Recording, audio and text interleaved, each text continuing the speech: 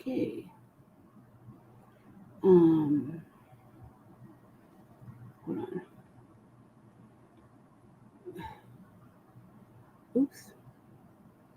I don't like how this thing is set up. Um, isn't that what I'm always saying? I don't like how this thing is set up. Um, Give me 1 second. No.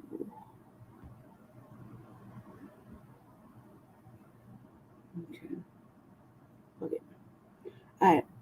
Um, 1 second, family.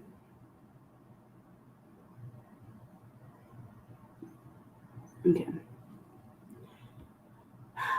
All right. Welcome to the Revolutionary Agenda. I'm your host, Seduction Doll, aka the Black Villain, Lady Che. Um, hey, welcome, Matt. Doing a show, impromptu show. We guess we were supposed to do Frontline Black News today. Part 3. I don't know what happened really, except Jesse got tired. That's one, but I don't know, Shbaka issues, I guess.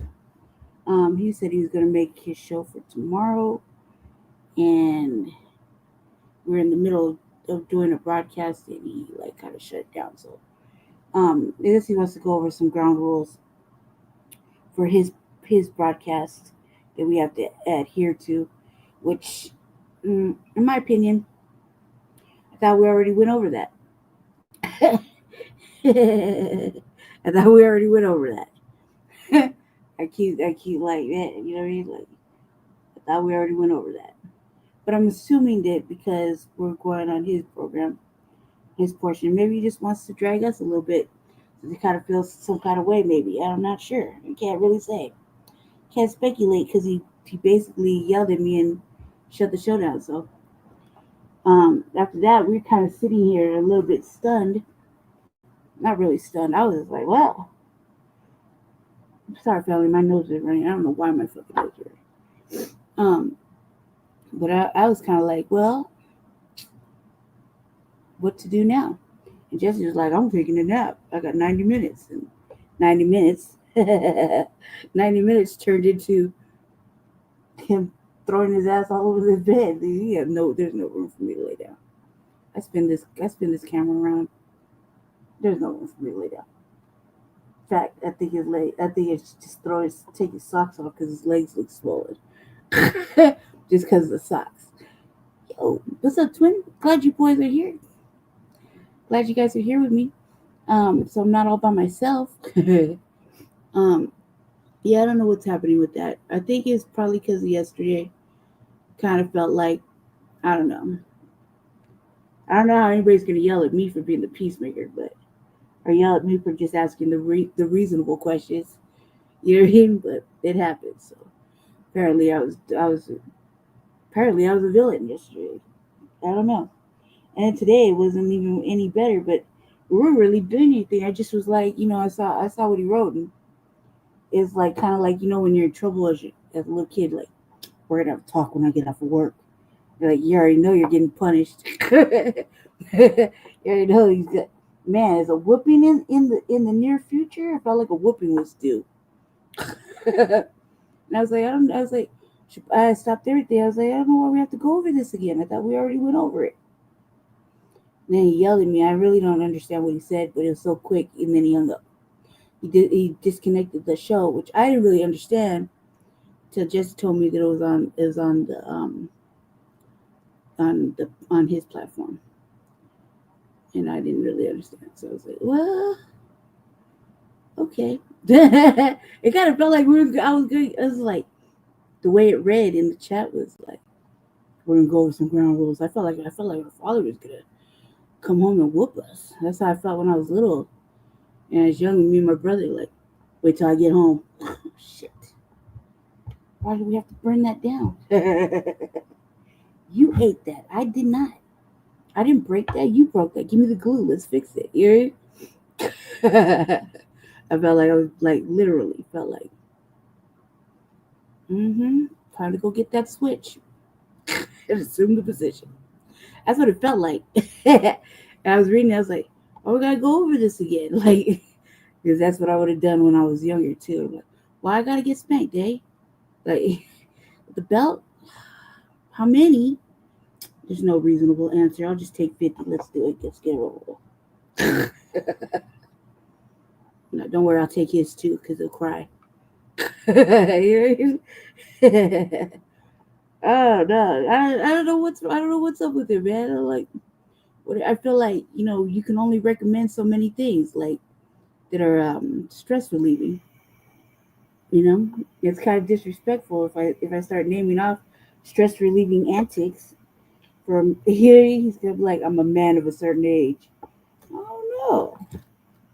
I don't know. Some of these antics might be you know might be a little bit relieving, and might as well stop yelling at us and shit. Part of it, I was like, you know what you did. Everybody knows. You know what I mean? I lost my fucking ring in here. Like literally sitting here on Jesse's desk and all that. Let me just look real fast, family. I left something over here too, like a little compact mirror, right? Something stupid, like a little mirror.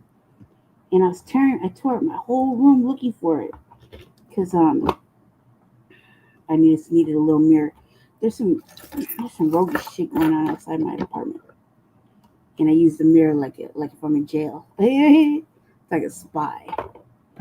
Not a spy, but yeah, I guess I can look around. It's easier than going all the way the fuck outside and cussing a motherfucker out. I could just look and see if I want to get involved or not. You dig? But I literally had my ring up here. Watch it pop up in the middle of nowhere.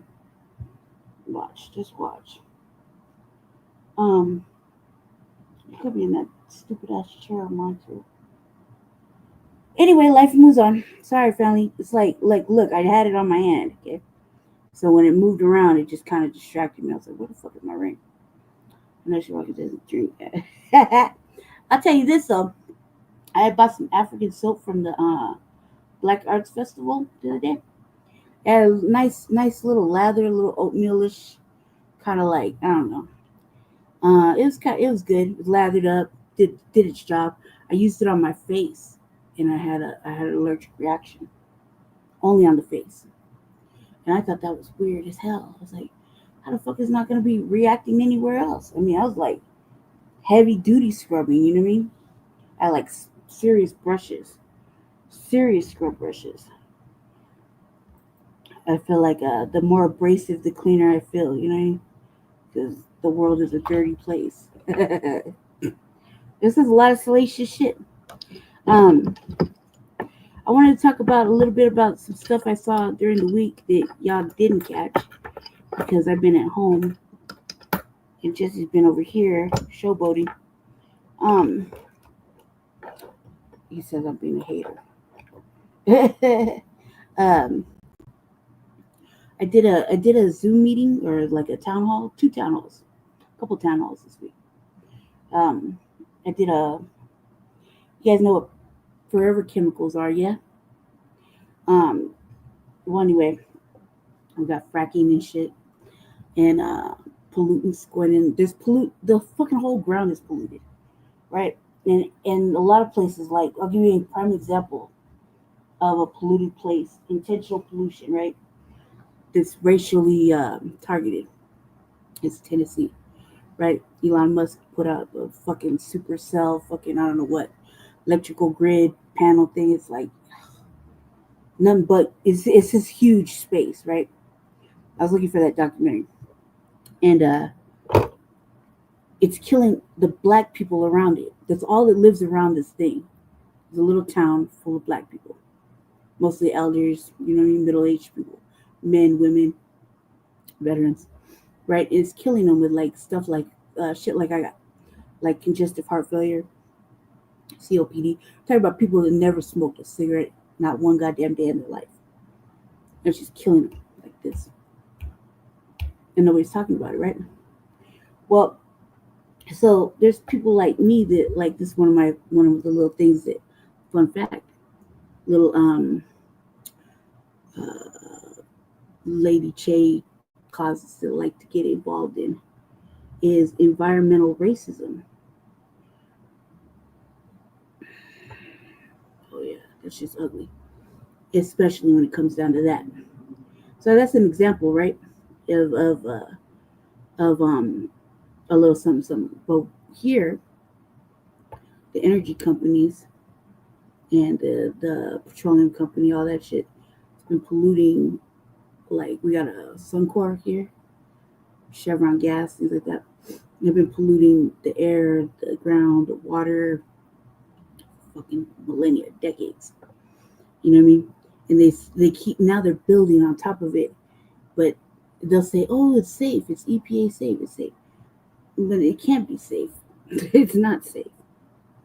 And now they're talking about these forever chemicals that nobody were talking about because there's only certain ways to measure them, and they don't have to necessarily disclose it. Which means that they can say whatever, but I always look at the people that live in the area. What are the people saying? So I was all on that. And because they're talking about rural areas, I was like, well, what can I do in the local area? And they gave me a good thing to look into. It was like the water company. They discovered same thing in black neighborhoods here. Yep, everywhere there's a black town or a little, maybe a small municipality or city, right? And they want to say they want to say it's all in our mind, right? They want to say that we're just making it up. They only put them in black areas. This is like another way of like population control. You know what I mean? Genocide. And just in a slow carbon monoxide way. You know what I mean? It's like killing people in their sleep and you don't know how they died, or they're in the water. It's in the water. You know what I mean? And by the time they figure it out, by the time people actually figure it out, it's already too late. Like by the time a person starts getting sick, it's already too late. Shit's already set into like stage 3 or whatever. You know what I mean? And the family doesn't know what happened or how it happened, and then they start to figure it out. They start piecing it together. You know, correct. So like I live in Colorado. So we live in Colorado, right? For example, when we came out from East LA, my mother said, if I remember correctly, my mother said we came because the air here in Colorado in 1988 was the cleanest air for a person who had lung illnesses. My mother had lung illnesses, like lung cancer or some shit. I don't know what the fuck. I was a little girl. She didn't want to talk about it. So, you know what I mean? She knew she had breathing problems. So we came from East LA, me and my brother. We both had little cats, and we came in the little Volkswagen. We came together. We drove all the way out here. Our dad, or his dad, his dad. It's the only man I know to tell I know something different, right? Um, Basically had got a good job doing roofing, and he had another job. He had a job as a roofer and worked at a box company in the city. And he had worked 2 jobs, because that's how a man is supposed to do. He's supposed to provide for his family. He's a provider, not a father. And our mother was, I don't really remember. Like, if I had to calculate how much time I spent with that broad, I'd actually have to say it's probably maybe 3 years community, like collectively, because we couldn't stand each other. Like this broad's a fucking racist, guys. Not just a racist. I just subconsciously knew she was a racist. You consciously knew that bitch was on something else and other shit. She just didn't. We just don't vibe. Apparently, I never vibed with her. Didn't never. As soon as I came out, I never liked her. I like to say that I liked her when she was reading and listening to music. That's all I liked her. And I liked her when she was teaching me how to write in cursive. Other than that, I don't think that I really liked her at all. She was more my brother's thing. His father, though, on the other hand, that's all I knew before he came along. So, yeah, that motherfucker's funny. He's entertaining. But when we came out here, the air was supposed to be cleaner. And I remember coming on the freeway, coming from California, me and my brother. And we're looking at all the rural animals, on the way in. And I remember seeing the mountains and how clear you could see the mountains. You could see the caps of the mountains. And the air was like crystal blue. It was clear. and you could, it just looked nice. You know what I mean? Kind of nice little breeze and everything. Um, and we came, and that's that. So my mother came. She was like trying to get well or whatever. She left us, so we don't know what happened with all that, right? But we lived in Aurora. We moved to a house in Aurora. It was in a covenant before we could figure out what covenants were, right? A covenant is a bad thing. It's like, you know what a covenant is? Look it up. Um, we lived in a covenant in Aurora. Well, the water was hard water and mineral filled, like a lot of lead, a lot of lead. So the water would get really hard, and you really couldn't drink it. Yeah, you couldn't drink it. And there were people at school, their teeth would be like caked on brown, like the color of Jesse's wallet. You know what I mean? Pops and my mother used to say that we should juice or eat candies. That's how that happened. But in reality, I think it was the water. So everybody had started getting like the deep rock. Like deep rock was really a thing out here. Like my pop still probably got a deep rock, or I think it's Arrowhead. He got a machine that you press the button and it just lets out water, hot and cold. He's fancy. You know what I mean? When we boil the water or whatever to drink or eat with. That's how I knew. That's how I knew it was really bad, was the water. And then when I went into the system, I had ended up going into the east side, like over here. And I remember that part of the east side in Commerce City, we call it Commerce City, had a water problem too. It's really polluted water though. Those people couldn't even touch the water. Like their teeth and hair and everything was falling out. People were getting cancer. It was all bad. And they had to like stop putting housing down. It's a bad situation when you can't grow grass at all. You can't grow not a stitch of grass. You can't grow a fruit. You can't grow a fucking tomato. You can't grow nothing on that land. That's when you know that the fucking land is polluted. And then you look at the air. If you see your air like this, like rippling, then you know it's a real problem. Well, we have up in the rural areas, people still live with well water. Well water. They still cook, they still wash, they do their clothes with well water. They basically exist off of well water. And so who knows what they don't know? You know what I mean? But the companies know, and the fracking and all that shit, they know. They know exactly what the fuck is going on. The drilling, all that. So you got all these big oil field companies that are like complicit with poisoning the people, right? And then so there's a lawsuit going on. You know what I mean? And they want to. I was like, nah, I want to know more. I want to know more. So I want to go toward the water filtration system or water filtration place over here in Aurora, just for my own amusement, because I was pretty upset. I was pretty upset because I was like, the news don't tell you shit, the newspaper don't tell you nothing, the media doesn't tell you nothing, the company sure as fuck don't want to tell you shit until they gotta fucking pay out lawsuits and shit, right? But the best way to know is to ask the people that live around there, like the kids, like the students. You know what I mean? The first sign of somebody getting sick is you look at the children or the elders. You know what I mean? Children or the elders are the first sign of you'll know that something's really wrong. And I was like, man, like this is really bad. Like you can't grow nothing, you can't eat nothing out there, you can't drink nothing, and they know, and yet they'll say it's safe. And then in the city, where it's really polluted, right?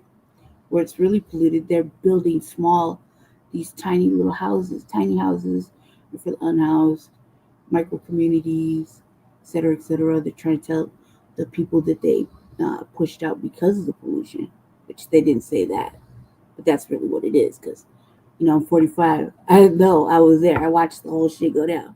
Okay, they pushed the motherfucking people out that way, away from it, And then they figured, oh, well, 10, 15, 30 years pass, 20 years pass.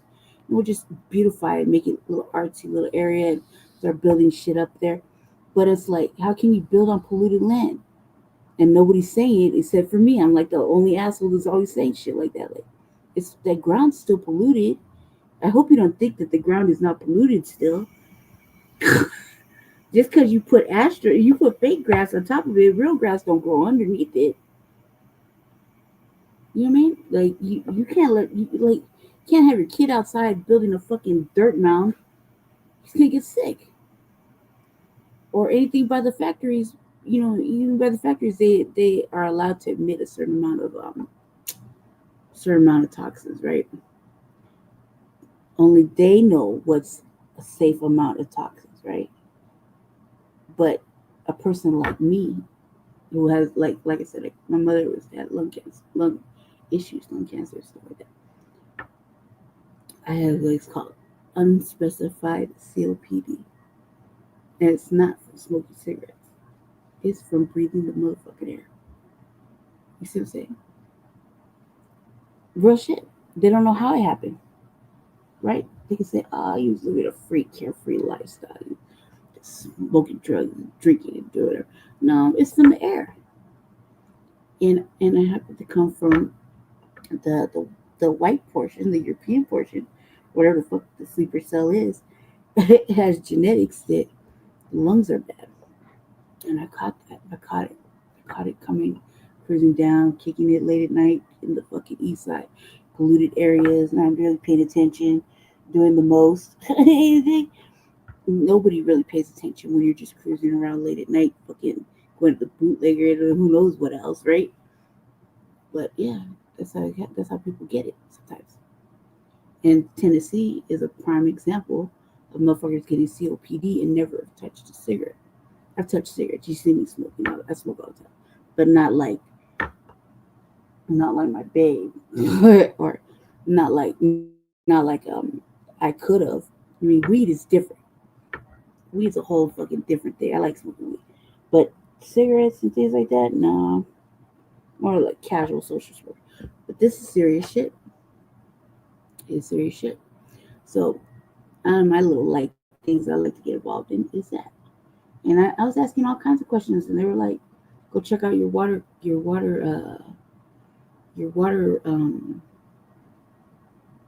gonna say your water filtration company, your water company in your area." And I was just looking at it right now, like a little bit, like an hour or two ago. So I was wondering where City Council in Aurora was. They didn't come on tonight, and I was like, "Well, let me look at this." And then bam, I pulled it right up by accident. I was like, "Yep, it's going down. I'm gonna go over there and visit." We share water with a lot of fucking states. I think 7. Yeah. So why isn't anybody worried about the water here in their states? Is the question, right? I mean, think about it. Everybody's like, "Yeah, Colorado water, yeah." Whereas the motherfuckers in the city are like, "Oh, lead prone, severely, heavily mineralized." You know what I mean? I don't know. Forever chemicals in the water, right? How come none of the other states are asking these questions? But this is like a nationwide thing, so like you'll see it in like little commercials here and there. Like if you're looking at your phone, something will come up and be like, "Oh, so so," and it'll give your whatever your energy company is, and they'll be like, "Oh yeah, we're talking about forever chemicals. Get involved." And I'm like, mm, there's like a disconnect. It's like there's something else going on that I don't know if I want to get. I don't want. I want to know more. So, people know before they know. Although I don't want to ride no motherfucking Democratic fucking agenda train because I feel like there's an agenda somewhere, and they're not quite saying it, but they're saying enough to get a motherfucker mad. You dig? So yeah. Um, that was one. Then we have this. I don't know about y'all, but we have flock cameras. We had a town hall for that. Me and Jess were in it, and I was going smooth. I'm on the task force for the public safety, community public safety, meaning patrol our own areas. We're not with the mayor's office or nothing like that. Like we're all about community patrolling engagement. Good shit, preventative measures, community wise. And I don't know what they're on, but I'm always on that shit. You know what I mean? So see me, stop me, I'll help you. You know what I mean? Within reason. You done put a body down. I don't know, man. Then you're kind of on your own. You know what I mean? Kind of on your own. Can't really yeah. I'm gonna just go ahead and back into the bushes like Homer Simpson. Yeah, you dig? But but if there's some other shit I could probably try to help, I could try to help. You know what I mean? I see some fucking stupid shit. I'm always good for, hey, you know what I mean? Always good for one of those. Um,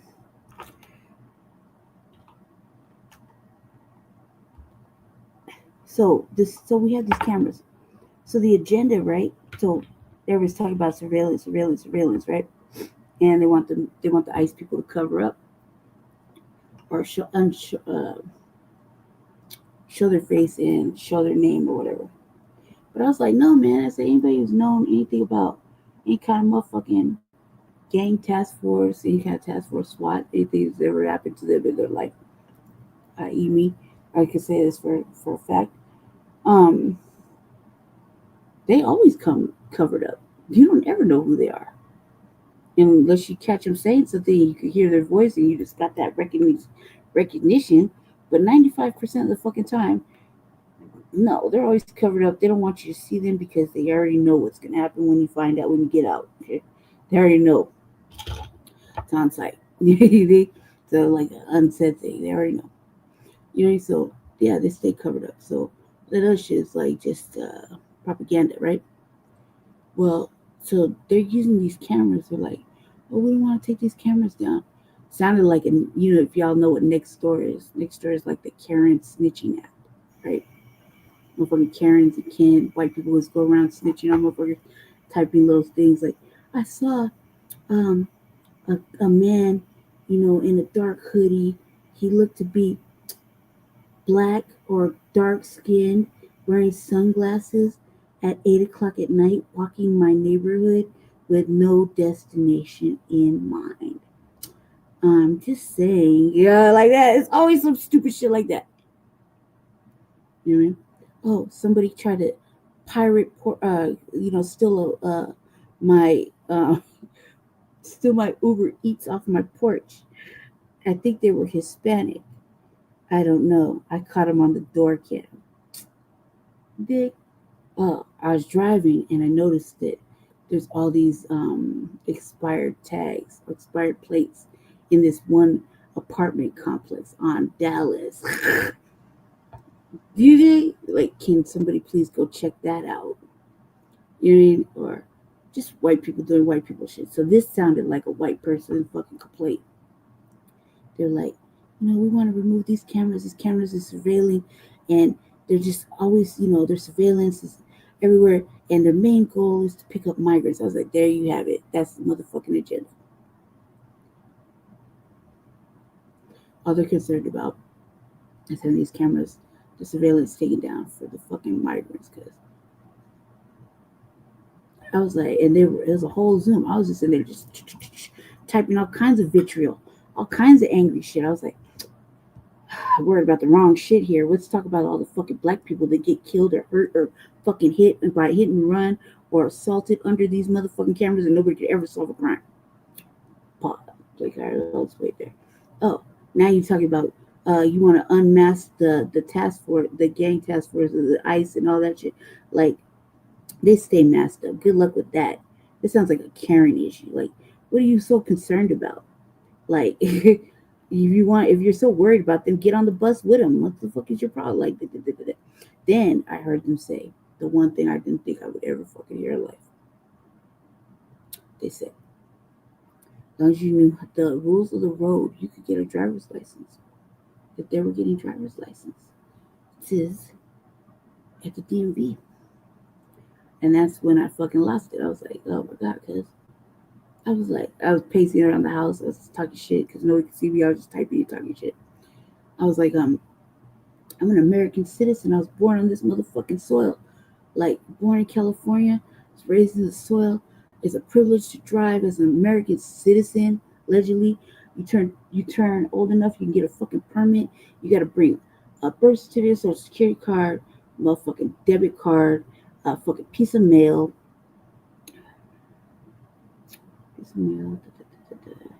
um, an eye exam. Okay, they thumbprint you. They take your fucking picture, right? Give you a little motherfucking test. You got 12 points. Don't fuck it up, right? You gotta get insurance. It's a fucking privilege, right? And I didn't have no license. I used to steal cars, right? I never had a license. But I know that I had 12 points, and I know that one time I got in trouble. They took 4 of them off.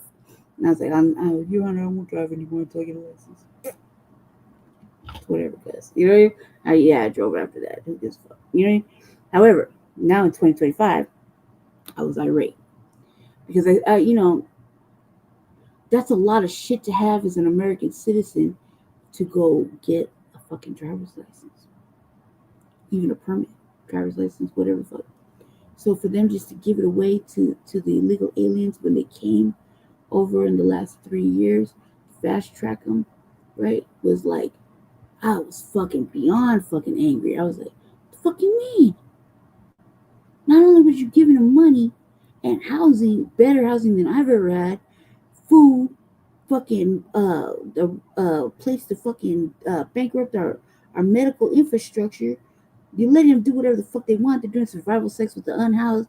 Fucking just they got nicer. They didn't manage to get it out they lived. They fucking bought nice woods better than anybody in the motherfucking neighborhood and just showing out and everything. Trust me, that cruise my neighborhood often. So I've seen all these influxes of nice ass vehicles in the Venezuelan driving. Right, they live in apartments right across the street from mine. 3,800 just in the bank for 3 months in order to get in that bitch. Allegedly, that's what he told me. But basically, I think he told me this because, you know, it was white and I say so. And no, you can't afford to be even looking at this bitch. I don't even think it's a real thing because if you ask me, I'd be like, Ice, come on, man, let's just ride right here. Everybody's right here, 7 in each place. Go start for the bar. I look at motherfuckers all the time when I'm cruising over there. Motherfuckers look like trash, like coming out, not to take out the trash, just look shabby. You dig? So I'm like, how the fuck you? It's like shit. How the fuck you afford to get in there? It's robbing season. That's how I feel about it, right? So I was like, that's how I feel about it. Atlanta, it's robbing season. I was like, God damn, man, like, say it ain't so. Say it ain't so. It was so. So I was like, right. And I was like, all y'all motherfuckers are worried about is just the illegal aliens getting um, um, caught on camera. They steal cars and do whatever, but that's all you're worried about. You don't solve no motherfucking crimes. I got hit twice that 1 year under in broad daylight under a camera. They kept saying that didn't work. Come on, guys, like make it make sense. Not to mention all the shit that happens under the cameras that never seem to get crimes get solved. Never. Like I can pull up the news right now. There's been like 3 stabbings, 2 shootings, and I don't know what else went on today. Okay, and none of them have a suspect or have been solved, being solved. And I bet you they've happened under cameras because it's all this fucking flying around. Drones and cameras, halo cams and all that extra shit. Right? They're like, we gotta protect our migrant population. And I was like, well, what about the black people? I said, what about the racial profiling that these fucking cameras do? I was like, not everybody is a motherfucking criminal. They have like one spectrum. Everybody looks alike. You know what I mean? And you find out they're not. Oh no, they're using different techniques, like the way people walk and da da da da da. I was like, oh my god, this is bullshit. All right, so I was going off. So much that I'm on the boards. They could have let me talk. I raised my hand and everything. They told me they were like, nah. I was like, all right then. I'm just gonna continue to talk shit. Oh, this is some anti-black racism shit. They never give a fuck about black people, but you're so concerned about the wrong shit. People that don't even belong in here. They didn't come the right way. They're not doing the right things, but you just fast track and give them money and do whatever. But we still sitting behind the neglect. I was just like that. Yeah. So I was pretty upset. Went there today to confront them about it again too, and I didn't get there. I didn't get there on time. I had a little bit of drama on the bus. A man picked a fight. What a stupid face. I want to get into that. I told Jesse already about it. I talked about it enough today with him. I didn't understand what happened. But I do want to say this, brothers. If you see, regardless of my light shading, you already know that I'm mixed. But if you see a motherfucker like a woman and a man picking on a woman or fucking with a woman, like talking shit to a woman and got her all out of her fucking comfort zone, just straight talking shit, maybe do something about that. Maybe just say something. Just help a bitch out. Help a bitch out. I don't know what I was expecting, but I was kind of hoping somebody would just say, cuz sit it down, you're stupid. And instead, I handled it, but it was stressful. It was contentious. I was like, all this because I took off my headphones. And I made a bitch move from she wasn't in the right scene. But she had to. And I didn't really do it on purpose. She just had to move to where she was had to move to. That's just the way it is. There's signs for a reason, you know what I mean? And he got on at the same time. I don't know what the fuck his problem was, but whatever his problem was, he did not think I deserved to exist for sure. At the end of it. So I say though, if you see that type of shit going down, man, don't be like do a female solid. Just like all it takes is just like 2 or 3 words in a deep bass voice, and that shit would just stop. I don't know what it is about men and bass, dude, but that's how the shit at the hospital gets handled. Just have Jesse go and he's like gets real serious for some reason, and his voice gets like a little bit deeper than what he normally has, and motherfuckers start moving around and acting right. And instead, I was like, he called me all kinds of names. It's just kind of funny to me.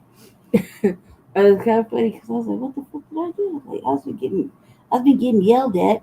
Your eyes been getting yelled at. I've been getting yelled at like 2 days straight by men. I don't know what I've done. I think it's in the water. Random men too. Men I have no idea or don't know anything about. I was like, all right, cuz you better get stabbed or something. Just keep fucking with me. Like, the dude said he was gonna spit on me or some crazy shit like that. I was like, all right, cuz. All right. If that happened, he would have got slit. Like, I was pretty sure. I was like, I had my hand on the shit and everything. And I was like, all right. So much that when I got inside today, I didn't realize I loosened it up and it fell on the floor in here. Okay. It's enough talking. And I caught up on the shy. All right. Let me adjust myself. Give me grace, family. We're gonna start off the show with a little bit of Nick Fuentes. I don't know why I be listening to my brother, but my brother was like, you should see Nick Fuentes, man. He be going on. And I was like, every time he tells me something, he's like always on the opposite side of whatever the fuck we're talking about. But Nick Fuentes is pretty good for some torrential laughing. I want to see what he was talking about anyway, because I've been listening to a couple things, and I just kind of want to go in a different route than everybody else has been touching on. Because I don't know how much I could touch on everything that everyone else is touching on. You dig? So we're gonna do that. Let me get into it. I still try to find my motherfucking ring. I think Jesse's house ate it. hope the thing with Shabaka kind of like works itself out. I ain't funny. I'm like, I really want that to come to like I don't know, come to a good place. Like, man, this one you think it was gonna be okay. I don't know who this broad is. I don't know, but she's having a reaction to something. But I just wanted to hear what they're talking about. So we might have to like listen to whatever the fuck she's talking about. I didn't subscribe. I don't know who she is. She kind of looks like an off-brand. I look like somebody I wouldn't fuck with or talk to, even on the street. So we'll see. We'll give it like 3 minutes to find out. I just want to hear what he's talking about. I hope it's like I hate when people do this. All right. Let's hear what she said. Oops. Yeah, I can hear you. What's up? Wait, Gabe, I'm like double echo. Yeah, I'm getting ready right now. Judd, one sec. Don't touch it, Judd. What's up, Nick? How you doing? Judd, one sec. All right. Did you have a chance to see the podcast today? I've seen the clips. I haven't watched Wait, give me one sec. the whole thing. Are we good? He's checking. I don't like that. I don't like how that's done. And it keeps getting better. It keeps getting more unhinged, more deranged, more pathetic, more delicious, succulent, more. Nick Fuentes does not hold back in his latest address to Trump and MAGA over the handling of the Epstein debacle, as Nick has essentially been on a vindication tour since the United States struck Iran, with hilarious memes like Nick Fuentes' apology forms trending online, reflecting the karmic backlash he initially received when he began polling support for Trump. Vindication! Nick is ultimately responding to the latest Truth Social post from Trump, wherein Trump essentially declares war on his entire base, stating, "My past supporters have bought into this bullshit, but more precisely, I don't want their support anymore." Nick highlights how those past supporters includes just about everybody. Have you seen the news? The Epstein crash out continues. We're on day 9 or 10 of Trump's ongoing epic crash out meltdown over Jeffrey Epstein and the burial cover up of the files by the Department of Justice. And it keeps getting better. It keeps getting more unhinged, more deranged, more pathetic, more delicious, succulent, more. Those that have shall have more. Those that have vindication shall have more. And for the plan trusters, even what little they have will be taken from them. Yes, today Donald Trump posted on Truth Social that anybody who is still talking about Jeffrey Epstein, he considers them a former supporter. He said, if you're still talking about Epstein, you're banished. You are a past supporter. You're gone. He called them weaklings and stupid. That's anybody that thinks Jeffrey Epstein and the related information and files should be disclosed. They're out of MAGA. So he has declared war on basically his entire base because the polling is out. And the polling shows that just 2% of the population is satisfied with the disclosures that we've gotten so far. Just 14% of voters approve of how Trump has been handling the situation. So if he says that anybody that has a problem with this is out of MAGA, they're weaklings, they're stupid, I think that's everybody. Well, I shouldn't say that's everybody. It's almost everybody except for Ben Shapiro. So in the final calculation, in the end, who is left in MAGA after our golden age? second administration. It's going to be different this time. The most important election of our lifetimes. No, really. In the end, the last man standing in MAGA is Ben Shapiro. Not Elon Musk, not Alex Jones, not Nick Fuentes, not Candace Owens, not Tucker. No, the final Trump supporter is Ben Shapiro. If Donald Trump has 1 million supporters, Ben Shapiro is one of them. If Donald Trump has 100 supporters, Ben Shapiro is one of them. If Donald Trump has 1 supporter, his name is Ben Shapiro. What's the latest shit? If Donald Trump has no supporters, then Ben Shapiro has died. Because in the big 2025, the last supporter will be Ben Shapiro. Go figure. A fitting end, wouldn't you say? What was at one time the arch never Trumper has now become the final Trump supporter. Couldn't be more perfect if you wrote this in a story. The comparison to Ben Shapiro is very insightful, and for 2 reasons. The first is to exhibit just how many other major conservative pundits have walked away from trusting the plan. And the second is to remind people that Ben Shapiro, at the height of Trump's original campaign, was a never-Trumper. But now that Trump has seemingly been absorbed by the very powers he once set off to destroy, Ben Shapiro is entirely behind him. Well, that's suspicious. Furthermore, Nick doesn't just stop here. He echoes the growing sentiment among the right wing that we must make Republicans pay in the midterms for their betrayal. They're weaklings. They're doing the Democrats' work. Don't let them talk of our success. I don't want their support anymore. Well, fine. You don't get it anymore. Nobody should vote for Trump. Nobody should vote for Republicans.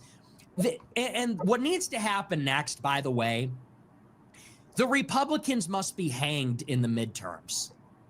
That's what must come of this. Trump must fucking pay for this statement to say, I don't want your support anymore. Every single Trump supporter, every single Republican needs to say, okay, bet. You don't want our support? Forget about the midterms. Forget it. The 2026 midterms, it just needs to be a Democrat avalanche at this point. And that's not because I'm a Democrat. I'm not. I don't like the Democrats. I hate the Republicans more because the Republicans are traitors. Because I have voted for Republicans, I have supported Republicans, and they shit on our face. We never vote for the Democrats. We never support them. They're our enemies. They hate us. We have hated them. They try to undercut our lives, our demographic, and as a result, we consider them the enemy. But at least they're the enemy. We know they're the enemy. They're openly the enemy. We don't vote for them. They don't support us. But the Republicans expect our support every year, expect our vote every year. They tell us we're not doing our job if we don't vote for them. And then we vote for them and we get stabbed in the back repeatedly. Repeatedly. Over and over. They try to slip in a moratorium on AI regulations. They're trying to sell federal land so that we can build new construction for Indians. They make a trade deal with India for more H-1Bs to take the jobs of our kids, of us.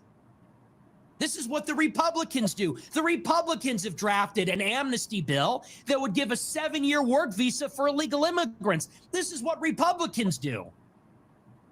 So we need hundreds of Republicans to lose in this next cycle.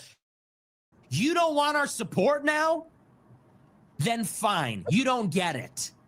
And let the Democrats impeach Trump. Let them impeach Trump. Let them fuck up this administration and torch his legacy. What a joke. Ultimately, I am too black-pilled on the current state of affairs to offer a robust take with clarity, but I agree largely with the reaction. This is not what I and many other millions of Americans voted for. So let me know your thoughts.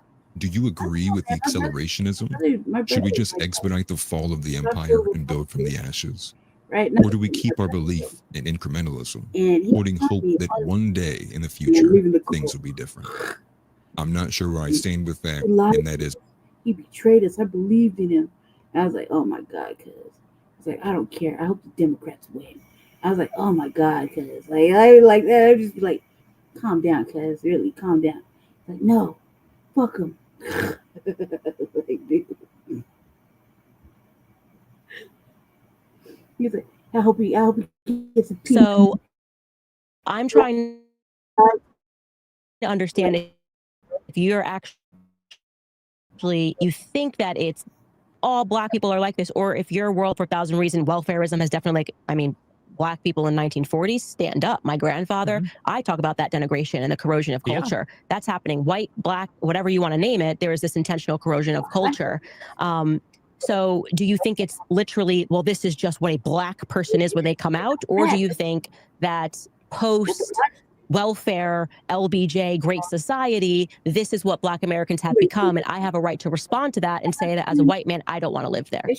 Well, you know, I think it's more nature than people would like to believe. You know, there's this classic tension of, is it nature, is it nurture, is it cultural, or is it intrinsic, is it racial? And I've always been on the latter side of this among conservatives. Conservatives like to say it's all culture. Black America is the way it is because of hip hop music and the Great Society and that kind of stuff. And I think the uncomfortable reality is a big part of it is intrinsic. You know, one of the big arguments against the abolition of slavery in the 1860s is that, you know, when Europeans colonized Africa, they hadn't discovered the wheel. There's no two-story buildings. That's crazy. No wheel, no two-story buildings. I wonder if they had fire. Nah, probably would have got dark. I guess all you could see was eyes and teeth. Yeah, got a new show for y'all. Got a damn good show. But before we get to today's video, don't forget about our new giveaway, Ford 250 King Ranch camper, 10,000 in cash. To get in the win, just go to my website, officialalltwins.com. Anything you buy on the site, like my new tallow bomb or my methylene blue, get you automatically in the win. Yeah, that's crazy, man. So if they didn't have a will, I know they didn't have no fire. No, they couldn't. If they don't have two-story buildings, think they advanced it enough to spark flames? There's no writing. There's no written language. Missionaries had to go to Africa in the last century and invent it for the... That's crazy. Yeah, no written language. Uglier looking, okay? Maybe so they'd be like, Hey, can't be still, girl. Maybe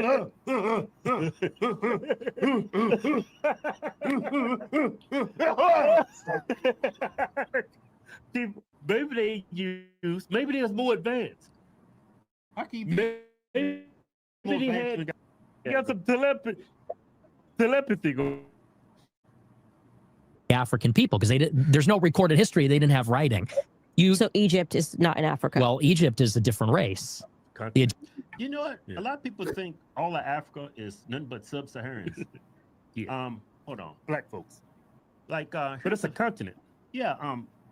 Sub-Saharan, below the Sahara in Africa, is primarily Negroes. Yeah, my people. Well, 50% of me. But north of the Sahara, it's more Arabic. Like these are Egyptian girls. My name is Saina Yusuf. Where are you from? America. I speak Arabic. No, Lala no. I speak English. You speak English? Yes. Yes, I love America. Oh, thank you. We love Egypt. We love Egypt. America. My name's Lisa. What's your name? And you can post in the picture with us? I speak Arabic. You do very good English. Hi. Arabic. And there's Black people. Well, we label them as Black here in America that have that skin tone, but they're actually mixed. They're biracial. Most get it. Penetrated. You know, they're not recognizing themselves as Black. I'd seen it all. I've seen a couple of Negroes with blue eyes walking around with the Velcro hair. Yeah, but yeah, Totally They're different going race. to hell. It's like night and day, literally. Egyptians were not black. Okay, but you said when they went to Africa, so I just want The to. interior of Africa in the late 19th century, scrambled Okay, for so Africa. we're now knocking Egypt out of Africa. Well, Egypt is part of northern Africa, Right, but sub-Saharan it's Africa. Africa. You said Africa, so it's not. I'm not trying to get a gotcha. I'm just responding. You're saying Okay, sure. Africa. Yeah. It's in Africa. It's Egypt. It's kind of ridiculous that there was no written language. Well, so I'm just trying to get you to Sure. you know, Egyptians are not Africans. if I'm not pushing back, the internet will. So Egyptians are not racial Africans. When I say African, I'm saying sub-Saharan Africans. Sub-Saharan. Okay. Black say that. people because it is a different race. In sub-Saharan Africa, and Europeans did not penetrate that until late 19th century. They didn't have any of this. To the extent that you have infrastructure in Africa, it's from the Muslims in the Sahel, in the Maghreb, in northern Africa, where the Arabs colonized. And then you had, Carthage and Egypt, you had ancient civilizations. But sub-Saharan Africa, they didn't have that. You take these people out of that land and put them here, and they're enslaved people. You let them free in a modern, liberal republic. They're not going to succeed. It's not going to go well for them. And that was one of the arguments against abolition. People said if you free them without any assimilation, without any kind of process for them to be acclimated, they're going to die. And that's exactly what happened. Many of the bottom 10% of the lowest IQ Africans just died off for generations. And it had a, pardon the expression, but it had a eugenic effect because over time, if the weakest are dying off, that's one argument for why blacks in America have a standard deviation higher IQ than the blacks in sub-Saharan Africa. So, so I do believe there is something intrinsic going on there. And what makes... Well, I think so too. Like you just go to Africa, some parts of Africa, and you can see them living. Yeah. It's like, I'm not gonna call them savages. But they're savages. Yeah, they're walking around like the women are naked. Their boobs are hanging. They walk around like big bowls of water. In that movie, they put it in there. It was some dude sitting there with a plate just sitting in the bottom of his lip, just hanging. Dude like a duck-billed platypus. Yeah, that's not culture. I don't think that's stupid. We'll just look at black people. Every time, who wins a 100-meter race? Inherently, we are born a certain way based on our race. And I think you're born a murderer. I think you're born a person who will force himself on a woman because I don't have that in me. I could never force myself on a woman, but some people can. Why? Because you're born that way, I think, personally. Yeah. It's become not so popular these days to tell children you can be whatever you want to be. Lord help. Because we know that's not the case. Some people are tall, some people are short, some people are smart, some dumb, some ugly, some handsome. That's why, by the way, incel-dumb is a big part of this also. So you believe these are immutable characteristics that are assigned at birth? I think that, yes. For the most part. Things like race, all those attributes are immutable and unchangeable. But they have changed. Just factually speaking, they have changed.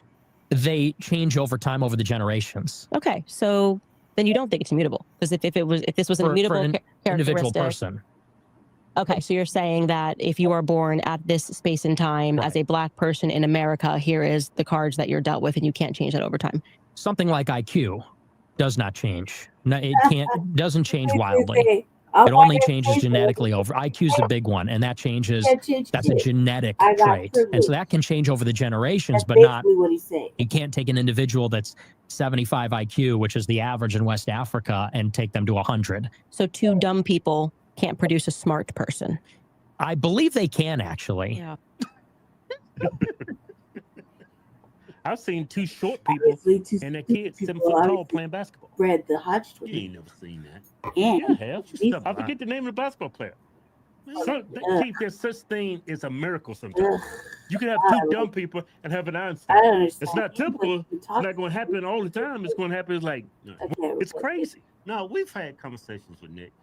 He doesn't think all black people are stupid. He just thinks you can there's some Einstein black people, very, very high IQ, but more on average, you find more low IQ people. Yeah, you find low IQ people in all races. Yeah, but it's more prevalent in sub-Saharan. Yeah, this dude's all about honesty. People ain't ready for all that. Yeah, demographics of people. There's no denying that. We have the test scores. Yeah, I they did an basically IQ would test say on they're both borderline races, and retarded. blacks scored the worst. You ask me, and it's Yeah, not because they're towards the bottom of the barrel. math. But I'm pretty I sure think they was the they highest when it comes listen to to her talk. physical They're feats. probably borderline retarded. Like definitely on the I mean, look at spectrum professional. Look at football. of yellow school bus, Look at boxing. Look at all the sports. challenge. Yeah, all the I don't speed know and how they got power. like, Typically, it's a black person. Not saying That's people. Not saying white people can't be like, fast you and know, be powerful. It's just more prevalent they when it comes and they to. must have people. You don't think it's like black people apply themselves Just more in listen to them sports, talk. and I it's feel like like they're white people retarded like, like a no, mother. I'm going to school. Like I'm actually myself. retarded. I'm not going to rely on sports. Straight Do you retarded. think it has anything to do with that? No, Like I don't brain think so. damage Because retarded. You I know what I mean? remember was on I had a friend. I could launch up like 20, Challenge. 21 and a half, 22. White boy could probably jump 24 feet. Not chubby. Keith, he was just your run-of-the-mill white boy. He wasn't. Oh my god. My dude could jump. Yeah. I'm glad it's over. They weren't talking about shit. How they have this like, you know, when they open up, they go, we got a damn good show. What was good about any of that? I'm almost done. I think I'm actually done. I think I've successfully just gonna look at this real quick as just see how it's done. If it's done all fucked up, I'm not looking. Days that they want to get rich in bed on their phone. You know, people are Googling like, how do I start a business? What they really are looking for is how do I make money without leaving my bed or putting my phone down? And they're eager to get money to buy things, but they're not eager to do the things that create value that the money represents. And so there was an interesting of the American population, things like that. Any field to really have it all. So yes, you can, but will everybody? No, it's dedication to raising a child. Your message to be conveyed correctly. Sure. So I'm just going to read you a couple things of what it says, but then I would like, forget about this. You write your own bio. I'm going to give you this, and you say, you know what? Here's what I stand for. Short, quick, not a whole espousal, right? Nick Fuentes, known for holding anti-Semitic views and denying the Holocaust. That's what it says here. He's a far-right supremacist and political commentator and live streamer. He identifies as a member of the incel movement and as a supporter of authoritarian government. Is a Catholic integralist. Got to learn how to read. And white Christian nationalist. In 2020, seeking to establish a white supremacist conference to rival CPAC, Fuentes began holding the annual America First Political Action Committee, AFPAC. Fuentes attended 2017 white supremacist rally in Charlottesville to write your own bio. Well, a lot of it's not true. Every time they say my name, but you know, I understand that. But you know, they say, you know, you are your reputation. You know, like Michael, no matter what Michael tries to tell me, but I'm sure no matter what Michael, blah, blah, blah, blah, blah, you have this reputation. So what have you done to dispel this reputation? well, I would say it's a little different. I mean, I'm a respectful person and I treat everybody in a respectful way. I happen to have views that politically are totally against the system. And therefore, the media, which we know is controlled by the system, doesn't have nice things to say about me. And as far as dispelling my reputation. What do you mean by that? Oh, yeah, go ahead. You know, what have I done to dispel that? I mean, at the end of the day, what can a person do? I mean, I've had special guests at my Own it, cuz just say I am what I am. It's more respectable. He's on his way to doing it. I just didn't want to hear it. I was like, he's on his way of just saying, spell it. What's that? All right. Let's see. I'm really just going to some random shit, okay? Let's see.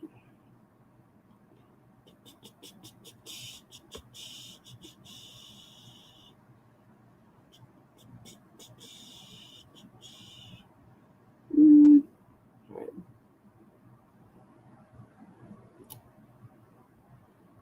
Let's start with this. So real quick, family, you know the Carmela Anthony thing, right? You know how we feel about it. I'm just gonna leave it at that. Obviously we haven't like dang,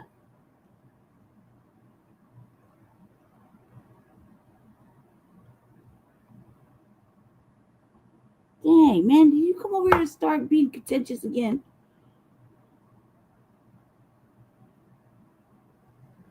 What are you doing? Why would you do that, Shabaka? Why would you come over here and do that? Like, this is the RVA. Like, you don't have to do all this. You don't have to do all that. Like he's just being funny. He's like making like a little joke. And I don't know. I don't understand what the problem is. Like, what is your issue? Because you're like really moody. And on the RVA, you don't have to do all that. We already know there's been new rules. You went over that last week. Like we got the rules. We got the understanding. Like, yesterday was pretty much you doing that to yourself. And motherfuckers just can't talk to you about nothing. Okay, fine, that's fine. We already know there's new rules, but why do all that? You know what I mean? He was just I understand that. Nobody. What is the problem, Shabaka? Like, I'm gonna throw a link up, okay? Because we can handle this really quickly and get it over with. That way, there's no more like weirdness, because you're making it hard for us. Like, what's the deal? So hold on a sec, okay? I'm gonna throw up the thing. Like, just get out your system now. You know what I mean? And then we can just go on with having productive shows and building. Because at this point, you're not. This is more harmful than it is helpful. And I don't know what the problem is. I don't know why you're so upset. I don't know what you're upset about. But like, this on this show, everybody can make a joke or laugh or giggle. You know what I mean? And he wasn't doing it to be offensive. Nobody goes out of their way to offend you, Shabaka, or to upset your balance. You realize that, right? You're like our family. No, cuz no, Shabaka, we're gonna fix it now because that's the right thing to do. And nobody's watching anyway. It's just us. Nobody ever comes over here. I'm throwing the link up. Go ahead and come on. Just give it to me raw. I'll relay the message to everybody and their mama. Nobody's paying attention. Trust me, nobody watches this shit. You got more viewers on Jesse's shit than you do on mine. Okay? But I need to know what the problem is, because I thought we handled it. I thought everything was cool. Fucking, with Ramel called and said the revolution was in trouble. And here you go again. Like, look, we want to build with you. We want to do all that stuff. I don't know why you're so upset. I don't know how to fix it until you tell me what's really going on. So I'll take some time to hear you out, because that's what responsible people do. Instead of just saying, "Come on the show tomorrow. We got new rules." Come on, cuz, like, let's be reasonable. You're an adult. And so since I'm the only voice of reason, I'm right here. Hit the link. I'll let you up. And I promise you, nobody was trying to upset your balance or anything, because fighting with you is like stomach aching and causes headaches and high blood pressure. Shit.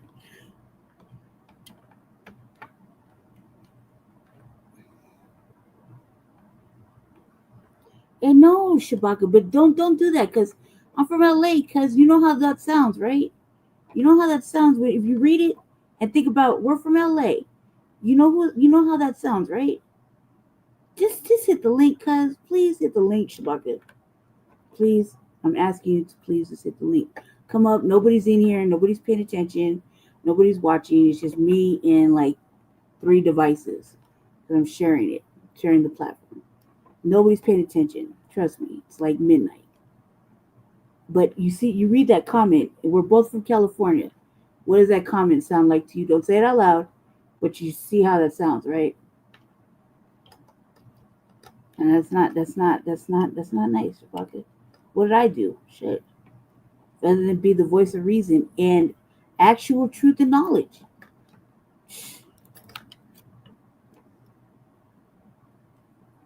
Like, I don't feel like coming on the program tomorrow when we could fix it right here, right now. Just us or whatever. Is the right is a thing. It's like going into a trap. You see what I'm saying? Yeah, I don't want to feel like that. So we could just handle it, or we could just discuss it. What I meant to say is we could just discuss it like reasonable human beings, like you're always saying.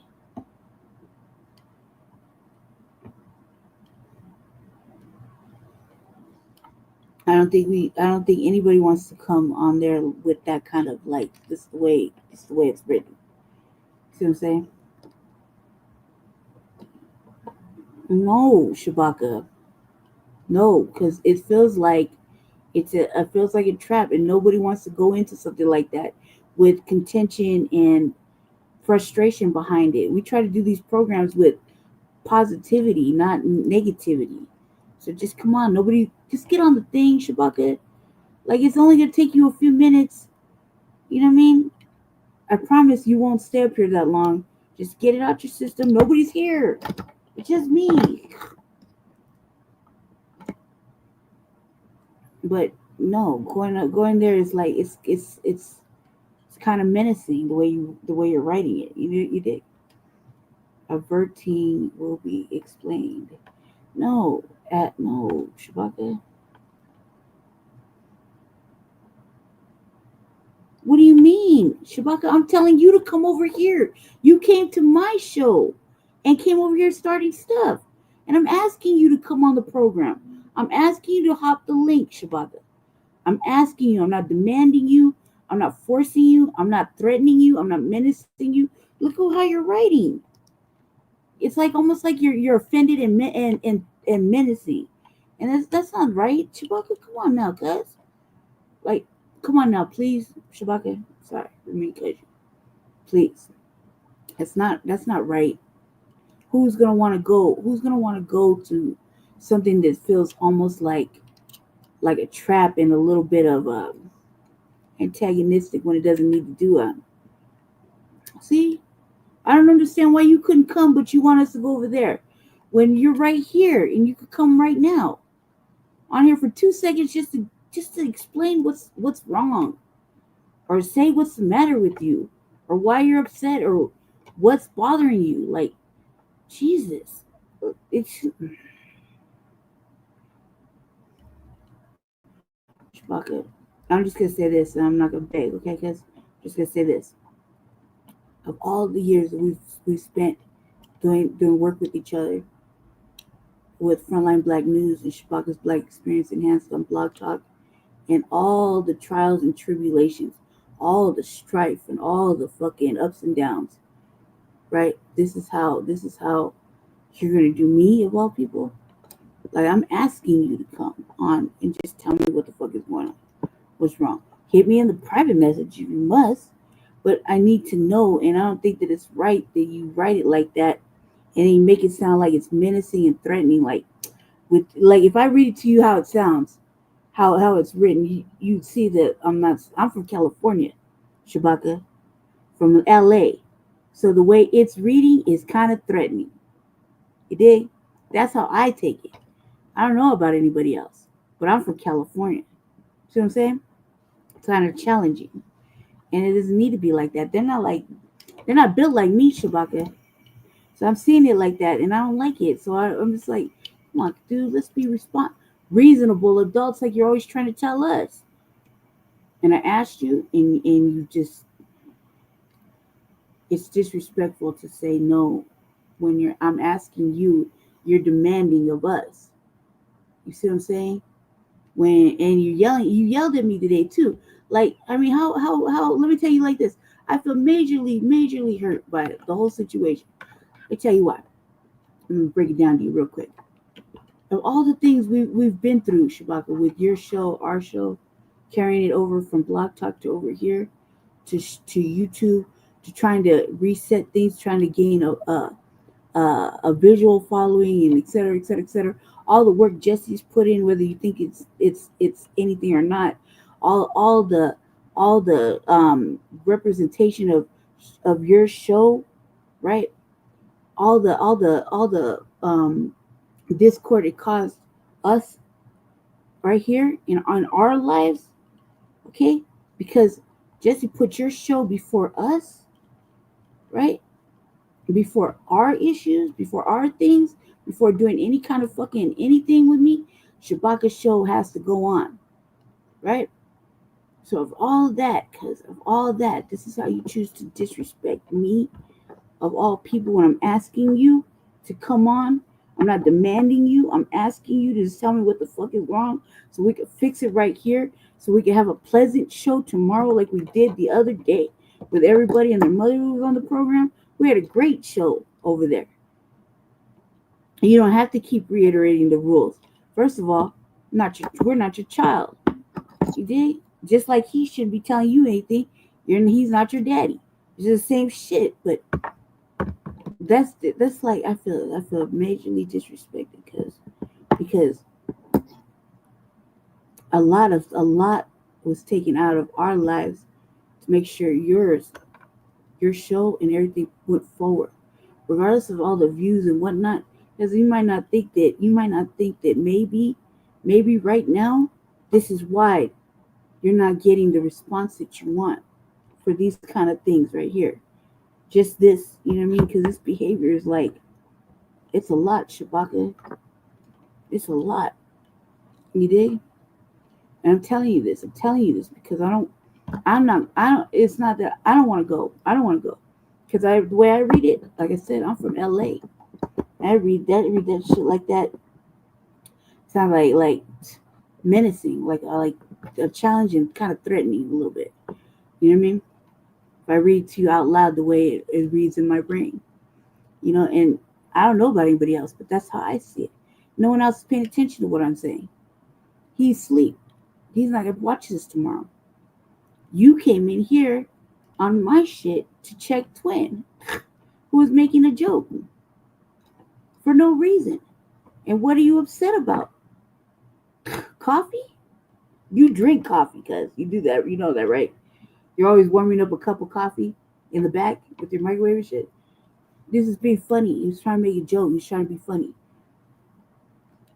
You know, you used to be funny. Think about it.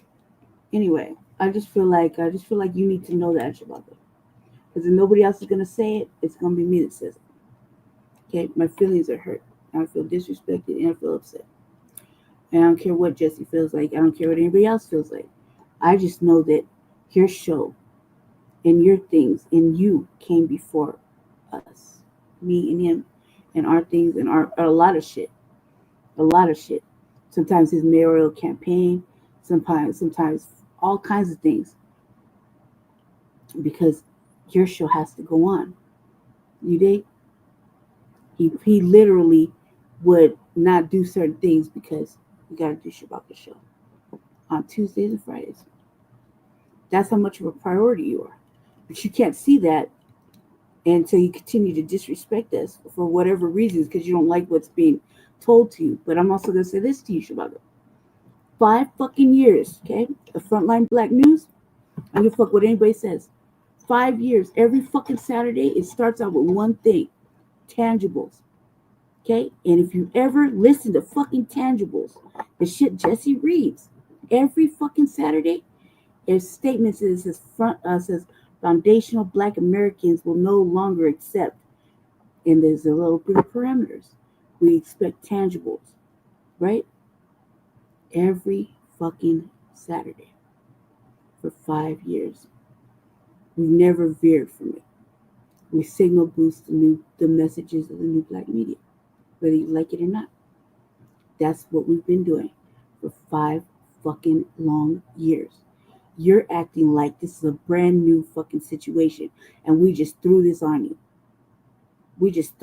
Said Pan-Africanism is dead. Fuck you, and you call yourself whatever, blah, blah, blah, but it's really foundational Black Americans. We've been saying this shit for 5 fucking years, Shabaka. Every Saturday at 10 o'clock. The first topic is what? Tangibles. And who do we give credence to? Intangibles? Tariq Nasheed. Every fucking Saturday, where it specifically lays out foundational Black Americans in the title, in the whole thing. So you acting brand new is cognitive dissonance, guys. And you're doing it in our face and you're playing with our emotions, and that shit is fucked up. Can you understand why I'm mad at least? Fuck how you feel, fuck how everybody else feels. I'm telling you, that's disrespectful. You've been with us. We've been with you. We know how your show runs.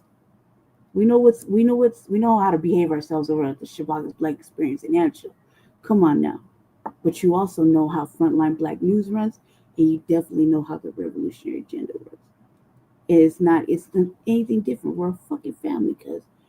But when you do stuff like this,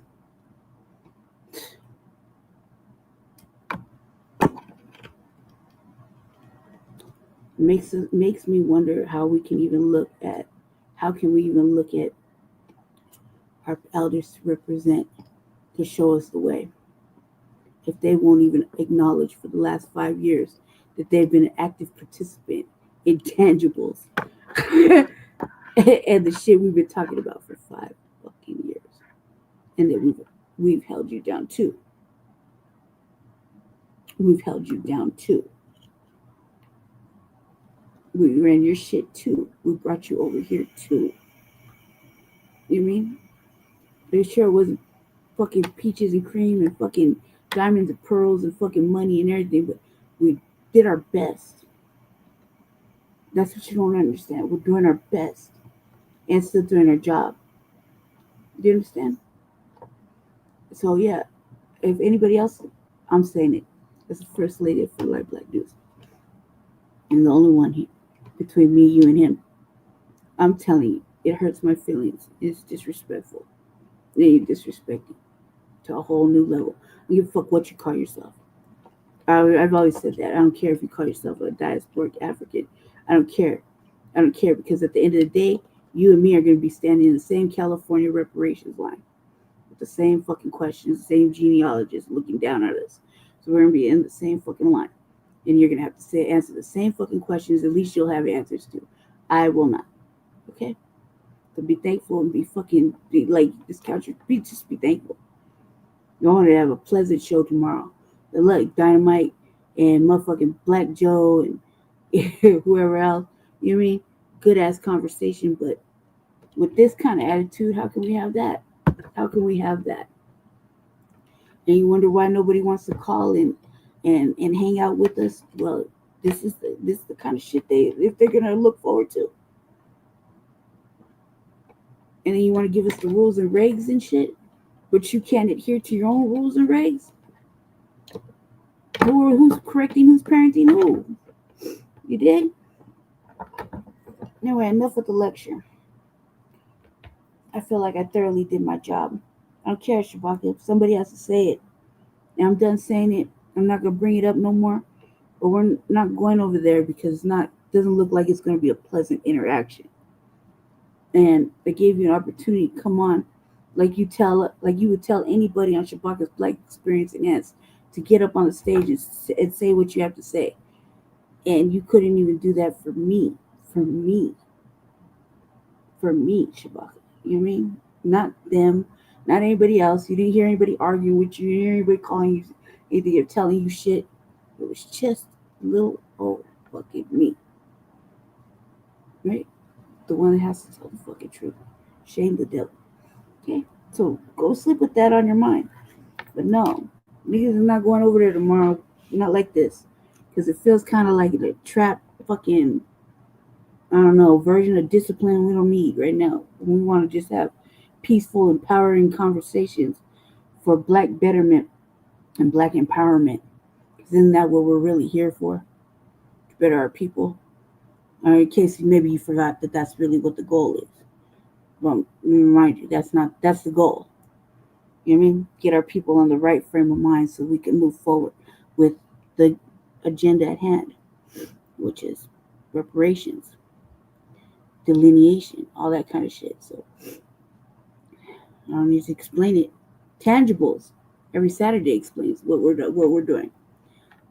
You know, so acting brand new about it right now, when you've participated in 5 fucking years of Frontline Black News and 5 fucking years of the revolutionary agenda, is beyond me, cuz. And there's nothing wrong with you. So you can't even float back on that.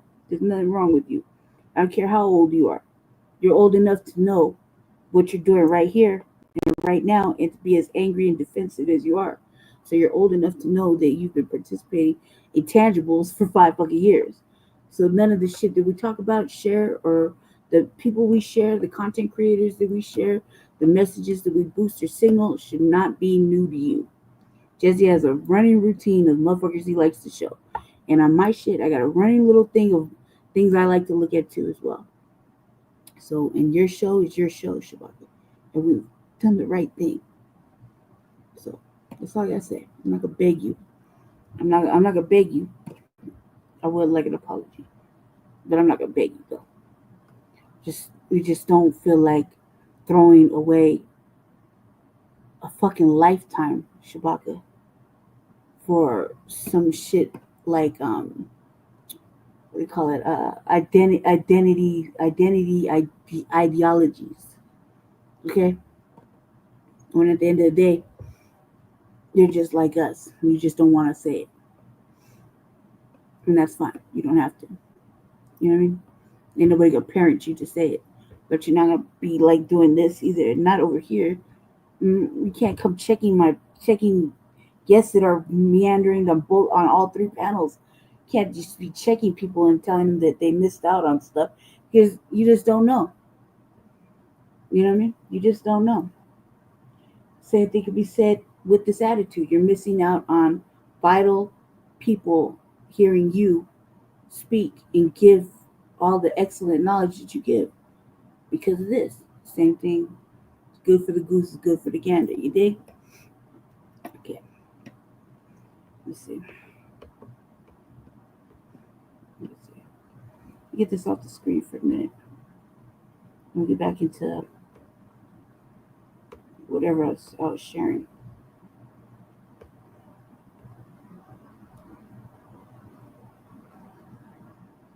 Okay. All right.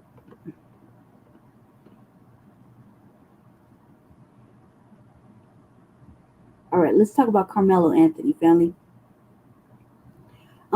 So my brother, I think my brother likes to be the opposition to everything I'm looking at, right?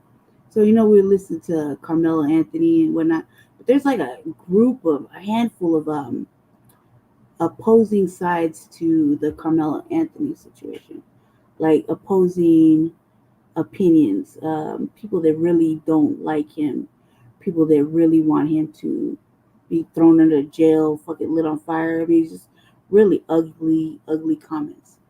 And I've been, I try not to control myself because sometimes I find myself getting into like a comment section and just leaving some ugly shit. You know what I mean? And I'm not really like, you know what I mean? Like, I can give two fucks, but something that really pissed me off because, they're 36 days. People doing so that little bitch deliver, and I'm gonna tear everything down in her life. Like, look, know where her home at. Know where her. Listen, I'm sorry. These people, like this person right here, I don't know anything about this dude, really, but I caught a couple. My brother turned me on to this dude because my brother was arguing with me about the Carmelo Anthony case.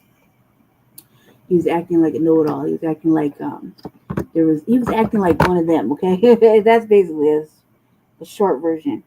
He's acting like one of them, and we're just all stupid, because we donated money and whoop and all this extra shit, and he's basically riding the fucking wave of whatever these people were saying, whatever the opposition was saying about 2.5 weeks ago. Oh, they showed the video and he did it, whoop whoop whoop, and he was over there rousing up old boy, and this and that, and basically saying what most fucking off-white black people say to all these types, like the Officer Tatum types, And so I've been watching a couple of. I think I caught if I had to look at my history, I think I watched maybe 6 of this particular dude and two other dudes, because it kind of led me into it. Well, I was kind of I found myself talking shit about old girl Sarah Fields and Charleston White, and I almost found myself doing the one thing I didn't think I was gonna do, to kind of take his side, take Charleston White's side for a quick second, right? Because I was trying to prove a point. I don't really feel that way, but I was trying to prove a point of what's good for the goose is good for the gander, right? And I was really talking shit because the thing is like old girl allegedly got doxxed, Sarah Fields. I don't know who's fucking Sarah Fields is, right? But I was like, I had a question. Obviously, it was against everything these people believe in. So I'm pretty sure if I look back, they're probably roasting me in their comment section, which I don't really give a fuck about. Because once I leave a comment, I usually just dip and I never come back to find out what happened, right? I'm not too concerned. But basically, I was like, what does old girl gain from her alleged journalism of her? Like, she's basically doxing the family, right? They said, oh, she's being doxed. I was like, well, whatever. But what's the point? What's the point of her? What does she gain from putting all these court documents on the family and whatever? What does she gain from doing this? Like, what does she gain from exposing the plight of a minor, right? Who committed a tragic act that ended in fatality? A. B. What does Charleston White gain from the plight of a minor who committed an act against another minor, right? I said, because the way it was presented was, Cuz came out of pocket, got him a little boxing person to spar off with, right? Dude was like, oh my god, why does he need a boxing teacher? Woo woo woo woo woo. Why is he giving him books? Blah blah blah. And I was like, well, I grew up, like, for me, and I was giving my little 3 cents on the shit. I was like, stress, when I was living in there.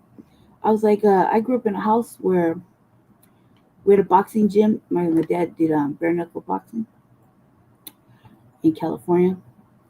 But we had a little boxing gym in our basement. Yeah, a little bag, big old bag, weights and whatnot, minute bag. And Pops would always say to go and, because we're just naturally angry ass kids, to go work that out. Go hit the bag, go lift weights, go exercise. So I was like, well, it wouldn't make sense to go and work off that frustration. Stress, it's the stress of the case, stress of getting your defense together, the stress of listening to all this motherfucking BS, and the stress of listening to motherfuckers have random opinions while they sit on their fucking on their desk and type fucking speculations and rumors and whatnot. I was like, this shit is stressful. Of course, what are you supposed to do with your time? Can't go nowhere, can't do shit. You might as well go work out. He's athletic too. Why not? It just makes perfectly good sense to work off some of that frustration. Who wouldn't be frustrated? Who wouldn't be stressed out? Right? I said, and I was like, man, just pretend this is you and you're white and you kill a black kid. I gave him the hypotheticals. I flipped it around. Just pretend. You don't think you'd be stressed? Oh, no, I forgot. White people don't get stressed out when they kill people. They don't even go to jail. Nothing bad happens. Nobody tells them they can't raise no money. Basically shit like that. But I was like, what does she gain? What does she gain from reporting the alleged news other than, some internet cred? Because up until then, I didn't know who the broad was. I never heard of her up until this case. And only on the off-branch channels where they're talking about her and they're like in love, like, oh, Sarah Fields just brings all the information. Like they're major fanboys, right? And so I was like, what's she gaining? Like just some internet cred? Because she, nobody knows who the fuck she is off that. Which really, I don't think anybody knew who the fuck she was in regular media. She wasn't like on the news or nothing, doing the news like, oh, this happened, right? She wasn't the one on the news. So she was over there doing some armchair detectiving, I guess, which is like low-key doxing, right? Speculation, whatever, rumors. A lot of this shit comes from rumors, right? Because when the family didn't spend no money, where do you think they got that information from? Well, anyway, I was like, what is the gain from the plight, that's the word, of a minor committing another act against another minor? You know what I mean? That was my big words. Then I just kind of ditched it at that. Well, I come across this video because I'm like, I wonder what this off brands are talking about. And it says basically old girl was getting doxxed. And I kind of thought that shit was funny when I was like, well, we'll go, it's like good for the goose, good for the gander. They're like, my church is getting threatened. My child is being threatened. My family, I might have to move. I was like, well, and then, because they always talking shit about the Carmelo Anthony thing where, his family would have to move. And I was like, why do you think he would have to move? He's young, black, and he killed a white kid. I didn't see any other black people around that whole scenario. Nobody on the news, nobody giving dialogue, you know what I mean? It's just one kid and everybody's white. So why do you think that he would have to move? In a like kind of sundownish vibe-ish area. But just basically white area. Why would a young black family have to move? I don't even think I should have to answer that. That should be self-explanatory. But leave it to these motherfuckers. They were just acting like that we're pretty much stupid, basically. And that we're always trying to pull the race card. But like I said, doesn't it make sense? I was like, well, what does Charleston White have to gain? I mean, so far he's come out of pocket. And it's not like he's doing it for money or clout because he's already somebody. And he has money. So why would he be doing it other than to be, controversial? Which is really not a good look for him. You know what I mean? That's the quickest way to get fucking canceled altogether by fucking around with this situation in a negative way. You know what I mean? But I was like, what does he have to gain from it? And he has money, his clout, he's somebody, whatever, who the fuck knows. Kind of already came out of pocket. And I was like, but what does he have to gain from the plight of this? And I said, why would he have to move? Why would they have to move? He's black and he killed a white kid in a white area with white people wanting to fucking, burn him at the stake. That's how it feels. That's how it feels. And so I was listening. So I was like, well, let's just catch up together. Let's see what he says. Himothy. I just think that's funny. Okay. It says, Carmelo Anthony's goons sent heinous threats to Sarah Field, threatening her baby and her husband. Husband work and all. Next month gonna be hell for them. All she had to do was stop. Online stalkers, ladies and gentlemen. Yes, they're a real thing. They're actually real people out there who spend and dedicate their time for free trying to figure out where someone lives, what they're doing next, and how they're going to approach that person. It's very creepy. And today, ladies and gentlemen, we have the biggest online stalker I've ever seen interjecting themselves into the whole Carmelo Anthony Austin Metcalf situation. Now, I think there's multiple reasons for people to be online stalkers. One, it could be fandom. There could be people who really enjoy what you do and they're big fans of you and they want to follow you. Or it could just be they're losers. They don't have anything else better to do, which is what I'm leaning toward. Or it could be personal connection to the situation. And I think it's the third situation that's happening, because this account that we're about to speak about today spawned out of nowhere. They have 5 friends, and all of those friends on the account are privated. This account has had contact with Drew Anthony as well. And all of a sudden, an explosion of threats popped up on the internet by this account, okay? Now, I'm not sure exactly who's running it, but there are major suspicions, and I'm doing my research, and I'll probably be back to you real soon. But I just want to go over it and show you the type of threats that are being thrown, because this person is claiming to know even Sarah Fields' husband's work schedule, where they go, what they do, how they do it, okay? When you cross a certain line, things begin to get dangerous, okay? And mind you, this is the state of Texas, okay? So to the person who's throwing these threats out there, all I could say is be real careful. Be real careful with how you approach people, okay? But let's go ahead and check this thing out. With that being said, there is a lot of information coming out right now. I wouldn't stay tuned.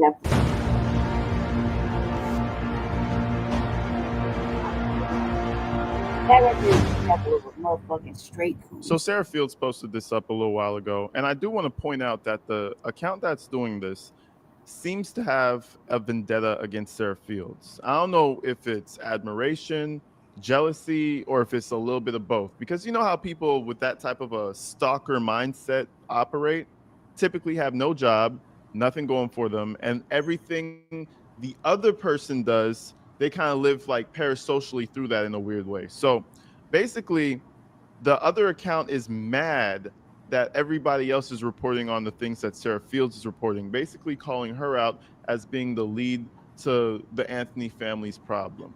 That is the dumbest shit I've ever heard in my life.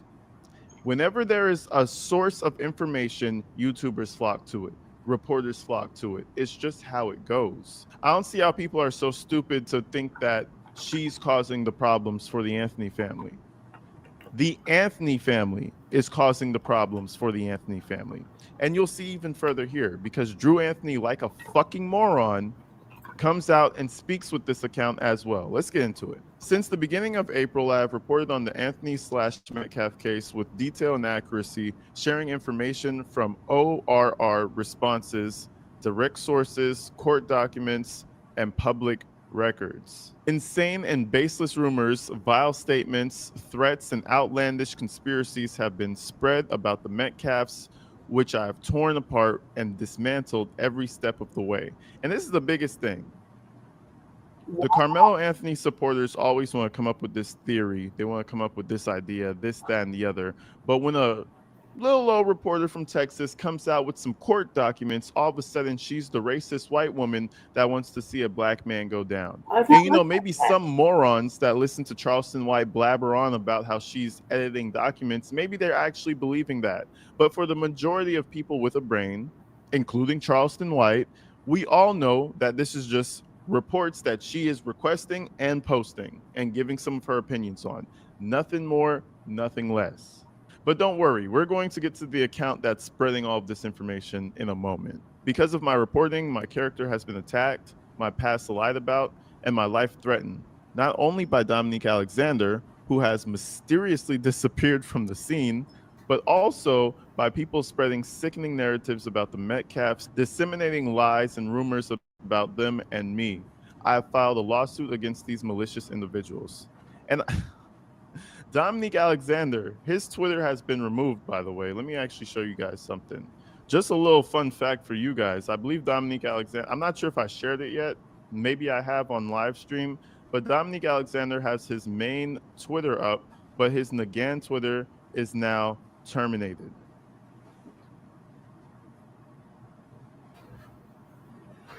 It says this account is suspended. Dominique Alexander is facing his own issues, and I think he just doesn't want to deal with Sarah Fields. And also, I think they probably just got rid of him because he wasn't making enough movements.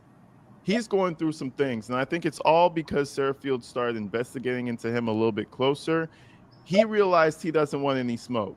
All those tax issues that he's dealing with, I think this is a reboot for Next Generation Action. He's going to name it something slightly different and continue that cycle. Dominique Alexander mysteriously disappeared because he, one, probably got fired, and two, is scared to say anything else about Sarah Fields. That's just how I see it. As a result, I face threats, harassment, and doxing nearly every day. I'm sharing these screenshots from yesterday to give you a sense of what I'm dealing with. A lawsuit against Charleston White and Tiffany Billions is necessary because it's time for reporters to fight back and stop living in fear for their lives and their families' lives. Just for doing their jobs. Redacted in second screenshot because this individual doxed and threatened several of my Facebook followers. This person is threatening my family and my life and implies that he is just waiting for me to deliver a baby. Now, I've seen a lot of trolling online. I've seen a lot of people making names of Drew Anthony coming into my live streams and talking shit. Harmless trolling. But this is where things become dangerous. This is when people actually start to fear for their lives and might actually retaliate in a certain way if you try them. You know what I'm saying? Because this person is now talking about Sarah Fields' unborn child and what they're going to do to her after the child is born. And for some reason, it kind of seems like this person actually does know where her husband works and what her day-to-day looks like. Let's check out the first post.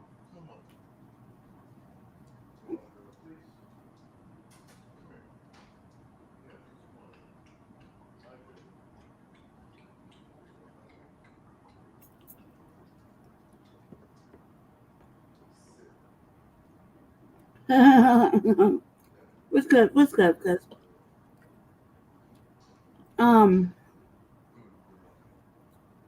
I basically talked. I tried to talk to somebody. So this account just sprung out of absolutely fucking nowhere, but it seems like they know a lot of information, which pushes me to believe Now that I'm on it this could be Carmelo several Anthony. people that I will not list as of yet because I need to further look into them. Like, but just mind you, this is 100% a burner account. Whoever's covering this knows information and we got problems with his dog, obviously.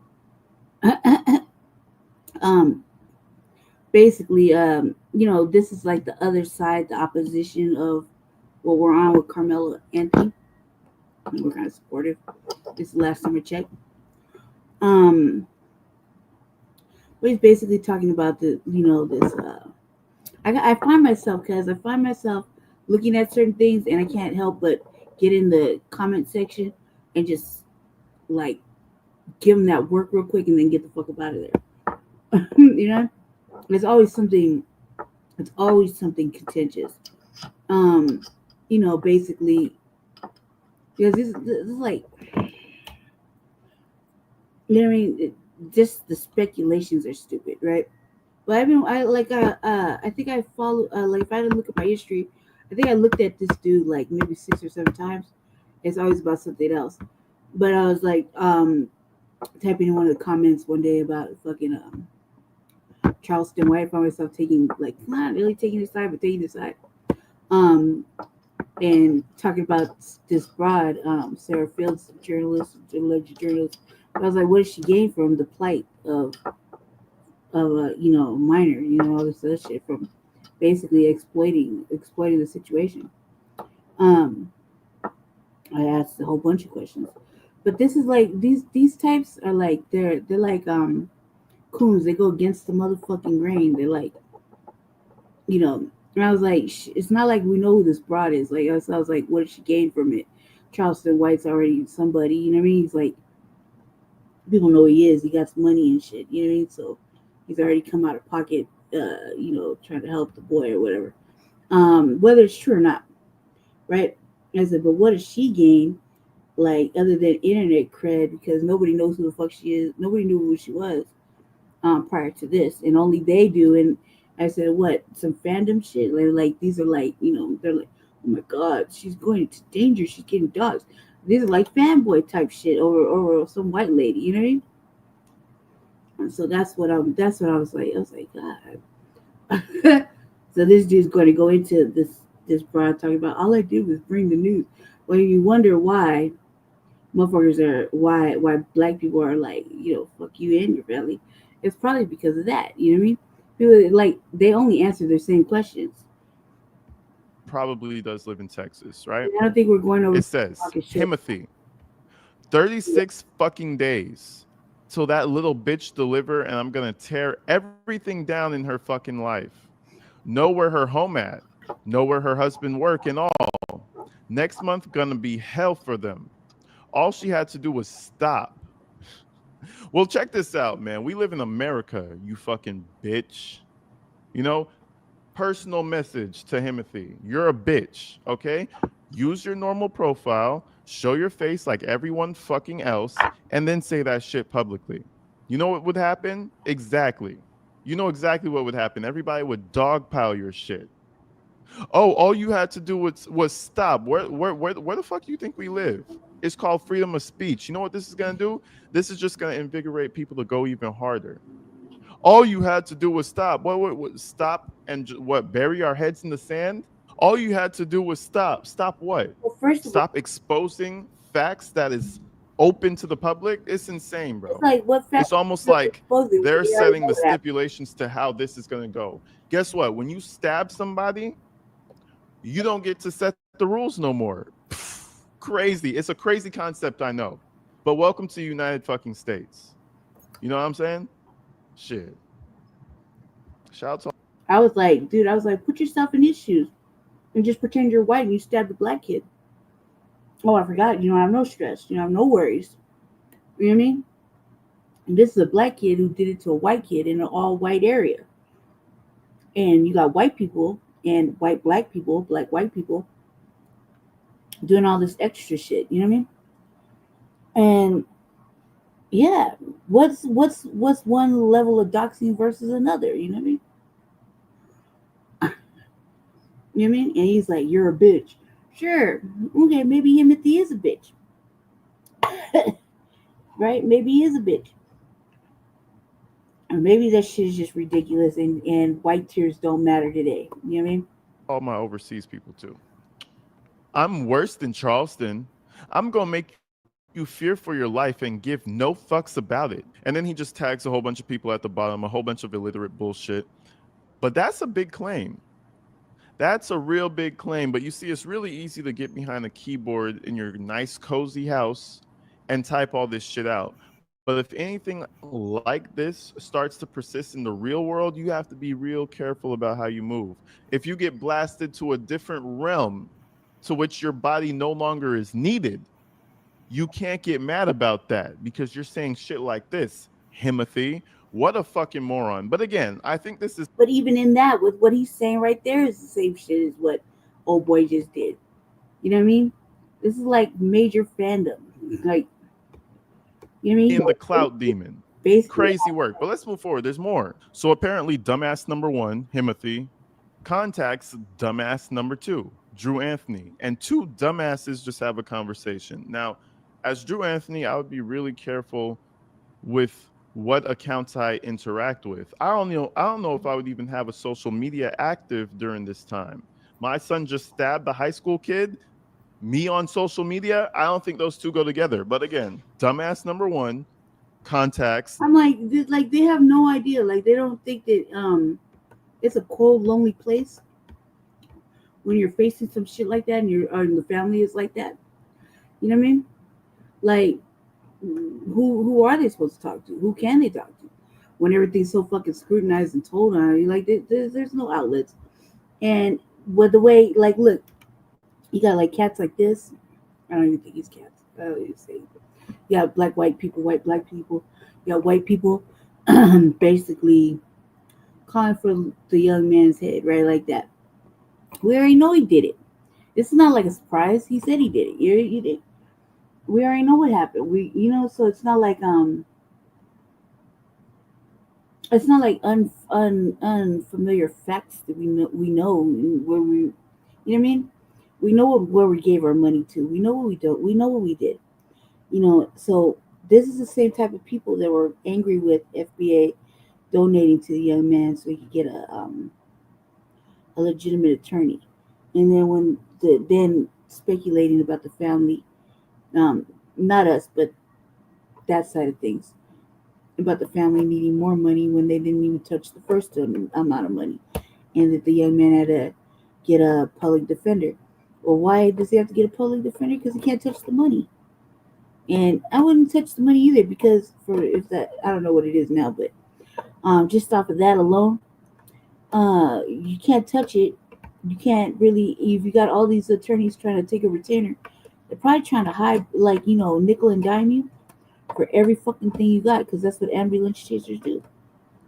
That's what people do. You already said you did it, so it's like an easy motherfucking slam dunk for them. You dig?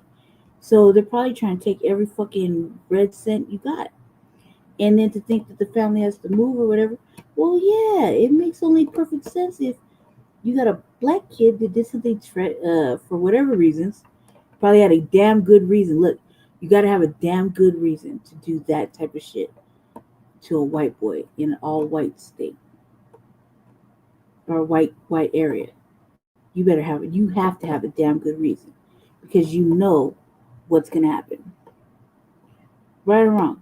I mean, like, as black people, we know he had to have a damn good reason to do that. I just think he's like frivolously did it. But look at the circumstances.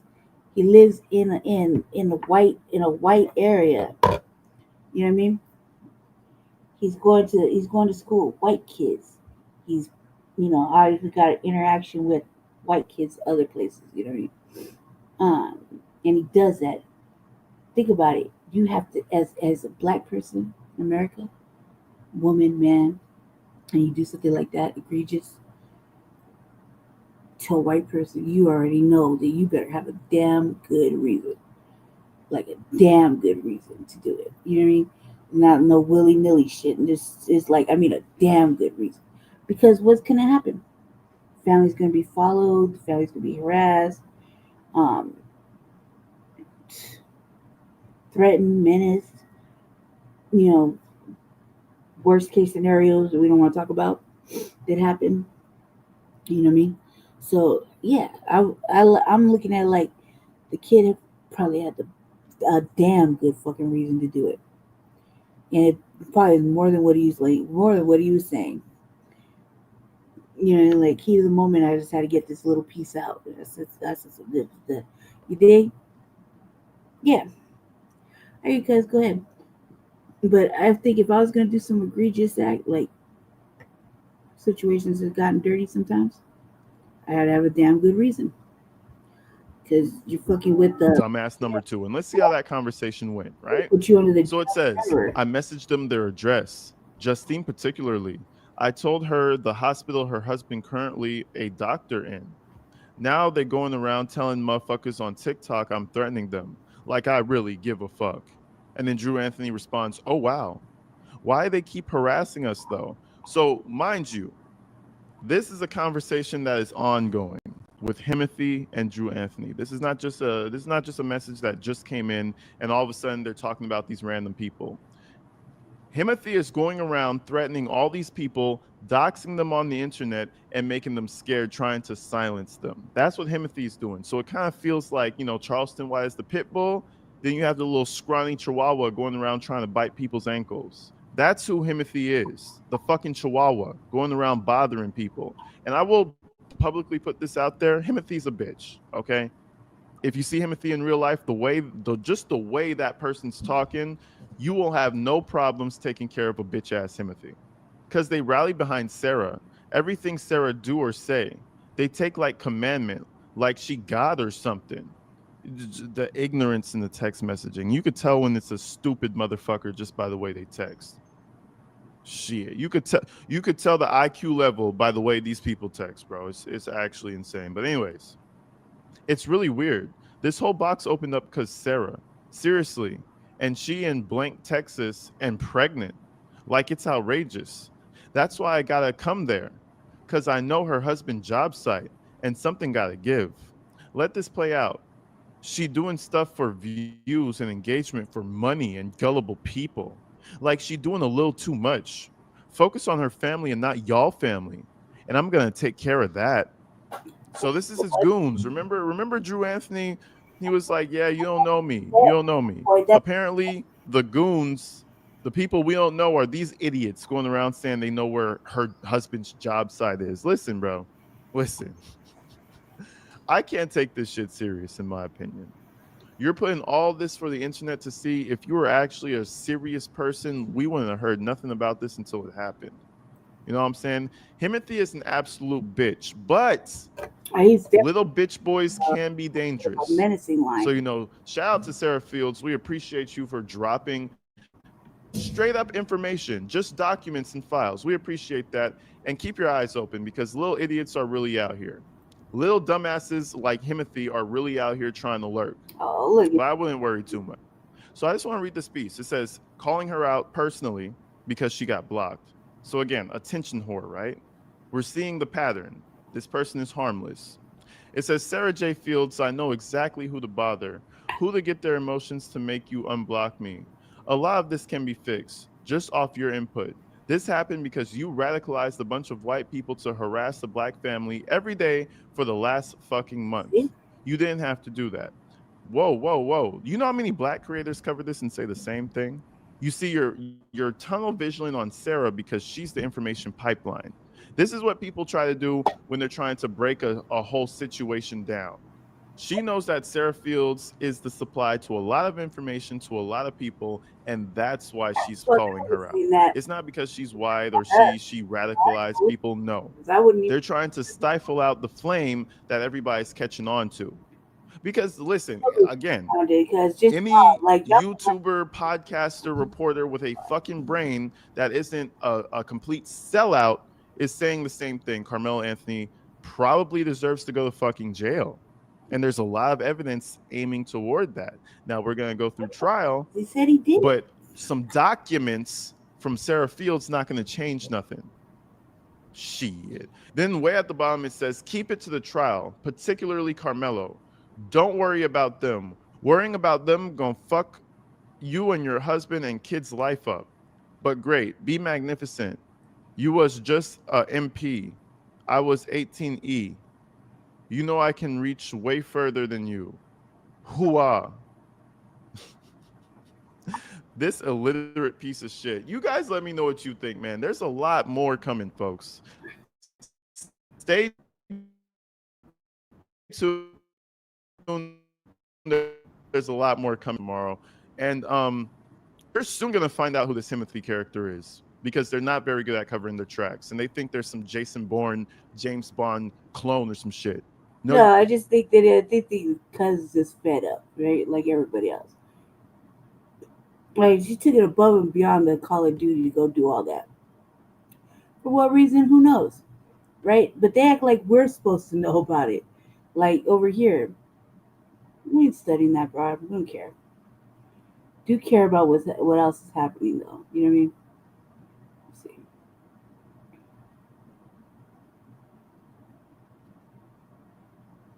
All right. Get to some other shit right now. Let's see.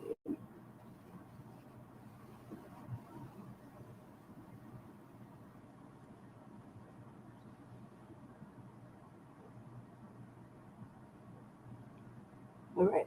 This is what I was talking about earlier, y'all. It's been covered a couple. Welcome back into Fox 35 News Plus. I'm Garrett Weimer, and thanks for joining us on this Friday morning live on Fox Local and on YouTube. 8 people have been arrested so far in what officials are calling an illegal immigrant driver's licensing scheme. 2 of those people arrested were employees with essentially the DMV, with the county tax collector's office in Bay County, where investigators say those employees were offering licenses in exchange for cash. That the folks they were offering them to never had to take the written test, never had to take the driving test. Attorney General James Othmeyer was in Bay County yesterday afternoon with the Bay County Sheriff Tommy Ford as they talked about this case and why they say it's so serious. These weren't minor shortcuts. These were intentional acts of corruption where individuals paid bribes in exchange for skipping critical safety evaluations. The investigation also led us to arrest 5 additional individuals who are acting as brokers running local businesses that claim to assist with immigration paperwork, but instead arranged illegal transactions and funneled aliens from as far away as Miami to obtain licenses fraudulently. Fuck out of Jesse tomorrow. Let me be clear that putting untested, unqualified drivers, especially those with commercial licenses, on our roads is an unacceptable risk to every family in this state. These licenses were essentially sold, not earned. That means we have individuals on the road, possibly operating tractor trailers, who never demonstrated the basic skills to do so safely. It's not a paperwork issue. It's a direct threat to highway safety and a betrayal of the public trust. The scope of this investigation: yesterday we seized over $120,000 in illicit proceeds tied to this operation. Evidence suggests that hundreds, if not more than 1,000 fraudulent driver's licenses were issued as part of this scheme. It's been ongoing for over 2 years, and this investigation is continuing to be ongoing and will expand statewide as we work to identify those who receive licenses illegally and hold all parties accountable. Each license issued could result in felony criminal charges for the license holder, and our investigation will be expanded by our state partners to hold these individuals accountable. A search warrant was executed yesterday at a business in Callaway called CubaMax, which is involved in processing immigration documents. Again, I want to commend the outstanding teamwork and partnership of our investigators And it's a multi-agency effort with close coordination between law enforcement, the tax collector's office, and other state and local partners. This is the kind of teamwork it takes to root out corruption and protect our citizens. I'd also like to commend our tax collector, Chuck Perdue. As soon as he was made aware of this investigation, he became an investigator himself. He worked with us closely to make sure that these individuals were held accountable. Certainly a difficult situation when individuals in your office choose to do the wrong thing, but the important part is that we hold them accountable when we do that. So Chuck, thank you for your efforts. So I want to talk about the individuals that we arrested. The tax collector employees are Bansele Velazou, age 37, of Panama City, charged with 9 counts of DMV employee issuing a fraudulent ID, which is a felony, and 9 counts of official misconduct. Demetrius Smith II, age 30, of Panama City, on 8 counts of DMV issuing a fraudulent ID and 8 counts of official misconduct. And additional charges are anticipated as each fraudulent driver's license can result in additional charges. The intermediaries that we arrested, who were the individuals that the aliens would contact, and they would be referred to our 2 tax collector employees, were a Nirbus Rosales, age 37. She was arrested on 24 counts of principal to DMV fraud and 24 counts as a principal to official misconduct. Leonardo Gutierrez, age 32, of Panama City, 7 counts of principal to DL fraud and 7 counts of official misconduct. Hung Du, age 58, of Panama City, on 36 counts of principal to fraud and 36 counts of official misconduct. Esbredia Para, age 44, Panama City, 7 counts of principal to DL fraud and 7 counts of principal to official misconduct. Zola Gonzalez Pena, age 38, 12 counts. Also arrested but not identified as operating as an intermediary was Myrna Fernandez of Panama City on a charge of unlawful possession of a driver's license. It's believed that Fernandez obtained her driver's license fraudulently yesterday, paying to receive a passing grade on her exam in the skills exam. But to those who think that they can compromise public safety for profit, know this: we will find you, we will bring you to justice. And to the people of Bay County, I want you to know we are committed to preserving the integrity of our institutions and the safety of our roads. Thank you, and I'd now like to turn it over to our Attorney General. Thank you, Sheriff. It's good to be in Bay County. This county is certainly blessed to have great law enforcement and leaders.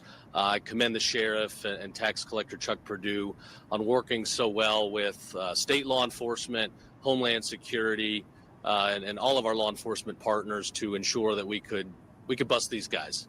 I think today is yet another example of how the Biden border policy puts American families at risk. Here you've got hundreds of aliens that are cheating, that are breaking the law, that are buying driver's licenses without taking the test, getting on the roads, putting everybody in danger. So, if there's any silver lining to come out of this terrible, discovery, it's that law enforcement worked very well together, continued to follow the breadcrumbs, and ultimately uncovered, a pretty widespread and advanced operation. So we know it happened here. If it happened here, there's a good chance it could be happening in a county somewhere else. So I ask, our DMV offices or tax collectors around the state, pay attention, do a deep dive, look out for, any signs of somebody taking cash on the side to help criminal aliens get driver's licenses. Maybe that can happen in California, but not here in Florida. We are a rule of law state, and we will do everything we can to work with the Trump administration and our federal partners to enforce the law. We've been working up and down the state, ensuring that we're keeping people safe. We were in Brevard County earlier this morning, where we highlighted a new program to protect the ICE agents and the federal authorities that are coming into our state to enforce the law.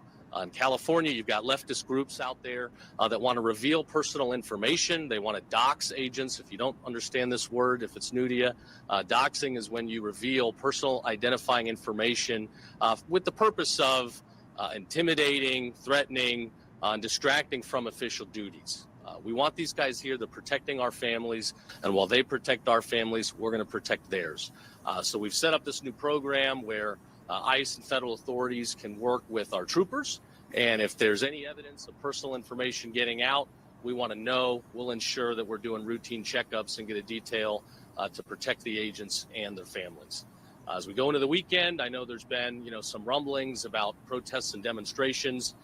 We've all seen the horror in California with the destruction, the violence, the flames, the anti-American behavior. That doesn't happen here.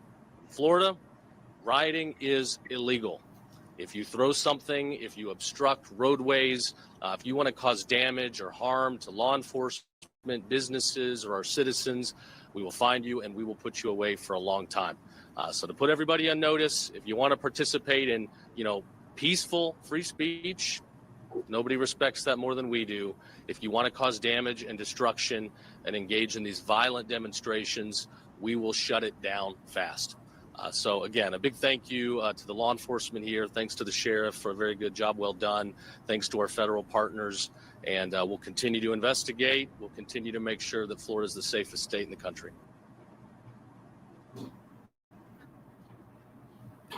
Yeah.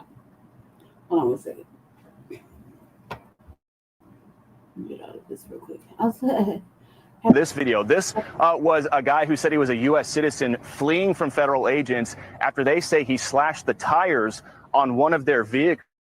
You'll see him running away. He then gets taken to the ground and he tangles with agents while he's on the ground. It appeared he kind of lunged at one of them, and you'll see the aftermath of that. Take a look at this picture right here. Those federal agents ended up macing that man in his face, took him into custody and took him away. His wife was yelling at agents the whole time, saying he's a U.S. citizen. The agent said, too bad, he slashed one of our tires. And then take a look at these photos here. We do have photos of the vehicle that had the tire slashed. There was one puncture mark. It quickly deflated and the agents had to drive out of the area on their rims. What's going on, everybody? Thank you all for joining me today. If you haven't already, please make sure you hit the like button, subscribe to the channel if you're new to the channel, and most importantly, please make sure that you are following me on Telegram at TD Media Group to help circumvent social media censorship and shadow banning. And with the introduction out of the way, let's get into today's news. And today we have a lot of good news. I have some good news for you guys today, man. I want to cover a few things that I have on the table concerning, mass deportation, ICE operations, and everything of that nature. We're going to cover today the fact that a DNC lunatic has been caught for attempted murder on an ICE agent. We also have a situation where the $50,000 reward for the capture of the DNC lunatic that shot at ICE agents at the weed farm in California, your opportunity to get that $50,000 reward has skyrocketed. I'm going to tell you why that is in just a moment. And also, I want to take a moment to discuss the fact that to date, right now, according to Stephen Miller, 1 million illegal immigrants have self-deported. They've gotten the heck on out of here because they don't want to have to deal with ICE knocking on their door and taking them in cuffs, to which they could never come back to the United States again. So before we get into all that, what I want to do first is that I want to address this. This is something that I've talked about so many times, right? Is the way in which ICE, Homeland Security, and CBP, I believe the acronym is, they are constantly on X, day in and day out, just debunking the nonsense articles, the lies that are coming from these headlines from mainstream media press. Look at this here from the Washington Post, right? Listen to just how much gaslighting there is in this headline.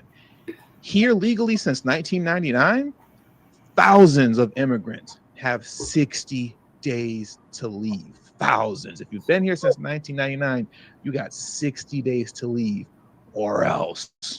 And it sounds so dystopian the way that they write this, right? Because it makes you think about, oh, legal immigrants have 60 days to get out of here. Oh my God. But when you understand the reality of what this is actually about, gaslighting aside, look at what Homeland Security stated. Again, the T in TPS stands for temporary. I'm going to repeat that again. The T in TPS stands for temporary. Okay? It was never meant to last a quarter of a century. For many of these countries, TPS was granted in the 90s after natural disasters. Now that conditions have improved, it's time to return home. That's pretty rational to me. Once again, the T in TPS does stand for temporary, not a quarter century. it's time to go home. And speaking of going home, another thing too with the Trump administration, when you talk about the White House Twitter page and the Homeland Security Twitter page, the ICE Twitter page, their sense of humor is just amazing, right? It's truly amazing. You got to love their sense of humor, because these guys are posting all types of memes to get their message across, and just great, well edited videos and stuff all day. Check this out here. Speaking of going home, right? Illegal aliens, take a page from ET and phone home. If you're here illegally, leave now. The easy way, using the CBP Home app, you will receive travel assistance and a stipend to return to your home country. And then you have this meme that they put up here, the little ET phone home meme that they have. Let me remove myself from the screen so you can see it a lot bigger. Then I'll read it off. As you can see here, even ET knew when it was time to go home. Oh man, they do this stuff on Twitter or X, whatever you want to call it, all day, man. They're doing this type of stuff and putting memes up all day, and it definitely makes my day whenever I see this kind of stuff. But concerning going home, right? Concerning that, it's happening. You know, the CBP Home app, which was formerly the CBP1 app that Biden used to bring in a bunch of illegal immigrants into the country, for the most part, it seems to be highly successful, because according to Stephen Miller, as of now, close to 1 million illegal immigrants, if not already 1 million illegal immigrants, have already utilized that app to go home, right? So I want to play that clip next from Fox News. Let's get into this now, what Stephen Miller had to say concerning the CBP Home app and illegal immigrants self-deporting. Under Trump, all job gains have gone to Americans. Looking at labor force data, we believe there's already been 1 million self-deportations. Wow. So we are well on our way here. If we stay the course, Jesse, and if illegal aliens understand the consequences of staying versus the opportunities of leaving, we're going to see millions and millions more self-deportations. Because if you stay, here's the consequences. You face sudden arrest, sudden deportation. You face the potential garnishment of all of your income, all of your wages, the loss of your property, incarceration and imprisonment for immigration and other crimes. If you choose to self-deport, you can go back home. You do have the opportunity to apply for legal entry if you wish to do so in the future, and you're going to get a $1,000 check on your way out. So this is a very clear choice. And we're seeing over 1 million illegal aliens are clearly choosing just to go back to their countries.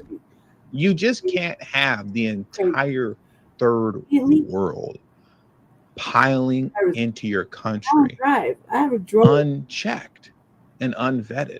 You wouldn't allow that into your own personal home. So why would you allow that into the country as a whole?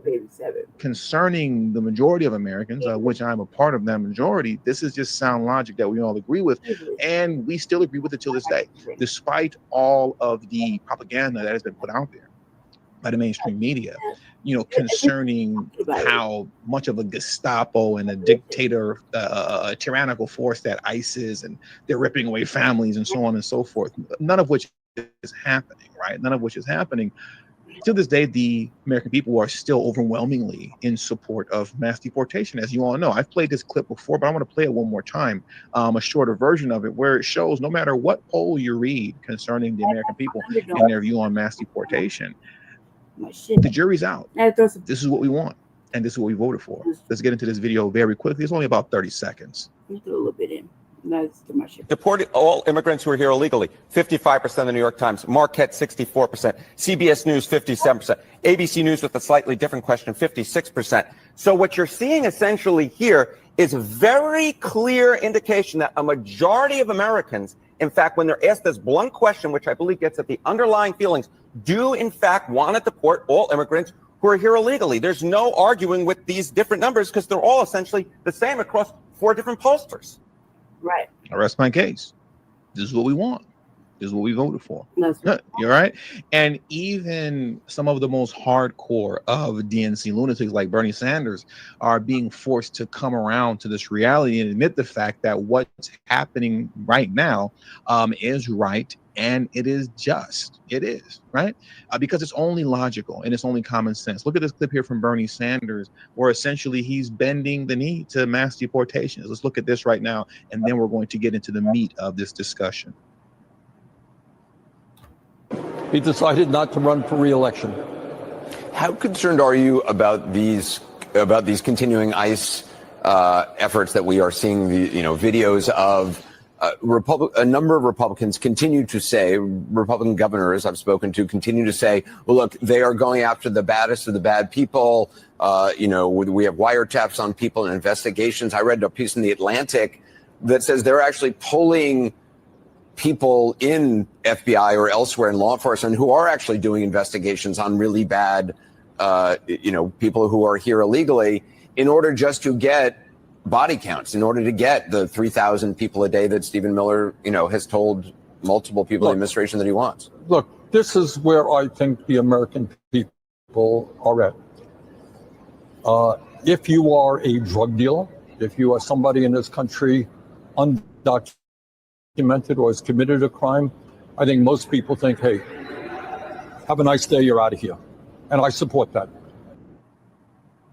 Surprise, surprise. I mean, it's not AI. This is Bernie Sanders in the flesh. One of the most extreme of the extreme that is now, bending the knee to mass deportation. I'm sure he'll flip-flop soon enough and go back to saying something else. But this is his current stance right now. But when you look at the direction that the DNC has shifted in as it's gone further and further into AOCism and it's gotten more extreme, I guess at this point now, Bernie Sanders is probably going to start looking more so like a moderate compared to the what's his name, Zorhan Mamdani's of the world, and the other guy in Minneapolis. I forgot what his name is. Omar, what is his name again? Omar. Whatever, let's move on. But you know what I'm talking about. He's going to start looking more and more like a moderate compared to how extreme the DNC is getting these days, right? Check this out here, though. You all remember this situation, right? Where the DNC lunatic at the weed farm, where I believe it was 14 unaccompanied minors were rescued at, who were working on these farms alongside child predators, right? Being, talking about forced labor at this point. You remember there was this DNC lunatic here who opened fire on ICE agents. Let's show you this video just for a little bit of a reminder. A protester fired some kind of gun at federal agents. This happened this afternoon. It was a really chaotic scene at the time. A lot of smoke was being launched at the protesters. And again, it appears a protester fired back with that weapon. It looks like he fired at least a couple of times. We have not heard about any agents being hurt. Oh, and well, he's still alive? There was a $50,000 reward on his head for his arrest, capture, and conviction. And now we have a photo. We've identified him, right? We know who he is. Now, I don't know what his name is yet. I'm pretty sure it's surfaced already, just given the fact that his face has hit the internet. Basically, once your face hits the internet, it's a wrap. It takes but a matter of minutes before people start identifying you and knowing who you are. But this is the lunatic right here that was shooting at the ICE agent, I should say, or federal agents as a whole. And this reads here, FBI Los Angeles, the FBI is releasing a new photo in order to identify a suspected protester who brandished a pistol and fired toward agents conducting lawful activity in Camarillo on July 10th. A reward of up to $50,000 is offered for info leading to his ID, arrest, and conviction. Call 1-800-CALL-FBI. So yeah, this is the guy here, man.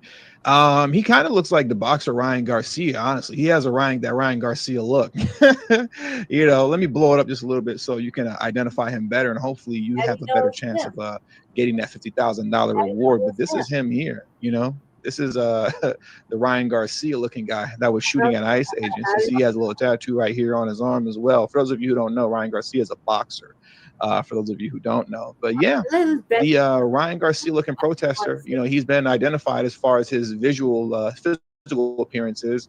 And hopefully, either I or one of any of you who lives in California. A protester fired some kind of gun at federal agents. This happened this afternoon. It was a really chaotic scene at the time. A lot of smoke was being launched at the protesters. And again, it appears a protester fired back with that weapon. It looks like he fired at least a couple of times. We have not heard about any agents being hurt.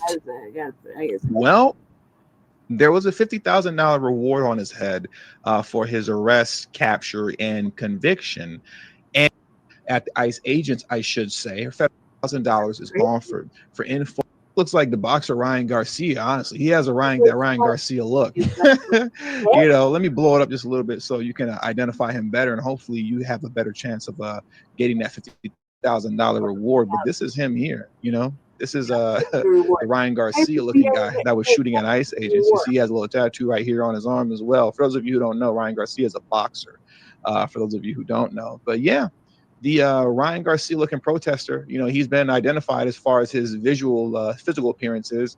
And hopefully, either I or one of any of you who lives in California can get a hold of that $50,000 reward. I'm hoping that can actually happen very, very soon, because I can use 50K. Okay, I can use 50K. Definitely can use it. But now what I want to shift to is here. This guy is one of, I believe it was 11 lunatics, possibly 14 DNC lunatics, who shot at and ambushed an ICE facility in Texas, right? And they ended up shooting a local PD officer in the neck, right?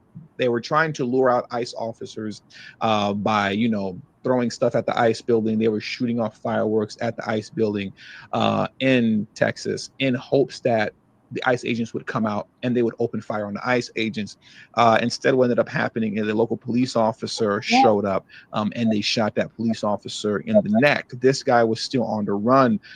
Benjamin Hanil Sung was on the run for about a week, maybe a little bit over a week, but they captured him. And I want you to notice this here. There was a $10,000 reward for his capture, but since the FBI caught him themselves, no $10,000 reward. So that's an even greater incentive for you to go out there and have the 1-800 call FBI on speed dial in case you run into the FBI looking guy that was shooting at ICE agents in Camarillo, right? Because that $10,000 reward didn't go to anybody. Hopefully one of us gets that 50K reward.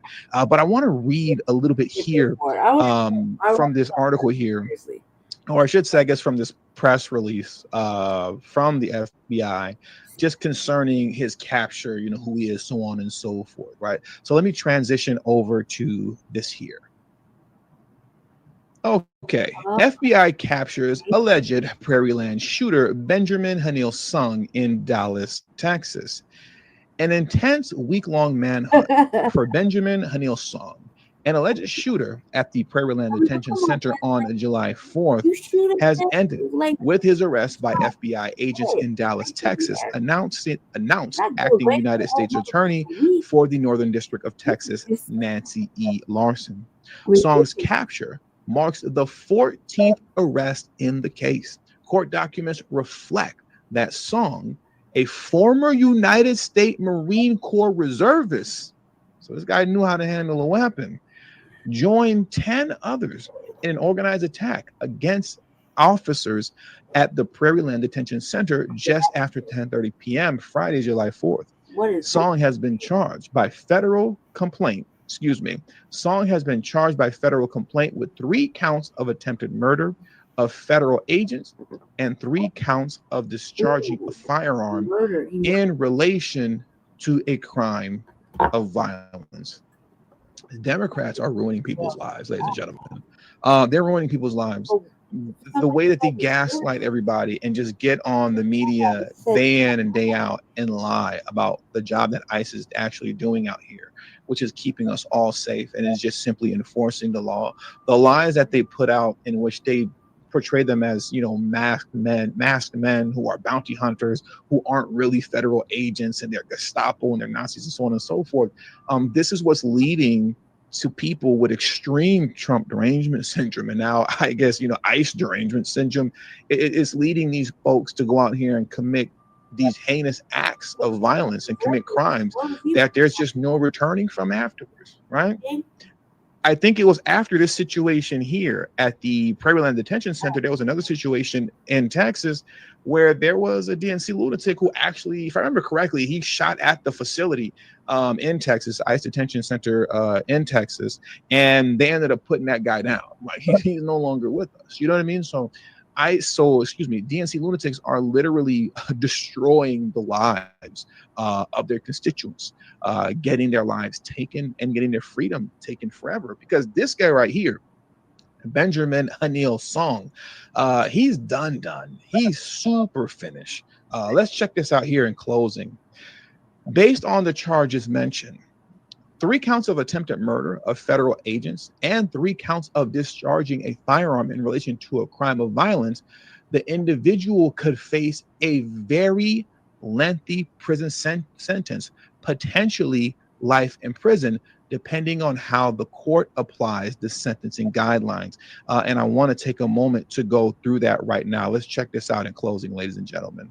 Attempted murder of federal agents. Penalty up to 20 years in prison per count.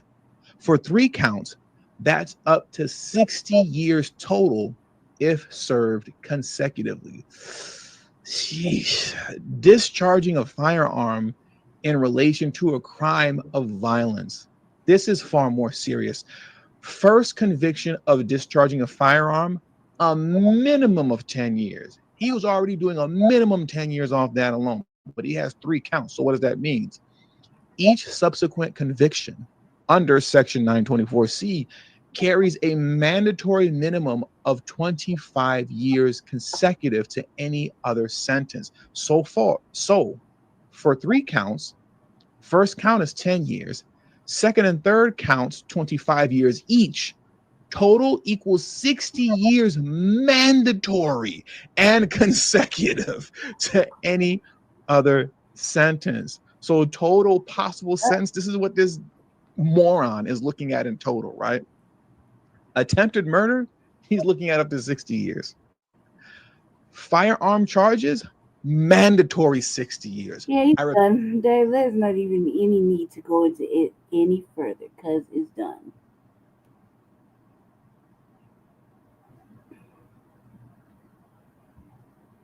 Go to little urban politicians.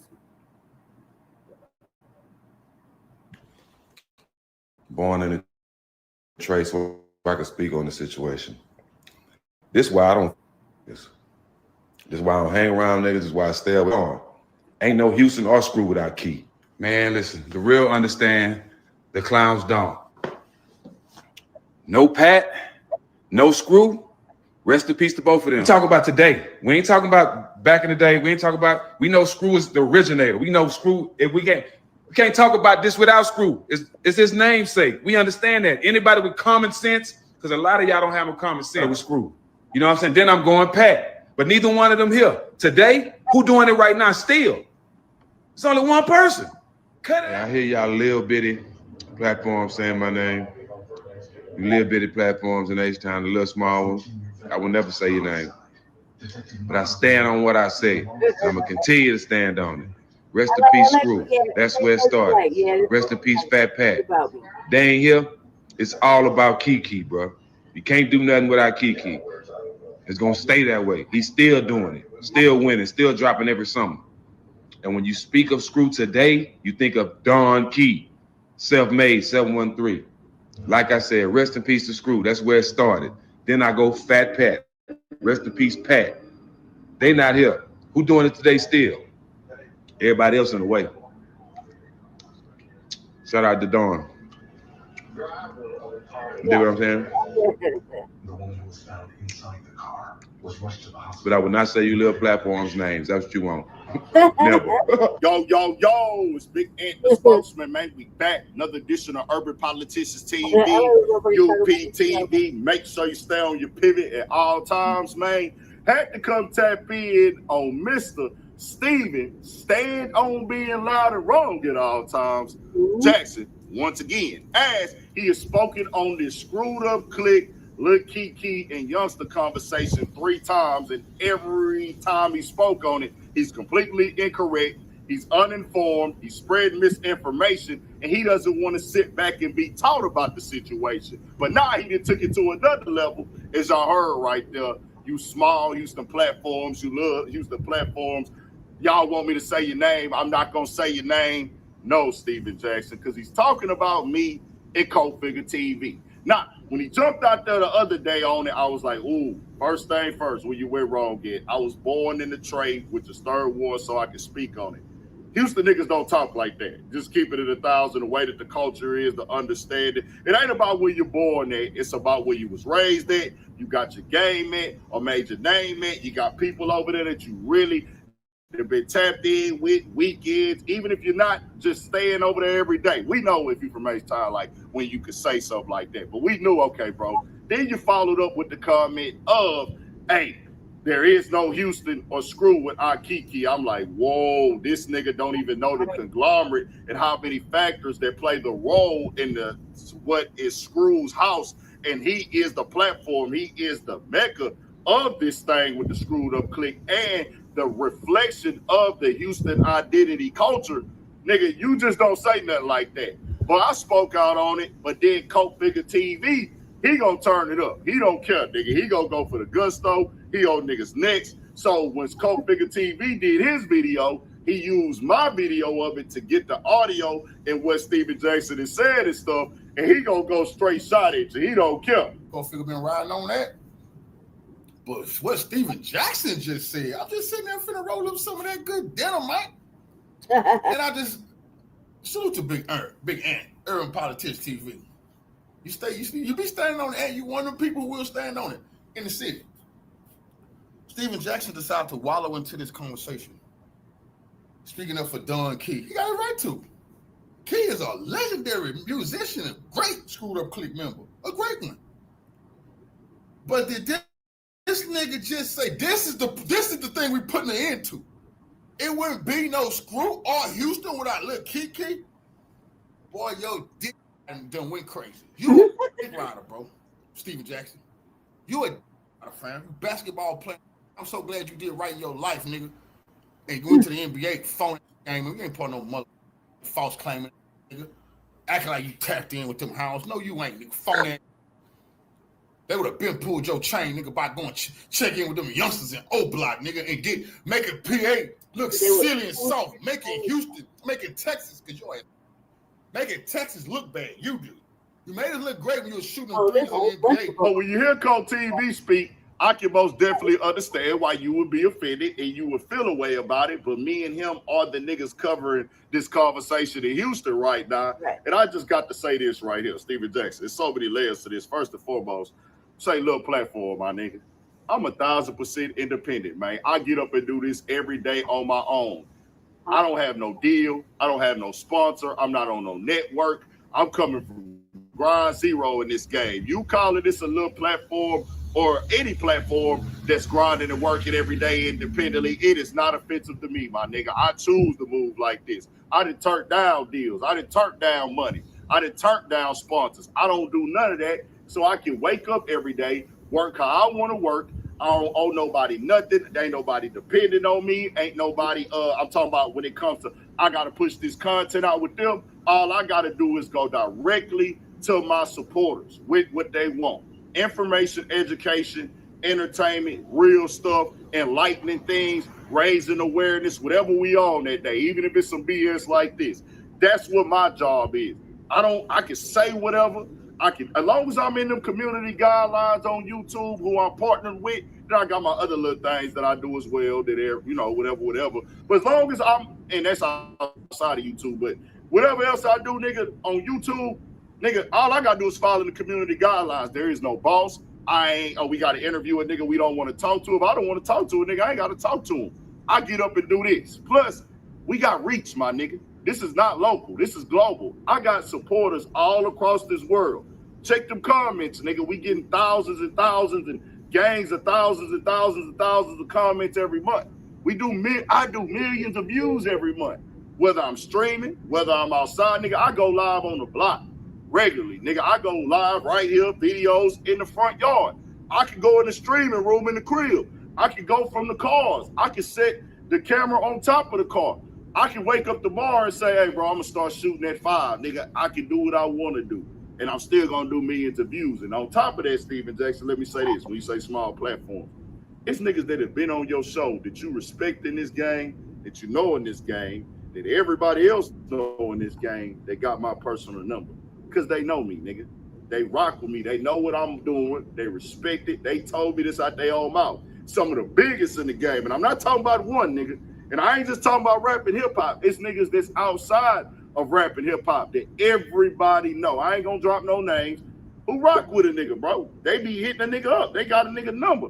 Nigga, I'll be out somewhere, and the nigga come holler at me. Hey, man, I'll be watching you, bro. 100, 100.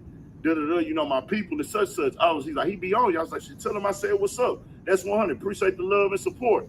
Nigga, they'll come back and FaceTime with the nigga on the phone like, yeah, nigga. Then the nigga say, bro, I watch you every day, nigga. You can't little dog me, my nigga. I understand, nigga. I'm an underground nigga with this. I'm an H-Town independent nigga with this, bro. We ain't tripping off of nothing. We ain't messed up by nothing. We is blessed over here, man. And God got us, nigga, because we grinding and working every day. This is what people got to know. It ain't even about who do it the best at all times. It ain't even about who is got the most popularity or the most connections. I knew I didn't come in the game with all that, and I knew I wasn't gonna do certain things to sell my soul. But what I did know, Steven Jackson, is I was gonna grind till it was undeniable. So just like you know who you're talking to with these H-Time little platforms, other niggas know me as well. But continue to do your thing, bro. And you were completely wrong about the SUC stuff, bro. SUC, look, Kiki is a legend. He a nigga. He the Don. We respect Kiki, nigga, that put out classics. We rock with it, bro. We know this. But Screwed Up Click ain't just him. Did you forget about Flip? Did you forget about Zero? Did you forget about Trey?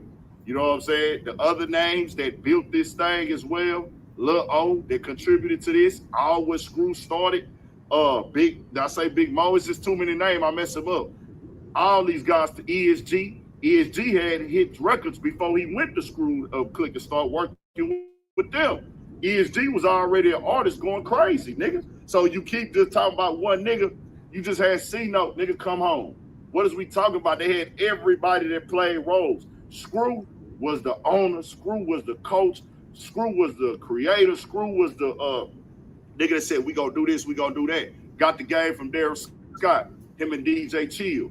Took it, turned it into something else that we all can appreciate and love, that gave a direct reflection and soundtrack to the Houston everyday lifestyle in the streets, in the hoods, on the blocks, in the culture. But before Lil Kiki came or Screwed Up Click came, you had other niggas out here already rapping, making big noise in H-Time. Too many to name, nigga. You had your rap a lot, Jay Prince, your Fifth Ward Boys, your Ghetto Boys. You had Tony Draper, Suave House, and several other factors. Just too many to name. You were just incorrect, bro. But this is what niggas do when they speak incorrectly. They start making it about money. They start making it about who more popular. Bro, Steven Jackson, I hope you make $1 trillion and your platform become the biggest. But if you come out and say this with that biggest platform with $1 trillion, brother, I'm still gonna come on here and say you're wrong. So it is what it is. Tell me what y'all think. We got more coming, more videos, all that 1,000.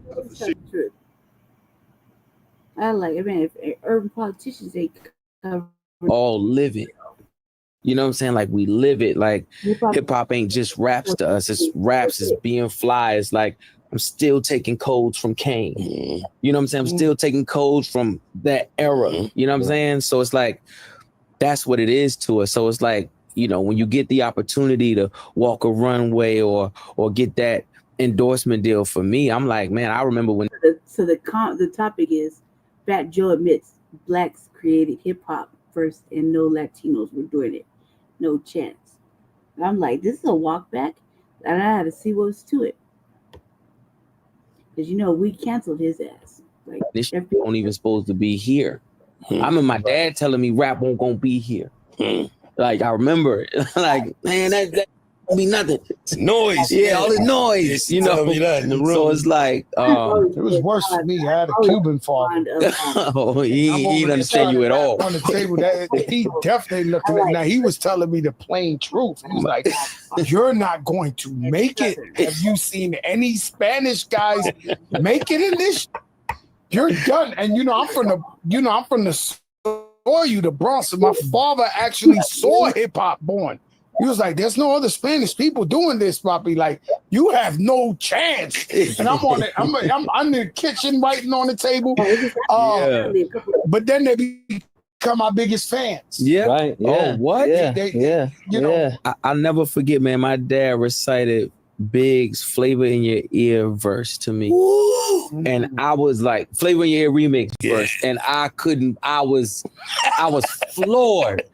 Yo, it's Big Ant, the spokesman, man. We back. Another edition of Urban Politicians TV, UPTV. Make sure you stay on your pivot at all times, man.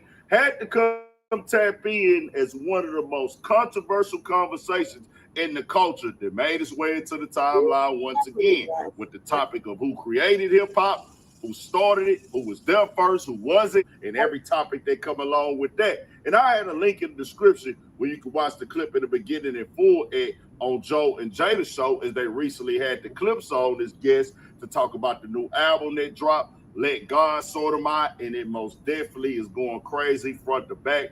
They killed that Tiny Desk performance, but we already knew what we was gonna see with them too. They most definitely going crazy right now. They did a great rollout. It's most definitely just going up right now. Shout out to them with the album. But as they got to talking about it, Pusha T, speaking on his origins of coming up as a hip hop kid, hey, my parents wasn't feeling that. They'll be like, "Oh, that's just that noise, man. That's that noise." And if you know, that's something our younger generation was doing at that time. So the older parents, and they older than me, they'll be like, "Hey, man, we don't want to hear that ruckus." I hear from like my grandparents, maybe, "Hey, we don't want to hear all that racket. We don't want to hear all that ruckus and stuff, that noise," like Jada say. But they understood, the younger black kids, that's what they was on. You might hear older people saying that ain't no real music. They just sampling the old classic songs. This the real music, and they'll put on one of the oldie tracks or whatever. But Pusha T was explaining that with his father, and most definitely condolences to Pusha T and Malice's parents. I know that they had passed away. That had been getting discussed most definitely. Also, Fat Joe parents, I think, passed away not too long ago as well. Most definitely condolences to them, and God bless their souls. May they rest in peace. But Fat Joe started explaining his experience and his encounters with his pops of when hip hop was starting, and they seeing it in real time. His pops is there telling him directly, "Hey, son, that's a black thing. I don't see nobody Spanish making it in that game. I don't see you having a future over there," because of the fact, the simple understanding is that's not their history, that's not their lineage, that's not their culture. That right there is what black people do, son. That ain't really us. Now, later on, you become a fan, but that's all this argument was from the jump, that, hey, when you hear these terms, we created it 50-50, or this was something we all did together, but we like, hold on. In the beginning of this is all black. Y'all came on to it later. Y'all people wasn't raised to get into that. Y'all people was looking at this like it ain't that, in a way of like, that's not our culture. That's not our ethnic lineage and background lifestyle. That's for them. You even hear where it's on video, Crazy Legs, that said before the Moreno style, they brought the black style outside and brought it to the streets and things like that. And all we did was, at that time with our lineage, the ancestors already had these type of social gatherings. Even if you just gonna go back to centers, juke joints, hangouts, DJing, dancing, well, not DJing, playing the instruments and the music, the blues, the funk, everybody jack, and then it elevated into what became hip hop today. That's why the rap music come from soul samples in the beginning of time, taking that music and breaking those beats down. You can look at these things as, hey, this come from black people. All we was saying was, hey, bro, how y'all gonna say that other people created this with us from the Caribbeans or other countries, or this background, that background? We saying, bro, our people been doing this. We just took what our people did and elevated and poured more into it and put other layers on top of it that became hip hop eventually. So when we heard that, it's just like, hey, bro, nah, we can't let it be what everybody created hip hop as one. It's like, bro, this is what we did. We've had all these other genres and lanes of music that we created that got taken away in the way of the definition and us not getting our credit and what it originally has stood for. Rock and roll, jazz, blues, country music, funk, R&B, the bebop era, all that, man, where, hey, dog, we taking this and we gonna make it be what we want to be now, and it's not seen as a Black creation. But hip-hop being so prevalent, because it's a direct reflection of what we do every day in the Black community, and we've always kept reinventing it. When we hear, oh, well, we created this with everybody, it's like, oh, no, bro. We did that, and that's all that it was, but it got controversial over the time with Fat Joe. He went on the Mad Hoffa, said the FBA stuff, went at Tariq Nasheed and Lord Jamar, and most definitely Lord Jamar. He went out, did what he did on Vlad, went out sad and bad, killed his credibility on the internet. But if Lord Jamar is speaking truth to a topic, I'll come on here and say that.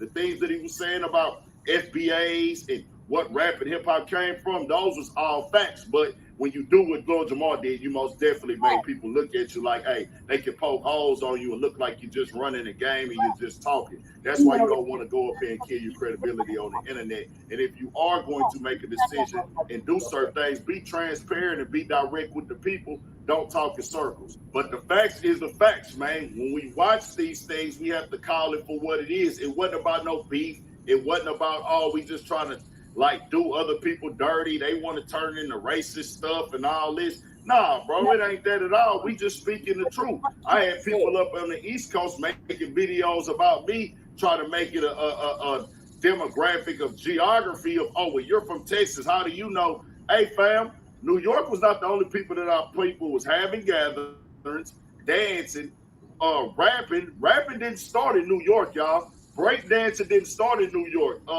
DJ didn't start in New York. Soul music didn't start in New York. So it's like all that got combined, and then in New York, they said, hey, we're going to identify this as hip hop. This is what we going to do, nigga. We coming together, we partying, we rocking. Even in its beginning days, they wasn't calling it hip hop. That became later on. But if you watch, when hip hop grew and grew, as far as the music side of it, because people been dancing, people been getting fly. People been having their own slang, their own hangout spots, their own neighborhoods they repping. That didn't just start simply in New York. That was going on everywhere, bro. It just is what it is. But it hit in New York, they put it all together. They was able to brand it as this thing called hip hop, but it was going on in all these countries. That's why you can go look at the old videos of guys breakdancing from back in the day. We going back to the 40s. Guys rapping in the 40s. And if you know it's on camera in the 40s, it was going on before the cameras came out. It just all evolved into what we came into hip hop,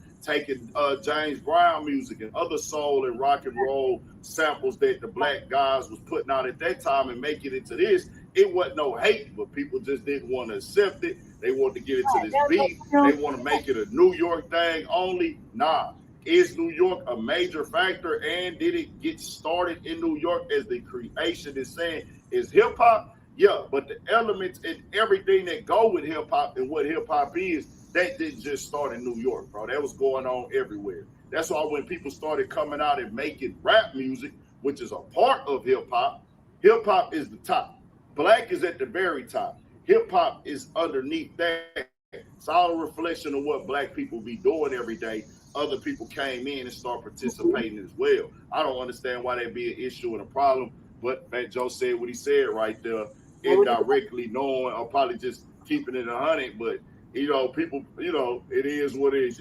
You talk long enough, you will say what really happened, and then hey, this is what we were saying all the time. It is what it is.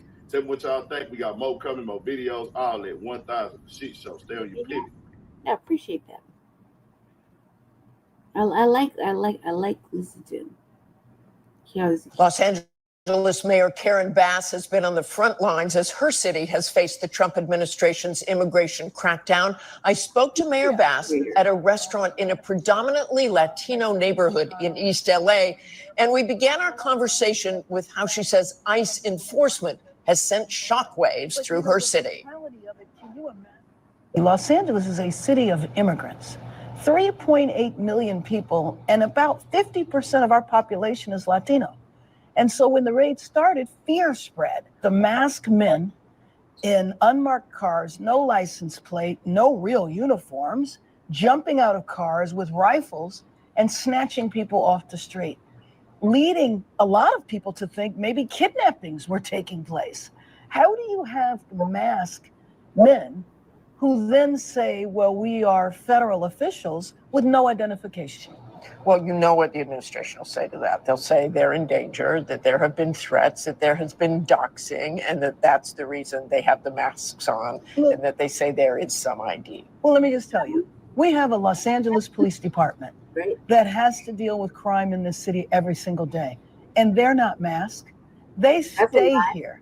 The masked men parachute in, stay here for a while, and leave. And so you enter a profession like policing, like law enforcement. I'm sorry, I don't think you have a right to have a mask and snatch people off the street. You have gotten about half of the National Guard are now leaving, but that leaves 2,000, 2,500 still here? None of the National Guard needs to be here. There is nothing happening in our city now. There's no protests going on. And when they were assigned here, their mission was to guard 2 buildings. Why do you need 4,000 troops for 2 buildings? They've had to leave their families, their jobs, their education. For what? So that they could participate in performance art? Because that's what was going on here. One of the things you talk about is why now? Why did they do it? Why did they raid MacArthur Park? You became a sanctuary city right after Donald Trump was elected. So do you believe that is one of the reasons your city is being targeted? No, I really don't, because our policies have been in place actually 45 years. What we did a few months ago was updating a policy, but it wasn't a brand new policy. And frankly, these policies exist all over the country. You had several days of pretty serious protests. And I think when you look at the images from that, from those protests, there was clearly some violence. There was peaceful protests, but there was clearly, they were throwing rocks at police officers. There was a Molotov cocktail. They would throw concrete bottles at police officers. And that was terrible. And I certainly called for any level of violence for people to be held accountable. If they were arrested, they needed to be held accountable to the full extent of the law. It did not warrant military intervention. It did not warrant the Marines coming into our city with basically no real mission, but just to show a force. Los Angeles is 500 square miles. The disturbances took place in maybe 2 square miles. Where are those troops? What are they doing? Well, the National Guard still has the same mission. If you drive by our 2 federal buildings, you will see them standing out there. But there's nothing going on in those federal buildings. So in my opinion, we are misusing taxpayers' dollars, and we are misusing our troops. When you look at the raids and the deportations, just tell me who you think should be deported. Is it just people who've been convicted of crimes? You have, what, almost 1 million undocumented workers in Los Angeles. What should happen to those people? So let me just say that because we are a city of immigrants, we have entire sectors of our economy that are dependent on immigrant labor. We have to get the fire areas rebuilt. We're not going to get our city rebuilt without immigrant labor. And it's not just the deportation. It's the fear that sets in when raids occur, when people are snatched off the street. And I know you are aware that even people who are here legally, even people who are U.S. citizens have been detained. Immigrants who have their papers and were showing up for their annual immigration appointment were detained when they showed up doing exactly what they were supposed to be doing. So they should not be deported? I don't think they so. should stay. Well, this is what 1 million undocumented? No, let me just tell you. What I think we need is comprehensive immigration reform. I served in Congress for 12 years. And didn't get it. And didn't get it. And why didn't we get it? I mean, after I left, There was an immigration reform bill that had bipartisan support. This was during the campaign. The president decided he didn't want to have it happen because he didn't want immigration reform to happen where he didn't take credit for it. But back to that question of undocumented workers. I'm thinking back, and a border control agent once said to me, as we saw migrants during a very bad time for so many migrants coming across when Joe Biden was president, and you know that, just massive numbers. Yes. And I said, do you feel bad for these people? And the border agent said, you know what, I do, but I also know they're cutting in line in front of those people who want to do it legally in the right way. Let me just tell you that the people that make that trek, many of whom walk from Central America and even South America up to our border, risk their lives. I don't believe that all of these people are sitting at home dreaming of coming to Los Angeles. They're coming here out of desperation. Look, go back to Joe Biden again, okay? There was hundreds of thousands of people crossing that border. Right. When you look at that border today, is there anything good you think the administration has done in these 6 months at the border? Well, I will heap praise on the administration for the first 6 months in Los Angeles with the fires. If you ask me, is there anything that they have done good in terms of immigration? I don't know. I don't think so. I think that the viewpoint has been punitive, has been let's make it as miserable as possible so that these people don't come.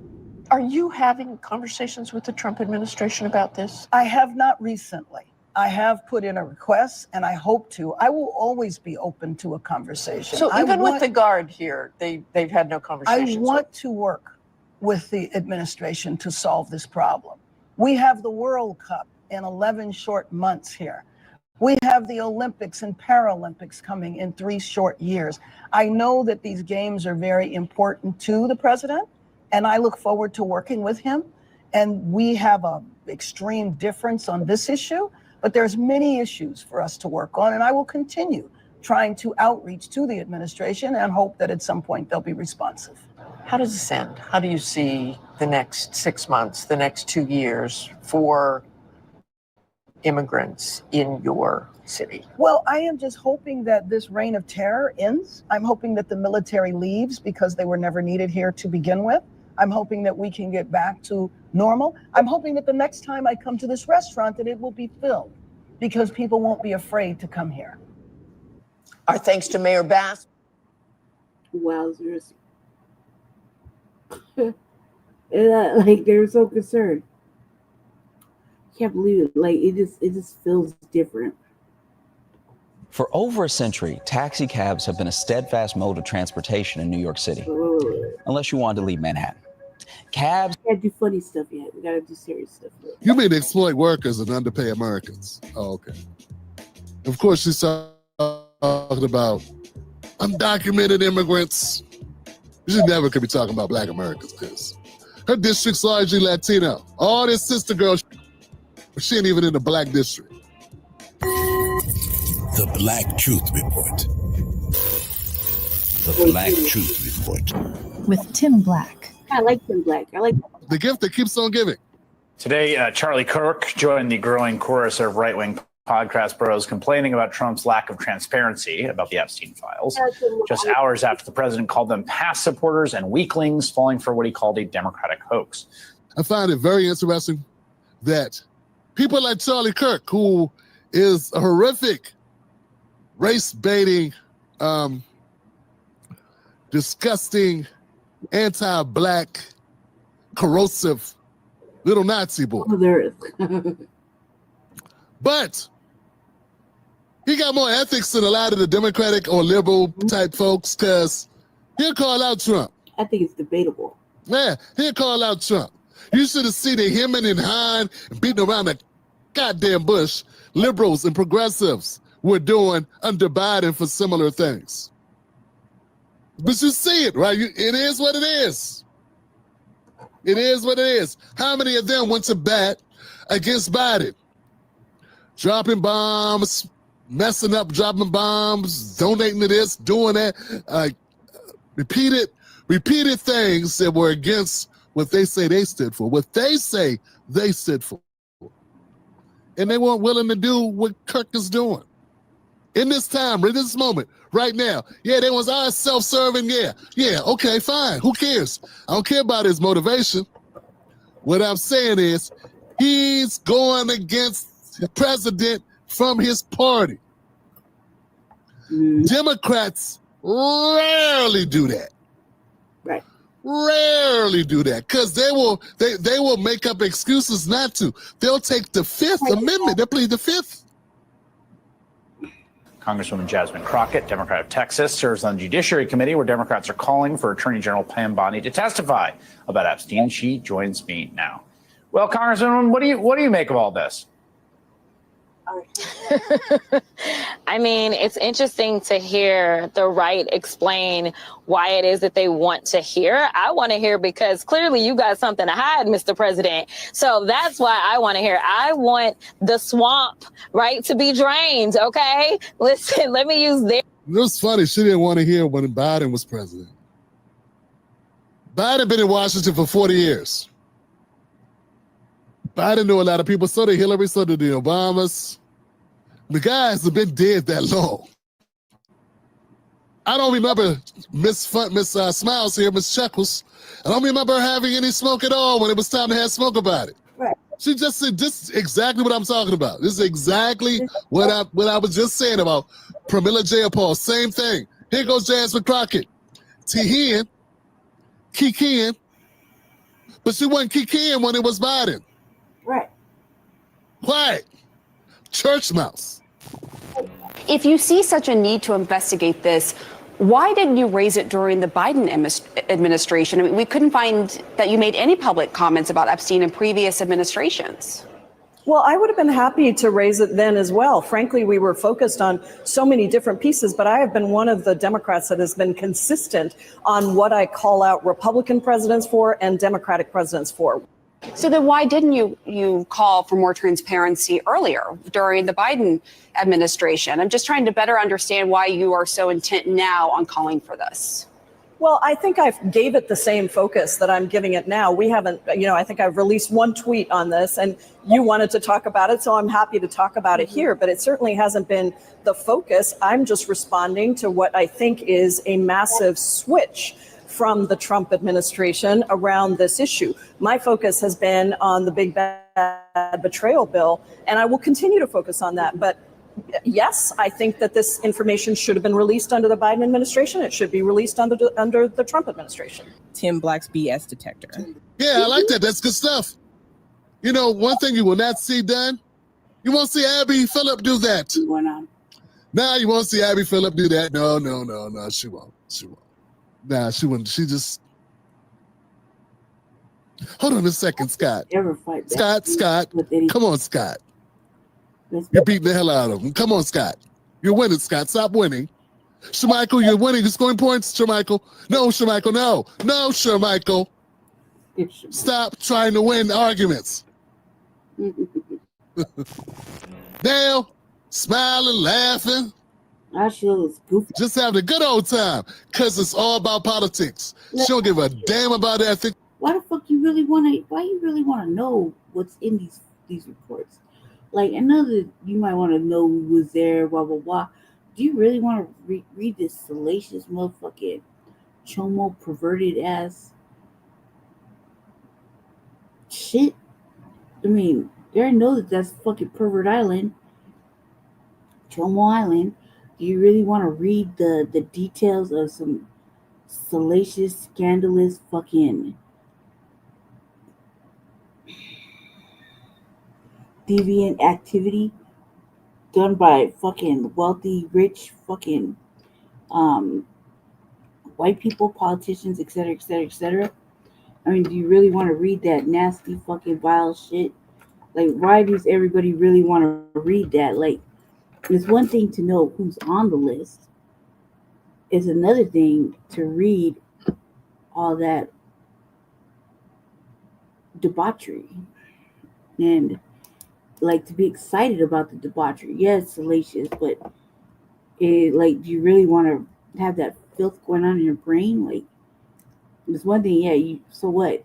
You know, so went there. Hundreds of times, yeah, so, and you already know what kind of activities went on there.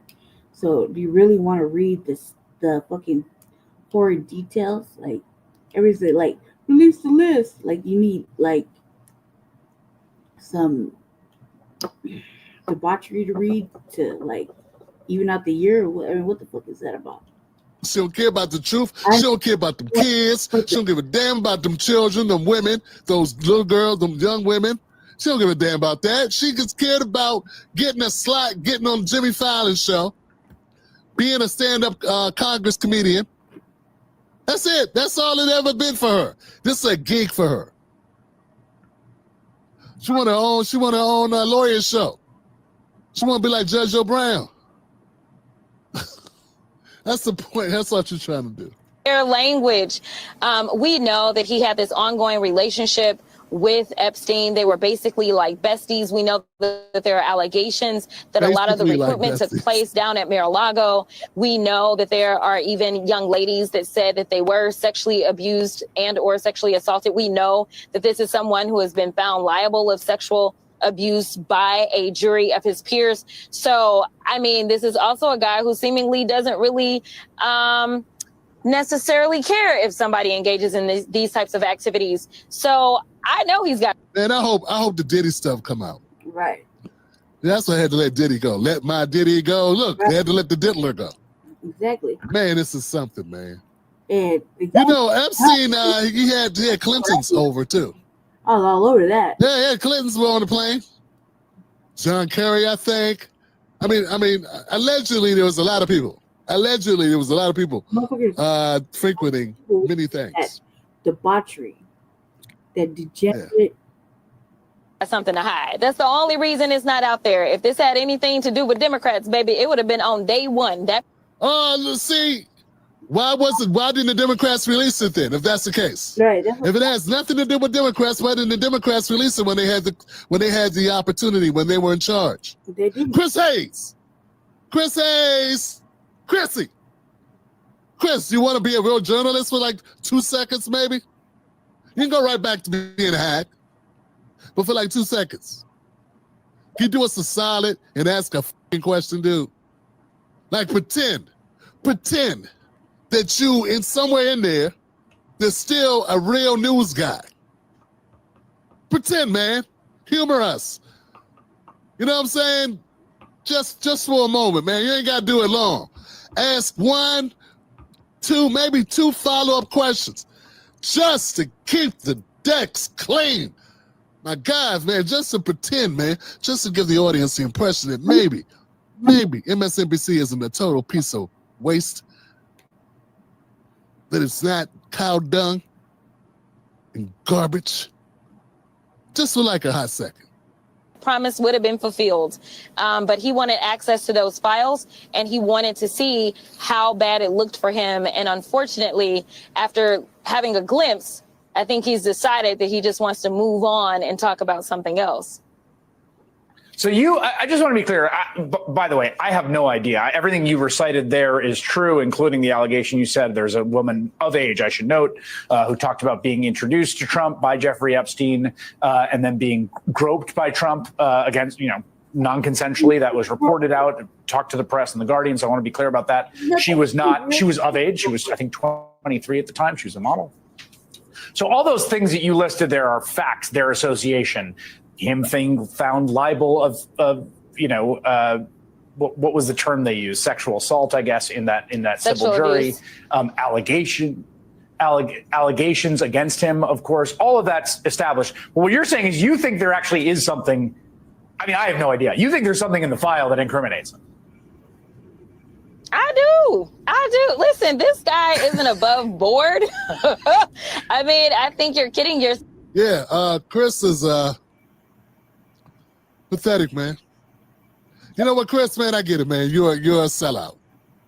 You're a sellout. I would focus more on you and add you to the list of sellouts, but, it's kind of black focus because we're black and we're focusing on people that are hurting us from a black perspective who are also within our black American group.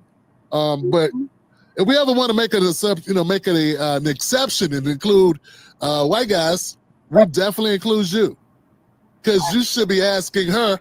You've been in Congress for a couple of years. You know, Biden was president. He had access to the files. If you were correct that there are no Democrats, as you put it, though you haven't seen the files, you're positively sure there are no Democrats who would be implicated in these files. Why wouldn't Joe Biden release that information so you guys could win the election?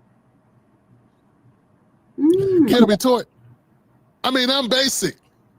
You know, product of Prince George's County public school system. Associate's degree from community colleges. You know what I'm saying? Like, what you guys, she's a lawyer and you're whatever you are. You could at least do that well? No, of course not. Of course not. Couldn't at least like get in the realm of that? Because folks, anybody watching who wants to get into this shit, you ain't gotta be a master's degree, you don't need a bachelor's degree. Yeah, you don't even need a high school diploma. All you need is guts. Mm-hmm. All you need is guts. All you need is guts, courage, and common sense, and not be a sellout. That's all you need. Because the Jasmine Crockett's and the Chris Hayes, people tired of them. Many Americans are tired of them. Not all of us. Some folks are happy with them, but some of us, more of us, are tired of being lied to by millionaires, because they're all millionaires. Jasmine will be a millionaire soon if she's not yet. Chris is a multi-millionaire. He ain't trying to mess up his money. These are greedy bastards who rather lie to the American people, lie to you, lie to me, lie to your kids, lie to your grandparents, lie to everybody, gaslight, scare everybody every other show, every other night, tell them the world is ending, while they sit back. Yeah, the world might end, but I got my money right. Oh, the world's coming to an end. It's like Nazi Germany. It's like Nazi Germany, baby. If you believe that he is. So no, I absolutely believe that if he thought for just 2 seconds he could hurt anybody but himself, then absolutely we would have the files. And so it does look a little murky. I think it is why the Democrats are all on board, because, you know, this is a guy who has made his own admissions. If you remember the tape where he talked about groping women, right? So, you know, honestly, I think that his loyalists will stay with him regardless. This is a guy who said he could go out and kill somebody and they would still be with him. So I'm sure they would come up with an excuse for why it's okay for him to maybe be involved in the Epstein files. You know what? I don't think that's the flex you think it is, Jasmine Crockett. Yeah, you know what? You could take it that way, and I'm gonna be honest with you. I can understand why you would take it that way. But I looked at it a little differently. What I took from when he said I can shoot somebody in the middle of Fifth Avenue and still get elected,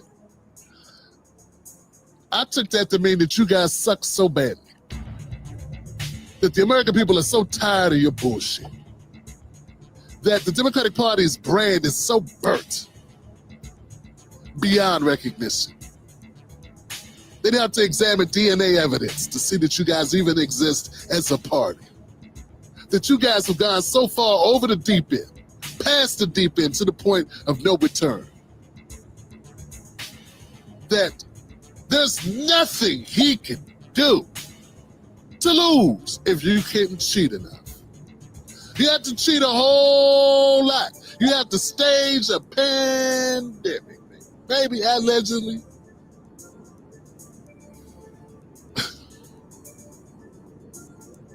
Yeah.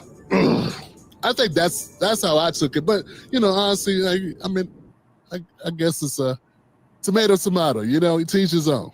How you want to look at it? Yeah, I look at it like your party sucks.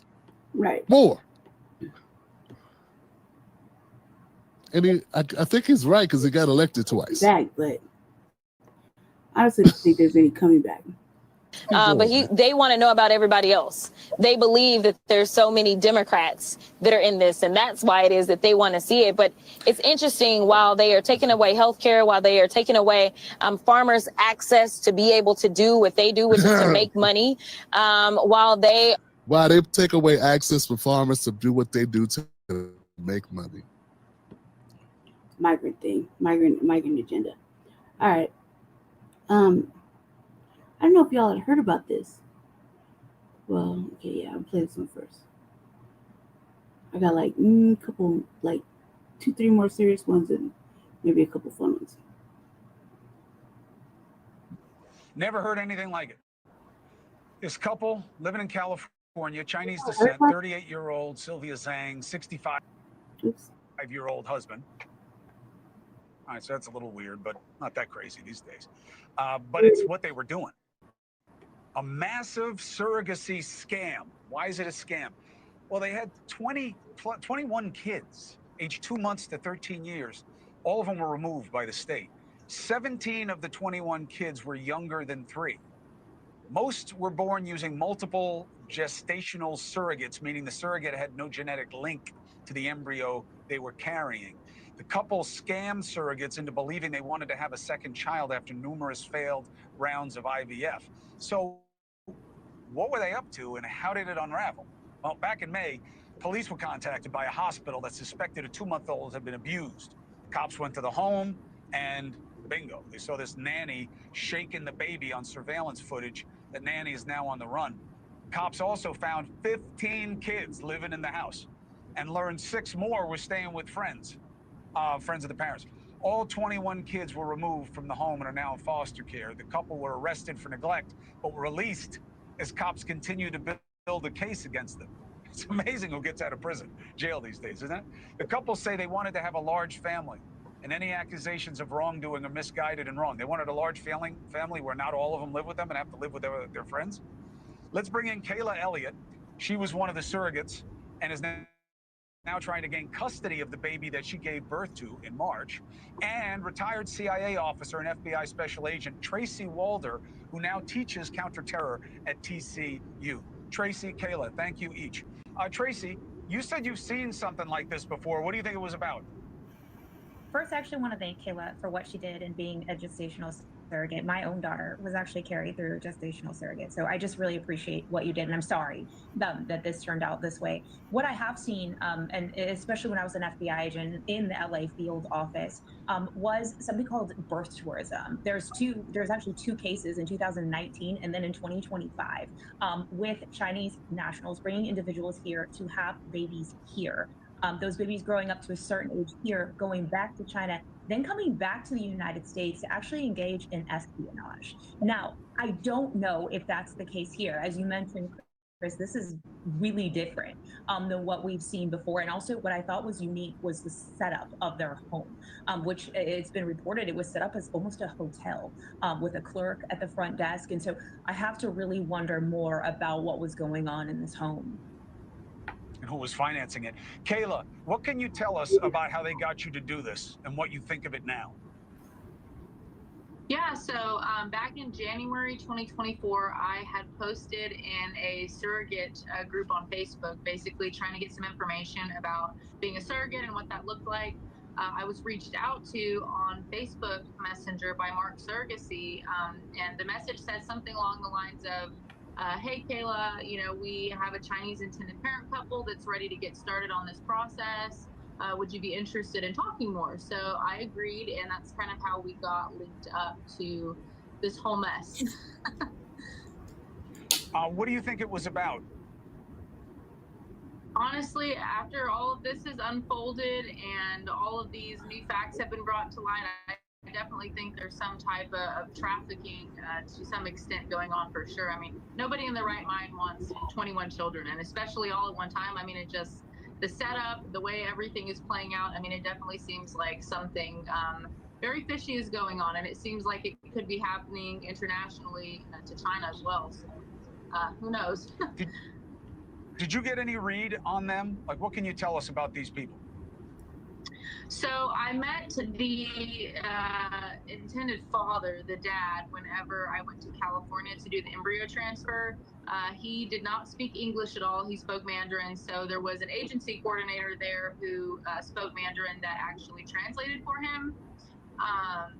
The mom, I didn't meet her at transfer, but I did meet her. She was actually the one that came to pick up the baby. She was the whole situation was odd. She did not seem in any way, loving towards the baby. She barely even held the baby. She barely looked at the baby. I mean, it was totally very transactional, and it almost seemed as though she wasn't the mother. Like, it just seemed very cold. So yeah, it was very strange. Definitely not what I expected. Did the baby look Asian? Oh yeah, the baby was 100% Chinese. How are you doing with your effort to get custody? So it's been a little bit of a challenge. I've talked to a few attorneys, and it seems like everyone's a little bit stumped as to how to go about this, especially because I'm in Texas, and I guess since the parents don't have trial until September, they haven't technically fully lost their custodial rights. And so, once that happens, we might have a good chance of me being able to gain, guardianship of the child. And that's the hope anyways. That's what we're praying for. So we hope that happens. Confusing as a motherfucker. Tracy, how do you get out? You have 20 kids in your house, 6 living with other people. How do they get out? And what is the chance that they don't skip the country? I am actually horrified, to be completely honest with you, Chris, that these individuals were released based on the scope and scale, if you want me to be honest, of what they're doing. I am shocked. But what I do think is because they owned that surrogacy agency, I think this is part of a larger FBI financial investigation that they are going to be doing, as well as what Kayla mentioned, an international trafficking investigation based on the setup of the house. That's what I think this is. My hope is obviously they will not skip the country. It's my understanding that they do have U.S. passports, but I am highly suspicious of that in my own opinion. I also think from an investigatory standpoint, we need to look at these attorneys who okayed all of this. Yeah. Thank you for watching. Subscribe below and download our News Nation app right now on your phone, and you will get fact-based, unbiased news for all Americans. That's a fucking crazy story. Police are saying that 21 children, many of them born to surrogate mothers, have been taken from a couple here in California and then placed in protective custody. Investigators are saying they stumbled upon the couple's home while investigating a child abuse case involving a 2-month-old baby that was suffering from a traumatic head injury. ABC News' Alex Stone is tracking the story from our Los Angeles bureau. Things that make you shake your head here, Alex. What more do we know about this case and the children? The number of children here is stunning. Yeah, and this has a lot of people wanting to know what was going on in that home. Now, not necessarily illegal to have 21 surrogate children, but police say it's obviously suspicious and they want to know more. The women say that they were told that their babies were going to a family who had 1 child, could not have a second child, were having fertility problems, and they thought they were going to a small family that it was going to be their second child. But apparently we're going to a couple with a 65-year-old father, 38-year-old mother, that they were in the home. They were looking at the child abuse allegation. They went in, found all of these children, and now police and the FBI are trying to figure out, was anything illegal going on in there? Was there child trafficking of some kind? They don't know. All right, so it's my understanding, Alex, that this couple, they were arrested and released, but now police have issued an arrest warrant for the nanny? Yeah, they're looking for the nanny right now. The parents of these 21 children, the legal guardians, the legal parents, were arrested and then they were released in the child abuse investigation. This is the nanny right here who they're looking for. She is the one who allegedly actually took part in the child abuse with that young child. Now, most of these children, 17 of them, are under the age of 3. The mothers all the way from Texas to Florida. So it's suspicious. They don't know how far it's going to go, but they want to know, why did they have 21 children? What was going on? Oh, that's just stunning. So obviously that begs the question here, Alex, is what is next for these kids? Well, they're in protective custody right now. I talked to law enforcement a little while ago, and they say they've got to put the pieces together. That, I mean, again, is as odd as it seems. They just having 21 of these children is not illegal. So if they conclude the child abuse investigation and it goes back to the nanny and the parents didn't have any wrongdoing, theoretically, the children could go back to the family unless they can prove under child services that there's some reason for them not to go back there. unless something illegal is going on beyond the child abuse, unless there is, as some have worried, some kind of child trafficking or a service. We know they have a surrogacy firm that they run out of that home, but was it only for them that they wanted to have all of these children in this massive home? All of that yet to be determined. Federal agents are looking into it. Local police are looking into it as well, trying to figure out what they had going on. They let them go, so they obviously know exactly what the fuck's going on.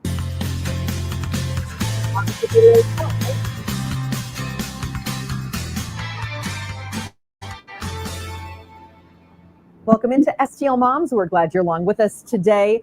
And there was a story today that just hit me hard. I have friends and even some family members who've struggled with having children and have gone through IVF and other procedures, and some who've even turned to surrogacy. Well, there is a...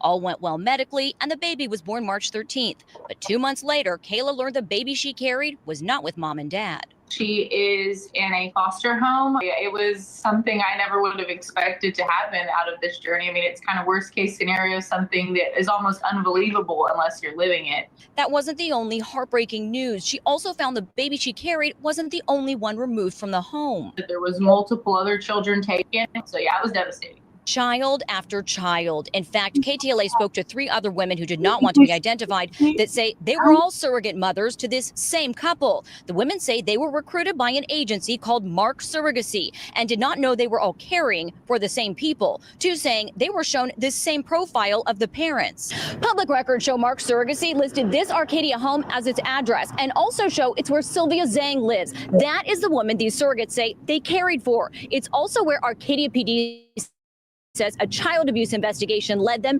in May after Sylvia and her partner's baby ended up in the hospital with head trauma. Arcadia PD says they arrested the couple living in the home, legally the baby's mom and dad, Sylvia Zhang and Guo Jin Shan, on suspicion of felony charges. Child abuse, child endangerment, and we served those arrest warrants on May 9th. Police allege a nanny abused the baby and the parents knew but did not get medical care for 2 days. Department of Children and Family Services investigated, removing the rest of the couple's children from their custody, but the number is staggering. So in total, there were 21 children taken into protective custody related to the mother and father. You heard right, 21 children, all taken into DCFS custody. As for Mark's surrogacy, public records show they filed papers terminating the company. We're pretty far along. But a Pennsylvania surrogate who says contractually she can't disclose her name or the parents says she is due in the fall, and she doesn't know where that baby will end up. So we are carrying with Mark Surrogacy, and we're currently 26 weeks. And it really hit hard when all of this came through. Whoa. Yeah, so police are still trying to find the nannies in this situation who they said were really responsible for the abuse because there were cameras within this big home. They said it was almost like a hotel. There were like 9 different bedrooms and almost like you walked in like there was a clerk to kind of check you in. So far, these nannies are gone. Police haven't been able to find them. Couples arrested, and these 21 kids, and I believe it was maybe 15 were under the age of 13 years old. And as you mentioned, as young as 2 months old. This story just hit me as this is crazy. I mean, there's no laws out there that say you can't have 21 kids through surrogacy, but it makes you wonder if maybe there should be. I was looking at the Facebook page of some of the TV stations out there in California. All of them are covering this story. And, you know, some people are saying, you know, it looks like maybe they're setting up like a sex child ring of some sort. Maybe that they're having these kids in the United States so they can gain residency here in the States and then shipping them back over. But I mean, obviously just a lot of speculation there. But I mean, it certainly brings up questions in regards to surrogacy and them really not knowing that this couple had fooled them and said, at least with this one specific surrogate, that she thought they only had one other child. And then to find out the child she carried, you know, is now in foster care. And that was just at first when I read it, and when it got in deeper to say, well, there's 21 kids all from surrogates. It makes you wonder how this was able to go on for so long. But we do know that these parents anyway are in custody and facing charges, and the nannies are still on the run. So, which will likely, police were saying, be charged with some type of abuse with these children. But man, it just hits you hard. I mean, when you think about the people out there struggling to really have children and this couple doing what they did, and now all these kids are in foster care. I know the one surrogate that they were mentioning is trying to now get custody of the child that she carried, and it has an attorney trying to do so. You know, I don't know what right she has at this point, but we will certainly, I will continue to follow this story. It's interesting. I mean, Joe, when I first brought it to you, what were your initial thoughts? Yeah, I mean, I'm probably wondering what everyone else is. What in the world? What do you do with all those children? 21 kids. Like, I mean, taking care of like 1, 2, 3 kids is hard enough, but then you have and, you know, dozens of kids. It's just what were they doing? Is it a business? Is it trafficking? I mean, I don't know. I mean, that's your. But you have to think there was something going on there to have that many kids. Yeah, definitely. There was a larger plan, and we're still just finding out a lot about it. I mean, have you ever known anyone who's done surrogacy? I have. And how was that for them? I mean, it was wonderful where they were able like to pick, you know, the woman who was going to carry their child and kind of went with them along the whole way. Oh, yeah. You know, even until, you know, the child was born. And I think in that case, I think you can choose, but the surrogate chose not to want to continue a relationship. So kind of maybe like an open adoption versus a closed one. And you know, that was their child and they raised them. They were grateful and they were blessed and you know, all those things. Which is why this is just like, I mean, blew my mind. I was like, what in the world? Yeah, This me is too. Crazy. My neighbor did it, and it was she was a surrogate for a couple in China, and it was interesting to see the process. And she's still involved in the child's life. And she's gone and visited him in overseas, and it's been pretty cool. Oh my gosh. But yeah, it's a journey, and it is a very intimate one, and you get to know someone really well. The fact that it comes out that this, you know, couple is abusing that system is just it's a mind blower, and you kind of have to wonder like what kind of laws, what kind of rules are, you know, over this sort of thing that, you know, that kind of abuse can happen. Yeah, and I wonder if more won't come out of this, where there will be some more laws in terms of surrogacy. I mean, like I said, it's not illegal to have 21 children by surrogacy, but it's surprising to me it took them this long to figure this out. Yeah. I mean, some of these kids are 15 years old. I want to know, you know, on down to 2 months. So long. So it's been going on a while.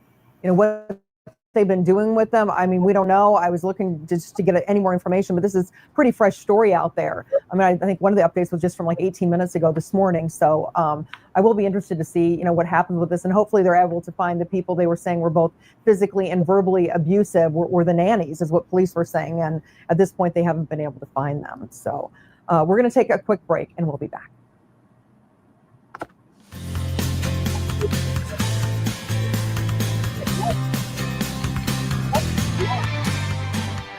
We welcome you back into STL Moms, talking a little bit lighter stuff now, okay?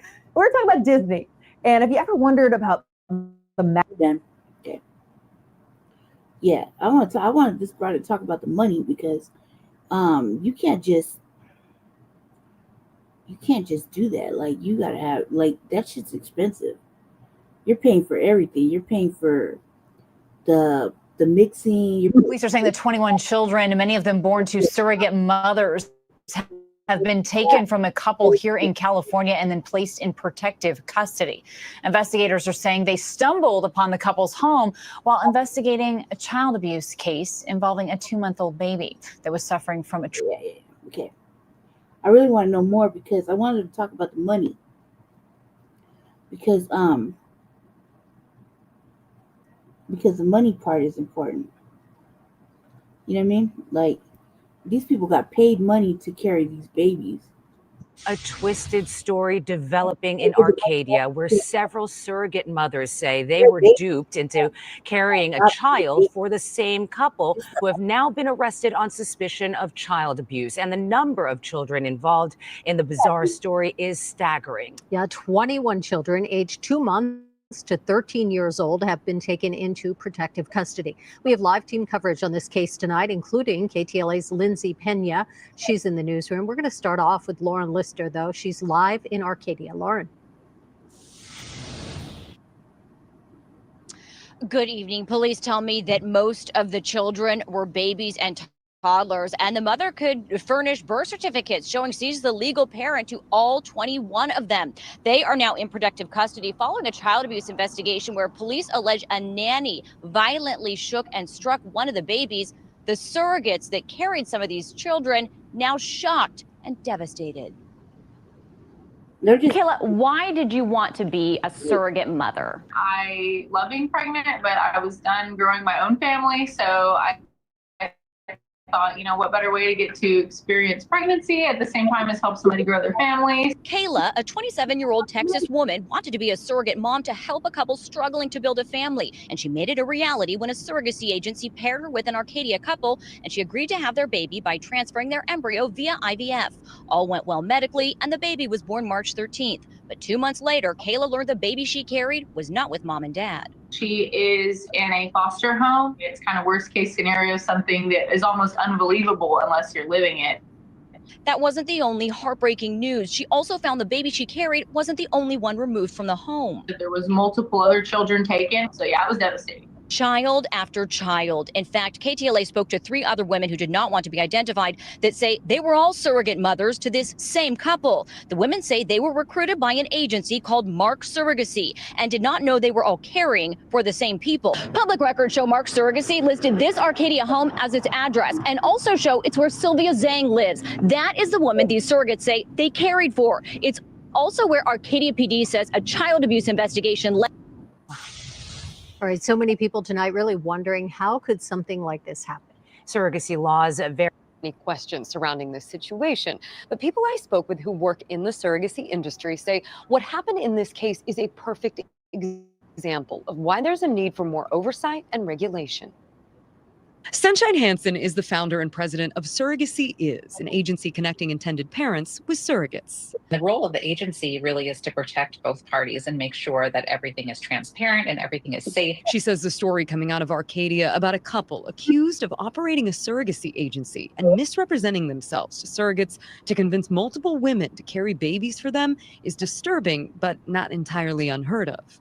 This isn't the only story like this. And this is maybe the only one where we actually know where the children are. As for how the couple was able to start their own agency, Hansen says pretty much anyone can. There's no licensing requirements in California. The American Society for Reproductive Medicine sets guidelines. And agencies are expected to follow these guidelines, but they're guidelines. They're not hard and fast rules, and there's no enforcement, which is why I think things like this are allowed to happen and have happened and probably will continue to happen. As for the surrogates, now finding out the children they carried are in foster care, experts say it's a lot to process. To find out that the possibility of something different is truly a loss. Like, there's grief because it's a loss of what you thought you were giving. It's a loss of the identity around, carrying someone's child and doing something for them. And the possibility, I can imagine, of the fear of kind of like, is the baby that I brought into this world going to be safe, going to have a nice life? Licensed marriage and family therapist and surrogacy concierge Marley Steinman says it's so important people do their research and know exactly who they're working with. There are so many people who are ethical, that do the right thing, that are in this for the right reasons. And, for someone to do this is just, not that I know exactly what happened, but it's just so hard to fathom and understand. The industry people I spoke with today say some of the red flags to watch out for when it comes to surrogacy agencies are a lack of transparent communication, support services, and a lack of online presence. Also be wary of agencies that contact you first, like sending messages. Now, let's talk about the fucking money, man. That's all I care about. I want to know how much money they got paid, because it's not cheap. Surrogacy, the whole implantation IVF shit is not cheap. That's what I want to talk about. Okay. This is interesting.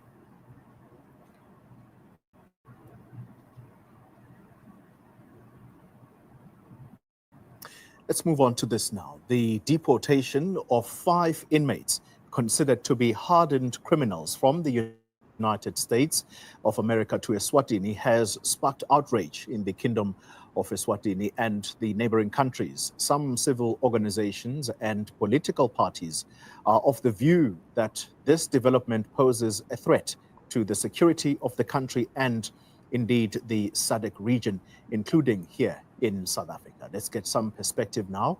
Newsroom Africa's Mweli Masilela is in the capital of Eswatini, Mbabane, and he joins us now. And Mweli, good evening to you. Sentiment on the ground in Eswatini, what do the citizens there say about this latest development, and how worried are they about their safety at this time?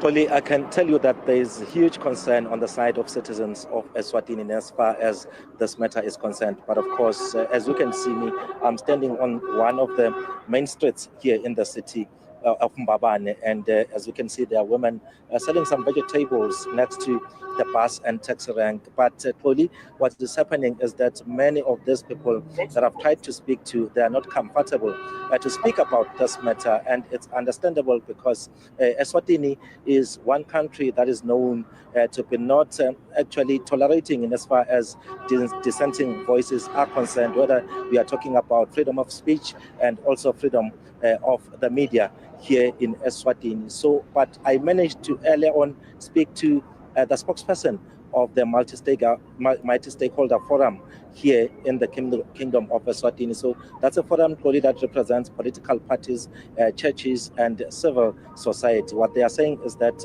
indeed they are shocked by this decision taken by the government of Eswatini to allow the deportation of those inmates from the US. They are saying that they don't even understand how the government will go as far as doing such a thorough process, as they've mentioned in the statement they released yesterday, to say that there's been robust discussions between the government of the United States of America and Eswatini, but there's no consultation at all in as far as different key stakeholders are concerned. So when you speak to political parties as well, some are even going as far as saying that they believe that there was exchange of money. Eswatini couldn't just take this decision if there wasn't a profit in as far as this matter is concerned. But let's now listen to Ramza Matimela, who is the Secretary General of the Swaziland Liberation Movement, in terms of what their perspective is in as far as this matter is concerned. I so much believe that this is centered around money. I believe that the king and the authorities had been given an offer that was too big to refuse, especially because I don't believe it is based on strengthening relations. We know very well the resolution that came from the United Nations after the assassination of Comrade Tulane Maseko, the human rights lawyer. We know very well that Swaziland has not been spared from the tariffs. We know very well that Swaziland has not been spared from the foreign aid that it was receiving. So I think Swaziland here the leader was very greedy and failed to take into consideration that there is actually no relationship that is between the United States. So, Polly, that's the position taken by the Swaziland Liberation Movement in as far as this matter is concerned. But I can assure you, Polly, this is a big story here in the Kingdom of Eswatini. If you look into the local newspapers, the Times of Eswatini as well as Eswatini Observer, they are leading with this particular story, but highlighting some of those points that were mentioned by government yesterday in that statement that was issued. Government taking a posture to say that it understands the concerns coming from the side of the citizens, but they can assure their citizens that this development doesn't pose any threats in as far as security is concerned here in the Kingdom of Eswatini. But of course, there are still outstanding questions, Polly, because in that particular statement that was issued, the government also highlights that these people are just in transit. They'll be taken to their different countries after some time. But as to for how long exactly are they going to stay in Eswatini, it's not clear. Government also saying that these people are kept in isolated cells at different correctional facilities here in the Kingdom of Eswatini. But people want to know How much assurance do they have that these people won't skip prison? And also talking about the danger of neighboring countries, especially South Africa and Mozambique, considering the fact that the story of porous borders, it's one story that we report, especially during the holidays. We see many people coming in and out of South Africa without proper documentation. So if it happens, according to some people, that those people skip a prison, they're saying that there will be challenges. But of course, the government, they're assuring citizens here to say that nothing will happen in as far as this matter is concerned. They've done proper consultation with the government of the United States, and the United States is actually one partner that they've worked with for about 5 decades. So it's a matter that was thoroughly discussed. But of course, we're expecting that tomorrow at least we'll get senior officials from the government of Eswatini, especially the Prime Minister, to give us a clear indication as to what informed this decision, because seemingly even the people who are staying here, the citizens of this country, they are not convinced in as far as this matter is concerned. They are not happy with the manner in which it was handled. When we can talk about The government of Eswatini has confirmed that 5 violent criminals deported from the US are now being held isolated in a local prison. The inmates are convicted of various crimes, including those of murder and child rape. US officials are reportedly saying their home countries refuse to take them back. It's prompted Washington to transfer them to the African kingdom. The country's government has assured residents that the arrival of these criminals poses no security threat. Let's talk to the editor of The Nation magazine, and this is Becky Makubu. Becky, good morning to you and welcome to the program. These convicts come from Vietnam, Jamaica, Laos, Cuba, and Yemen, deemed too dangerous to stay in the US, and they've now been transferred via this third country deportation scheme. Do you know much about this scheme? And it seems as if not everybody was in the know about this transfer itself. Well, thanks for having me. I've been following the news as a journalist, and particularly American politics. So I'm aware of a third country scheme that they have. I don't know. But up until yesterday morning, I wasn't aware we were, really involved in it. Earlier in the year, it had been said that we might be considered, but nothing had come of it up until yesterday morning when we heard that a plane had landed. Yeah, right.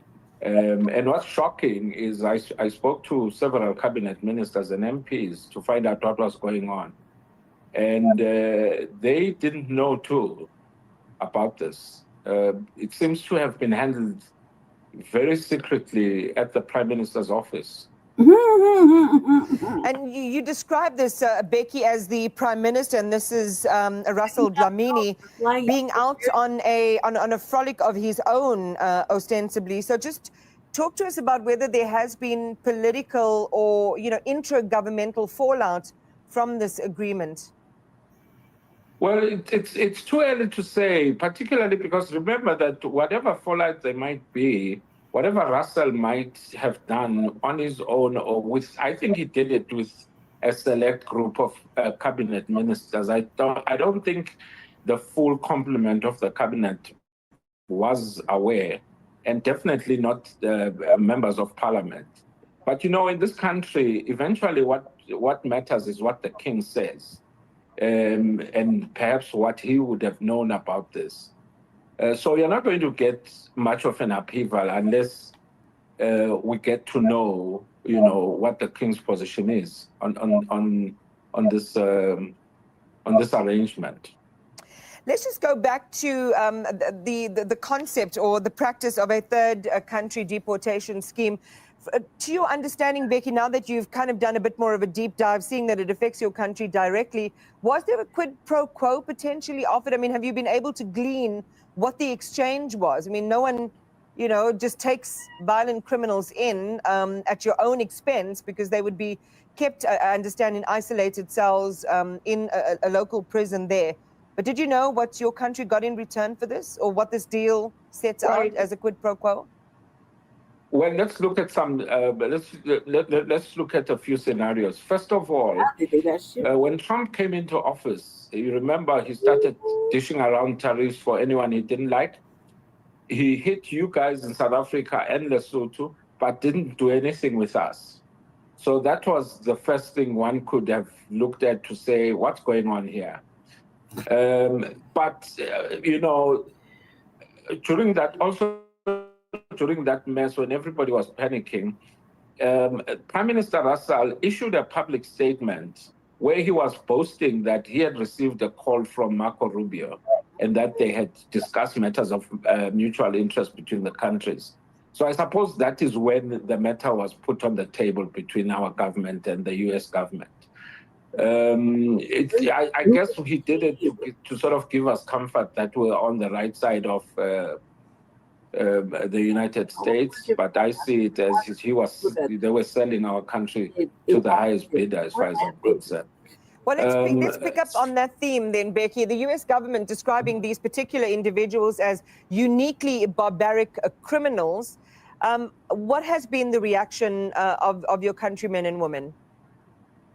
Well, those statements, actually, that quote hit me in the face. I mean, it's chilling. People are scared. In fact, I don't think government would have told us about this arrival had it not been that we all started going on social media to ask questions, because government responded to public concerns in the late afternoon yesterday and saying they are trying to quell our fears. People are scared.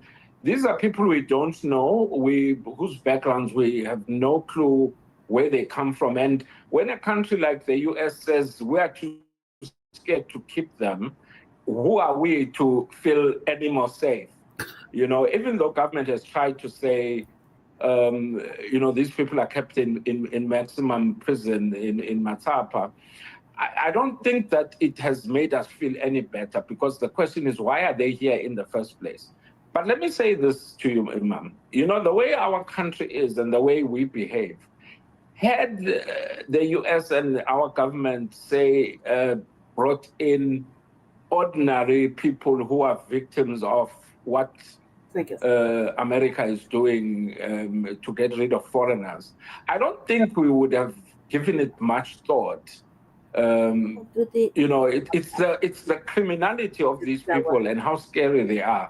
I mean, only recently an 8-year-old child disappeared while going to shops, and it fueled so much fear in the country that the government had to say, please don't behave like there's a mass murderer picking up children, because people are panicking.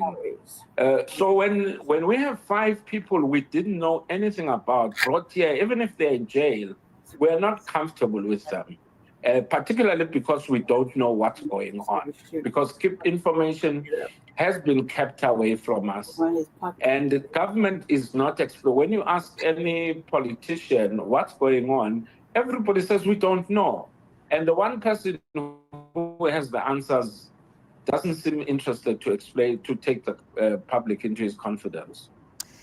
So we're very uncomfortable. Yeah, and I mean, that's concerning. As you say, it took such a long time for a response to come. And this was after the fact this had already been a done deal. And it's not likely that you will get the answers that you are really seeking. But let's talk about the long term. Go ahead. Yeah. No, I was saying, I mean, it's clear that our government, and this has been a problem going back in time, they don't think they owe us any explanation about anything until we make noise, you know. So had this matter not come out from public outcry, government would never have discussed it with anybody to say, oh, we've got some 5 dangerous criminals, we're keeping them there, and you guys relax, we're good. They were never going to do that. Right. Let's talk about the long-term risk. I mean, you know, we're all in the region, we're neighbors. What kind of precedent, Becky, do you think this sets, not only for your nation, but possibly other African states? Are we looking at a situation or a future where weaker nations could be seen as, and I hate the term because we're talking about human beings, but used as dumping grounds for deportees that more powerful states just don't want? Yep. Well, it seems so. I mean, if you look at the government statement yesterday, they say that these were long negotiations. I don't think you can have long negotiations, very involved negotiations, just to deport 5 guys who happen to need a jail to stay in. I think America is going to dump a lot of their unwanted people here. Then what happens to them? I mean, our jails are already full, you know. 3 weeks ago, the king was issuing an instruction in public to say the Commissioner General of Correctional Services and the prerogative of Massive Committee must come together and try and release prisoners who have less sentences to finish, so that it will reduce the pressure on jails. By the look of things, without any information and looking at how the US is behaving, our jails will be clogged up by these people who they are going to bring here, dangerous criminals. Like I say, if it's just people, because if you deport, and this is where I think the original question comes in. If the US is going to deport people who have not committed any crimes in the US and haven't done anything, obviously they can't be put in jail because they have done nothing wrong except to be in the US, which is not a crime here. So what happens then? Well, then you have to go back and look at what happened in the 90s. What happened in the 90s, particularly between 1990 and 1994, when it was clear that South Africa was democratizing, a lot of Nigerians, for instance, came into Eswatini and they lived here. And after 94, they suddenly disappeared. Where did they go? They moved into South Africa. Why? Because you can't do anything with our country. We're too small for somebody who wants to make a life in, say, the US or Nigeria. South Africa is the option. So if this continues the way I see it, they are coming to you, actually, not us. Oh, my goodness. Simply because of your economy. Yeah. Look, our jails are overcrowded. I mean, you know, several 100% in certain jails. So I'm not sure, and I also don't think I don't know how well that would go down. And we expect in our country there would be a lot more transparency or accountability, especially in Parliament. We have a robust opposition here, unlike in your country. But let's talk about, you know, the bigger picture. And I know you've touched on it slightly, Becky. You have covered press freedom and governance issues in Eswatini for years. And, you know, what does this incident reveal about the state of democracy, but more importantly, transparency and national sovereignty under the king's rule? Tell me to want them. Look, like I said, you know, they were never going to discuss this with us. I mean, the fact that it was hush-hush throughout the negotiations, no hint. One cabinet minister said he actually was told by some people at an international conference that, you know what's happening with your country? And he said to me, you know, I thought that guy was lying because it was just too incredible a thing to happen. And besides, he didn't know about it. And he said, yesterday I had to call this guy to say, so you were right. Like I say, I mean, if you look at today's newspapers here in the country, the slant is not to ask hard questions about what's going on, but rather to defend and try and explain government's position as if, you know, in a typical way that us as journalists, our job is to convey government's views without asking hard questions. Also, Imam, remember, and this is a question that I don't know where it's going to be asked, but it needs to be asked, is Trump has said that anybody who takes deportees from America will get paid for it. So now that is the question, who's getting paid for this? You know, is it the government? Which means that somebody needs, I was talking to an MP yesterday, I said, well, you'll just have to ask the Minister of Finance, where's the money? You know, that's coming. If anything, he comes back for his supplementary budget down, you know, later on. But somebody is going to get money. And how much is it? They're not talking, nobody's talking about that. And I think I read somewhere that when the question was asked on further details, things are confidential. In your Supermax, is there any? It should be confidential. This is us. This is about we got serious. The people of Eswatini. I think we deserve a right to know, but here you have it. Well, thanks for sharing that with us, Becky. Yeah, thanks for sharing that with us. And I'm sure a lot of South Africans who were listening to you now sort of sat back in their chairs saying, when you said, those prisoners are headed our way. But as I say, hopefully there's a lot more accountability and transparency. And as you say as well, hopefully more answers and clarity about how much was paid, where that money went, and is it going to be used for their upkeep? You've got to take care of those prisoners behind bars. And how long are you supposed to keep them fuckers? See, I would say that. I tell them that, I'm sorry, like, damn, we didn't get the memo. Who are they again? We'll go back until you get this right. Like, this is fucking weird. Like, you just gonna send motherfuckers to us? Oh, no. You see what I'm saying? Like, that right there in itself is weird. Okay, no. Okay. I was reading about now tracking another dangerous living situation where residents are fearing Venezuelan gangs from the perspective of a Venezuelan family that continues sharing their story with us. They've been forced to move repeatedly, and now as they seek asylum, they're sharing how things are getting worse at their current apartment complex, and they want something done about the crime around them. Your reporter Alan Janae joins us in studio tonight, and Alan, this family is really caught in the middle. Yeah, that's right. In a sense, they really are right between their past and an uncertain future, and they're worried about the present, right? The father in this family says he served as a military police officer in Venezuela before they said they had to flee.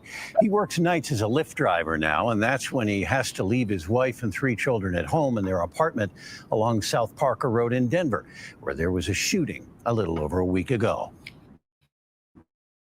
Home with their 3 children, Genesis and Carlos Rosas, and their boys aged 3, 5, and 8. They head through the beat-up door next to a boarded-up window. It's less really a home than the latest place they're living. Are you worried about your children? Yes, that night there were a lot of bullets, and that wall is just drywall. In their apartment at Advenir at Cherry Creek North, they say things have gone downhill. Was it a problem right away? No. Before, things were quiet here until about 3 weeks ago.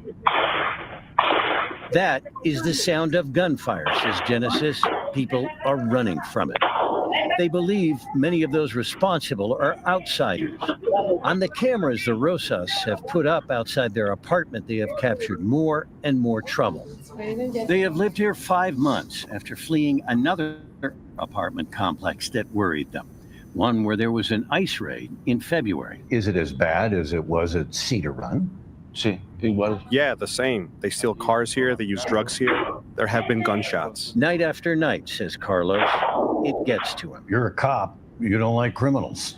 No, not at all. Vayan a la cárcel. They need to be in jail because they're putting the lives of all of us who live here at risk. In Venezuela, Carlos says he was a military police officer. His father, a judge who stood up to the Maduro regime that the U.S. claims stole an election in 2018.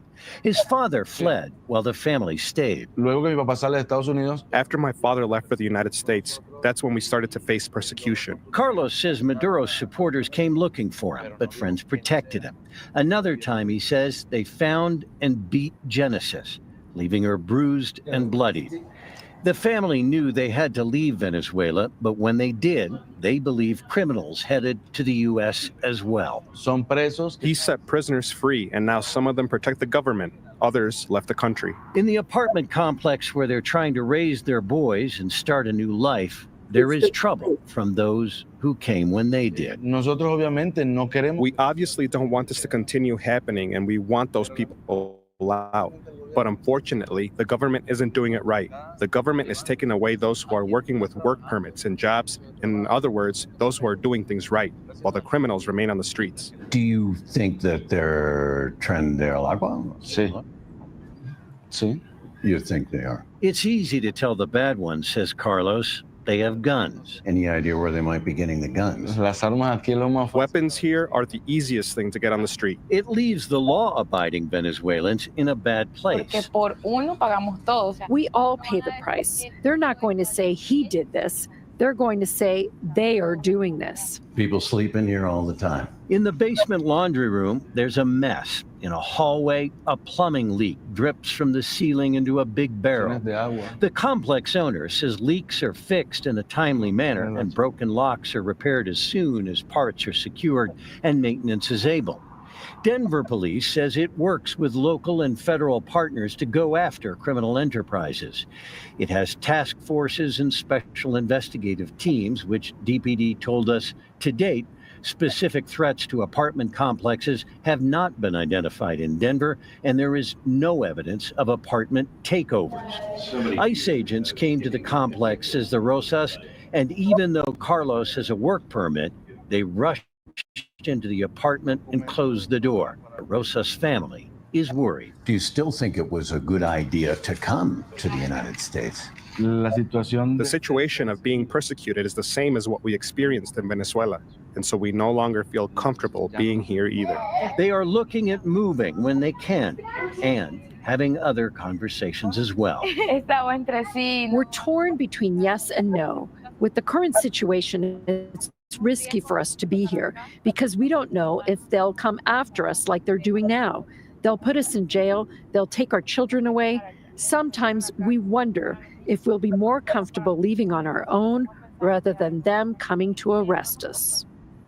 Now, the apartment complex is operated by a Florida-based company, Adveneer, which sent a statement which said, in part, we share the concerns of our residents regarding the incident that took place over the weekend and take these matters very seriously. Providing exceptional service and communicating with our residents is a priority for us, and we address concerns as soon as we are made aware of them. Carlos, by the way, wants to be a police officer here, thinks he can help the police, but he can't do that because you can't do that without citizenship. Tough situation, for sure. Alan, thank you. I don't feel nothing. I don't feel nothing. He's like, I don't feel nothing. Welcome to the Daily Show. Come on. Me number. But I don't know. Fair use. I'm trying to get it off, I think. Every time I show Oh, here we go. Worthless degrees fueling the student debt crisis. Okay. That must be the reason why they keep trying to funnel money to these religious charter schools. That must be, yeah. You know what I mean? Because, people out here, they majoring in economics and political science when you can major in Ezekiel and Lamentations. You know what I mean? What you gonna do with economics? What you gonna do with accounting? You know what I mean? I'm majoring in Peter.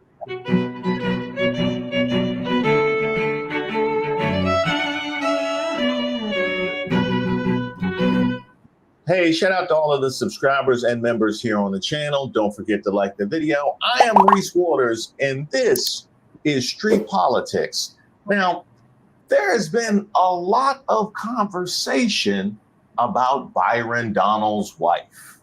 He told me he was from Jamaica, and he had a Jamaican accent, and he was cute. Then the next time I saw him, the Jamaican accent was gone, and he said he was from New York. Now, a lot of us like to reinvent ourselves when we decide to go to college or just when we go out of town in general. But a whole accent? No, that's not it. No, I meant the other wife. The second family. These are second family values. Second family values. The relationship was serious, but Hall said sometime around Christmas 2002, Donalds came to her with a startling proposition. He wanted to rekindle their relationship. He said, Erica and I have split up, and I want to give it another chance. I want my wife back. But a short time later, after he made a short trip to Naples, Donalds did another sharp U-turn, telling Hall they needed a divorce as soon as possible. Long story short, turned out Erica was pregnant, and they had to hurry up and get married. Oh, boy. Nothing like Nothing like a whole shotgun wedding and finding out after the fact that it was, in fact, a shotgun wedding, but needed a divorce to precipitate the shotgun wedding. Oh, man. Has anybody got any ring cam footage or any surveillance footage of the Donalds after this came out? That's what we need. We got all these reality shows. We ain't got nobody to see Byron Donalds walking in the house after this became public. Now, Donalds also asked her to pay all the fees for the divorce, which she did with the caveat he'd pay her back when he could afford it. It was the last transaction in what she described as a largely transactional marriage. Yep, that's it. That's the one that Jasmine Crockett was talking about. And if we continue to put people into office, and that even means some of our skinfolk who definitely are not our kinfolk, such as Byron Donalds, who are going to continue to say that, like, I mean, the fact that you sitting around talking about life was better under Jim Crow, like, is this because you don't understand history? Or literally it's because you married a white woman and so you think that whitewashed you? I'm not really sure, like, what it is. Well, but you I couldn't need even be married to a white woman under Jim correct, Crow. correct. And it took Joy to call him out. So I'm like, bruh, like, what are you talking about? Like, what are you saying? Like, he just out here, you know, I feel like they give him his talking points and he's like, yes, massa, I got it. You know what? That puts that Jesse Waters offer in a different perspective now, doesn't it? That must have been what he was after. At the end of the day, he was trying to whitewash Jasmine. As far as Jasmine goes, I researched her, and it's never good when I do that. I found out she's single. She's 43. She's never been married. And I'm trying to figure out what makes her tick. I think I can set her up with someone. Oh, my God. I know a guy in D.C., Emily. He's white. Hopefully that's not a problem, but he will make her happy. And maybe then she will not hate everybody else besides herself so much. So if you're interested, I will set it up. And it would be my pleasure to do it. Okay. Yes to that. We'll circle back on that. Well, Byron, you're going to have to take that up with Jesse Waters. That same energy that you had with Jasmine, because I know you did not like that at all. It's a clapback you've got to see. You probably heard what Jasmine Crockett said about Byron Donalds on that guy Lenny's radio show.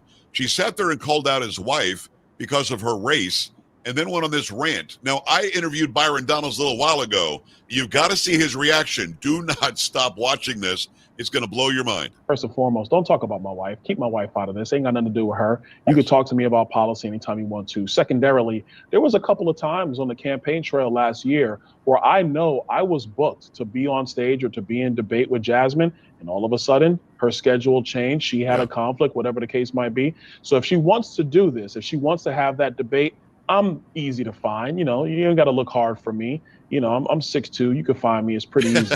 Number three, and most importantly, this demonstrates, frankly, the racism in the Democrat Party, because they don't have a problem when Kamala Harris is married to a white man or when Ketanji Brown Jackson's married to a white man, as long as they subscribe to the politics of the Democratic left.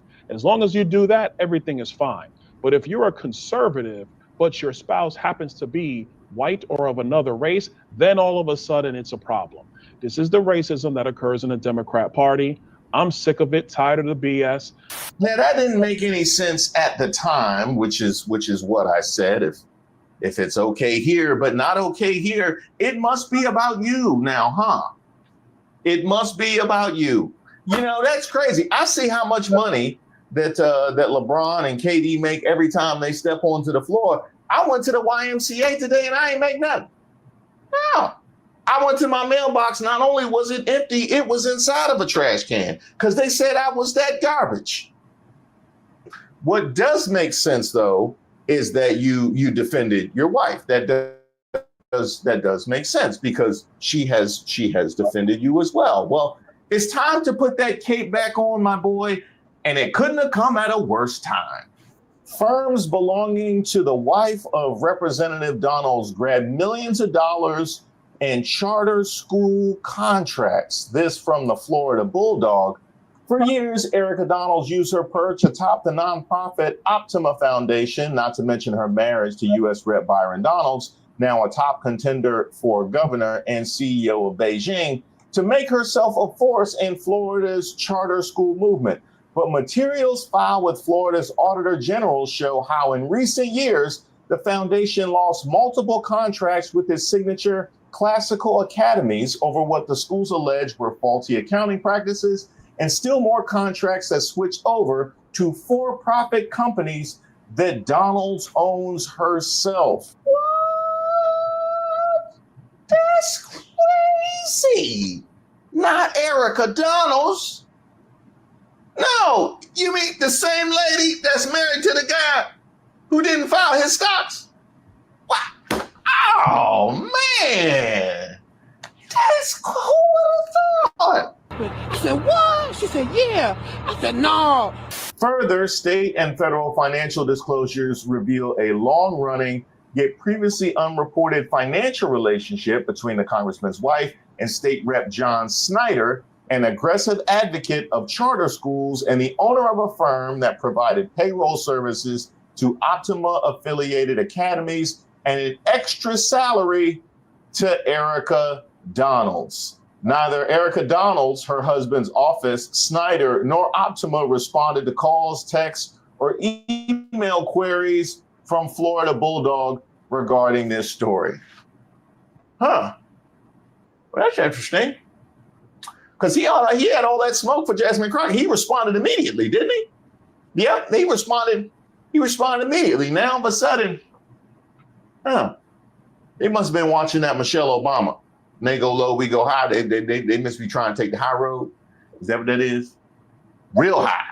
In April 2018, Donalds and her newfound foundation won approval from the Martin County School Board to create their first publicly funded, privately run charter, Treasure Coast Classical Academy in Stewart, which, like Mason, launched as an affiliate of conservative Hillsdale College and boasts a curriculum centered on, quote, the Western tradition.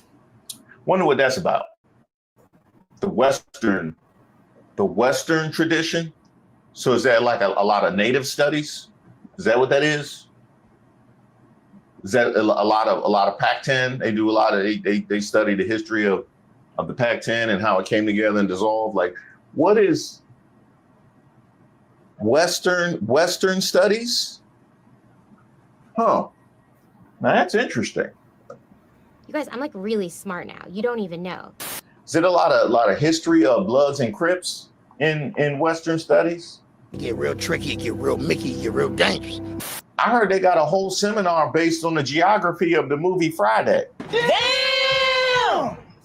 It uses methods and resources that are proven and time tested.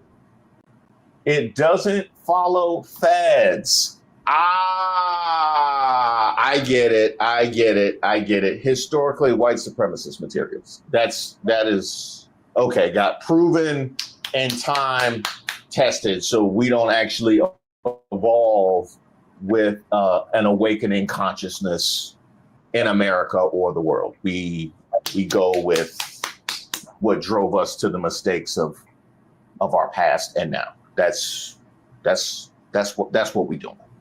At the time, Donald's husband was prepping for his second term in the State House, where then Speaker Richard Corcoran had appointed her to the state's Constitution Revision Commission. The Naples Daily News quoted her as saying she had no concrete plans to open another school, and even attesting that she'd received no compensation for her services as the foundation's CEO. Neither proved true, and the Donalds' fortunes rose in tandem. Jacksonville Classical Academy launched with the help of former Bahamas ambassador and Republican real estate developer John Rood, opened its doors in August 2020, just 2 days after Donalds won the Republican primary for his current congressional seat with Trump's backing. The Naples Classical Academy opened in 2021 and Jacksonville Classical East in 22, the same year Ron DeSantis named Erica Donalds to the Florida Gulf Coast University Board of Trustees. Each of these schools, which collectively have received tens of millions of dollars in taxpayer funding, inked management contracts with the Optima Foundation. Tax filings and reports to the Auditor General's office show over $4 million total from Treasure Coast Classical, over $8 million from Naples Classical, and $2.3 million from Jacksonville Classical. Now, if you're like me, when you see DeSantis's name in conjunction with Donald's name, that just blows the roof off of the impropriety that is possible. That really kind of opens the door. We go from breaking and entering to Ocean's 11, and guess what? You're not wrong. Hey everyone, Governor Ron DeSantis and Florida Republicans are trying to sell you a dream, school choice for all. But what they're not telling you, this universal voucher scheme is draining billions from public schools and handing it to unregulated private institutions. All right, let's break it down. Vouchers take your tax dollars, money meant for public schools, and it gives it to private and religious schools with little oversight. That means no accountability, no certified teachers required, and no protections for students with disabilities. In fact, these schools are allowed to deny admittance to any student they want for any reason. This isn't parents getting a choice in where their kids go to school. It's the schools choosing which kids they want to accept. And guess who's getting the short end of that deal? That's right, struggling middle-income families. Not to mention that $4 billion in taxpayer funds are being funneled away from public schools in Florida. That's money that should be paying for teacher salaries, new textbooks, better classrooms. While 90% of Florida kids attend public schools, Republicans are gutting their funding, leaving teachers underpaid and classrooms overcrowded, while your tax dollars pay for elite private school tuition. Does that sound fair to you? Florida teachers are already some of the most underpaid teachers in the nation, while our SAT scores are last in the nation and reading and math scores are at 20-year lows.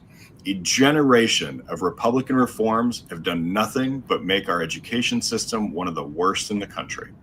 Florida Republicans would rather spend their time banning books than improving our kids' education.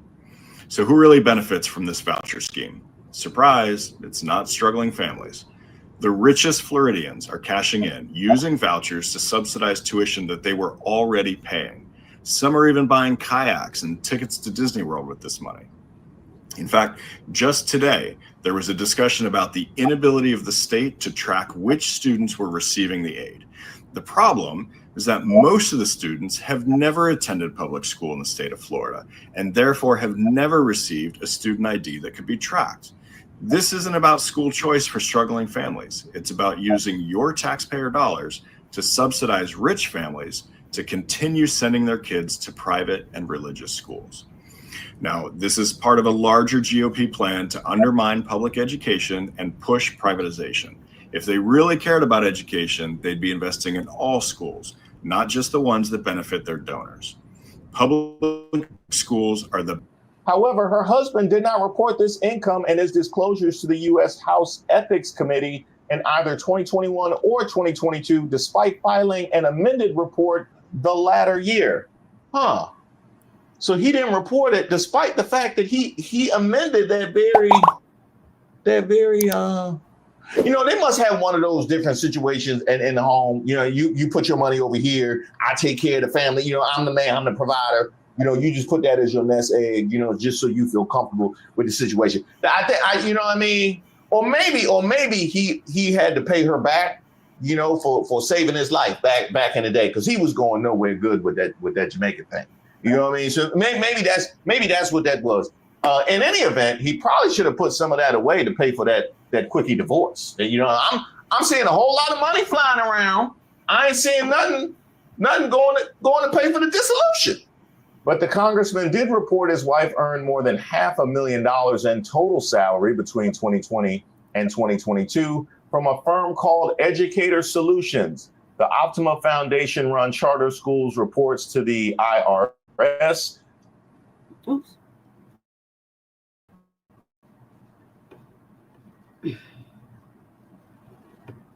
Sorry about that. Give it up for Josh Johnson! How that happened? Money flying around. I ain't seeing nothing going to pay for the dissolution. But the congressman did report his wife earned more than $500,000 in total salary between 2020 and 2022 from a firm called Educator Solutions. The Optima Foundation run charter schools reports to the IRS. show that they paid Educator Solutions almost $7 million during those same years, while the foundation itself paid the company $2.7 million, all for, quote, payroll services. Wait a minute, you mean to tell me they paid $2.7 million for payroll services? What? Bro, what are you talking about, man? The federal government shouldn't pay $2.7 million for payroll services, and they got damn near 1 million employees. What y'all got going on? What's happening with the payroll? You pay $2.7 million for payroll? Dang. I gotta be nicer to them. Yeah, I gotta be nicer to them down there in accounts receivable down there in the back. I didn't know they got it like that. State filings reveal that Educator Solutions is in fact a fictitious business name registered to ESI Technical Inc., a company founded by State Rep John Snyder, whose father, William Snyder, was the longtime Martin County Sheriff until earlier this year. Snyder's financial disclosures show he has earned nearly $700,000 from ESI Technical since 2020, the year he was elected, and he has consistently identified the Optima-linked charter schools as ESI's biggest customers. Snyder has come under fire for promoting policies favorable to charter schools while profiting from their operations, but no outlet has previously reported his company's financial relationship with Erica Donalds. But in 2023, a pivot occurred both in the model for managing the Optima Academies and subsequently the foundation's relationship with several of them. Tax filings show that year, each of them began contracting with one or both of two for-profit companies that Erica Donalds controls, Optima Ed and Optima Management Solutions. Jointly, the two Donalds companies pulled in $5.8 million that year for services ranging from management to payroll to IT. Likewise, the Optima Foundation paid $143,000 to Optima Management Services for payroll in 2023, even though it footed some $1.76 million to Educator Solutions ESI for the same purpose. Minutes from a January 2023 memo for one Optima school assert, Optima has completed the conversion of HR payroll from ESI to Optima Management Services. So they paid millions of dollars to one company for payroll, and then like $140,000 to another company for payroll for the same year? How much money do y'all bring in that y'all have that much money to pay for payroll? And let's also just get, this should not go unmentioned. It was in the reading, but at some point, the conflict of interest has to just become unwieldy, right? At some point, when you have, because I've done this too, like when you make too many bets, right? Or you got too many fantasy teams, all of a sudden you realize that like everything that happens is negligible. Y'all have so many conflicts. At what point does it become impossible to manage? I guess at the point where you're paying millions of dollars for payroll with no irony, year after year.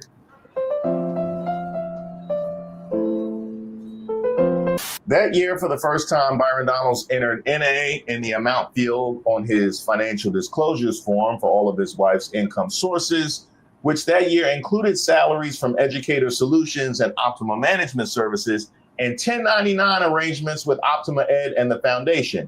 He's not filed a full personal financial disclosure since. Hey, Byron, that ain't a problem. That ain't. I got you. Yeah, I got you. Damn! But 2023 also marked the end of the Optima Foundation's relationship with three of his signature charter schools, and an annual audit submitted to the State Auditor General. Treasure Coast Classical revealed that on December 31st of that year, it terminated its management services contract with the Optima Foundation. The filing provides no further details on what precipitated the severing of their 3-year affair. Neither Optima nor Treasure Coast replied to emails or phone messages about what precipitated the break. The Jacksonville Classical Academies disclosed that they too broke with Optima Foundation. In a statement to Mother Jones magazine that year, Erica Donalds maintained that the nonprofit had simply switched to working with schools on an as-needed basis. But the auditor for the two Jacksonville schools found deficiencies in their accounting, for debts, textbooks, revenues, vendor invoices, and county funds, and the school leadership blamed Optima. The Optima Foundation, Inc. failed recurs in the management team's responses to the auditor's filings. Now, you would think for all that money, for all them contracts that they got for payroll and whatnot, they would have got some sort of warranty or something. You know what I mean? Y'all don't got no kind of chargeback you could do on your card or nothing like that. You just paid all them millions of dollars and you just say they failed at the end of the day and they take your money. Call the Better Business Bureau. Lord knows, hey, don't call CFPB. We can't. Because they got, again, that whole conflict thing. Yeah, about Byron be involved in that. Don't call them. Call the Better Business Bureau or leave a Yelp review or something. I mean, really, they beat you out of too much money for you to be walking away like that. Naples Classical also dropped the foundation as its manager, but inked new one-year contracts, first with Erica Donalds, for-profit Optima Ed, then with her Optima Management Services. Though entitled to the same 12% of the school revenues as the foundation, the for-profit companies have raked in considerably more cash than the nonprofit, thanks to the school's swelling budget. I wonder why the school's budgets be swelling. For the 21-22 term, Naples Classical paid $1.24 million to the Optima Foundation. In 23-24, the most recent, it paid $1.56 million to Optima Management Services, a bump of more than 25%. Now that was a whole lot of reading on the inner workings of the Donalds finances, but we've heard a lot from Byron. Why don't we put a face to the name involved in all of this? Has done to our country, it actually has hurt minorities. And why is that? Because so often people will look at a minority who has achieved and go, I wonder if the door was open to them simply because they are Black or because they are Hispanic.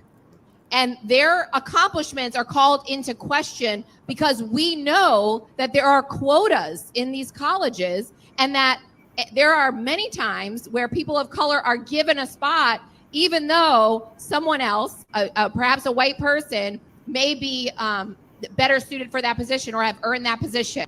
Now this all makes sense. Now I get why they could charge so much in the education space, because she just taught me something.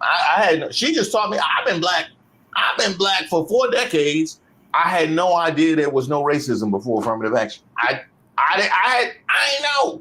She just taught me that. Yeah, apparently before affirmative action, they were just bringing Black people in willy-nilly, just dominating all the boards, dominating all the Congress, just lots of Black people, and nobody ever questioned their credibility at all. Yeah, nobody ever questioned whether they deserved to be there. None of that. That's crazy. It all started with a. Wow. Oh no. He can just send that to NAACP. He ain't going to send that. You know, because that's that Western curriculum. You know what I mean? That's that Western curriculum. You know what I mean?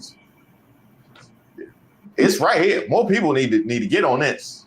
I kind of was a little disappointed to see the governor take a shot at your husband about not being in the fight, something to that effect, which I thought was both unnecessary and kind of untrue. Well, it's definitely untrue. You know, my husband served in the state house for 4 years, and he actually ran the first bill in the country that would allow parents and community members access to instructional materials so that we could find out the kind of woke indoctrination that was actually in those materials in the schools. So to say that he wasn't in the fight, he actually started the fight, right, when he was in the legislature. He also was the one who sponsored HB1, which was the Hope Scholarship Program, which was at the time the largest expansion of funding for parental school choice. Again, we appreciate everything that he's done for Florida, his leadership during COVID, certainly. And I think that my husband, you know, having a even more conservative record in Congress than Ron DeSantis did as a congressman is going to just continue those wins. I had no idea I was going to make it this long without the word woke coming up. I had no idea. It only took 2 videos. But you know what? I would have thought I would have thought Byron or his wife would have had a company named Woke. You know what I mean? Maybe one of these kids was named Woke. Yeah, I'm shocked I made it this far without Woke coming up, but congratulations. Right. Erica Donalds applauds Brevard superintendent for upholding parental rights and preferred name controversy. So let's see, a prominent advocate for school choice, praised county superintendent Dr. Mark Rendell for not renewing the contract of a teacher who used a student's preferred name without parental permission. That's right. We're not renewing a teacher's contract because they used the student's preferred name. Didn't say they refused to say the other name. Didn't say repeatedly. It said use the student's preferred name. We're not renewing the teacher's contract. But y'all got to walk away with millions of dollars for payroll, and they just say you failed. Right. Oh, Florida. Oh, here we go. Worthless degrees fueling the student debt crisis. Okay. That must be the reason why they keep trying to funnel money to these religious charter schools. That must be, yeah. You know what I mean? Because, people out here, they majoring in economics and political science when you can major in Ezekiel and Lamentations. You know what I mean? What you gonna do with economics? What you gonna do with accounting? You know what I mean? I'm majoring in Peter. Is there a Peter? I'm majoring in Lamentations. Acts. Both of them. Double major. Huh? There's only one Acts. Yeah, I meant like Acts and Luke. You know what I mean? Acts and Luke. It's like a 2-part with Acts and Luke. They go together, but they just got different names. It's like when Alex Haley did Roots and Queen. You know what I mean? It's kind of like yeah. I remember Queen. No idea why. Thankfully, shows like yours and others have gotten the word out to the American public that only 3 in every 10 students in 4th grade in America read proficiently. 3 in 10. That is ridiculous. A third. I have 3 children. Can you imagine if 2 of them couldn't read, how angry I would be? That is America. America should be very angry because 2 out of every 3 students cannot read proficiently. It is a national crisis. The Department of Education has done absolutely nothing, despite the vast investment from the taxpayers, to improve the situation. Oh, I'm sure Linda McMahon is on it. Yeah, I'm sure Linda McMahon gonna get A1. Linda McMahon gonna get A1 on the job. That clearly was the solution. And as far as reading proficiency, Erica Donalds, we should probably look in house. You know what I mean? You mentioned your kids. Look closer. Look. Right. That's what I'm saying. Have you read the book Cast by Isabel Wilkerson? Have you read the book about Cast? Stop. Don't educate me about my life, sir. Don't do that. Don't, sir. Hold on. What? Please, hear me on this. I like how everybody's shouting at me, the black guy on stage, the white corner, saying, have you read this book? Read this book? Read this book? Don't marginalize my life and what I've done. Don't do that. Don't marginalize Don't do that. Don't marginalize this. Do you know how many black men are there? I can tell you this. What they should have been asking him is, did you read these financial disclosures? Did you read your wife's salaries? Did you read any of them financial statements? Did you read the requirements for payroll services?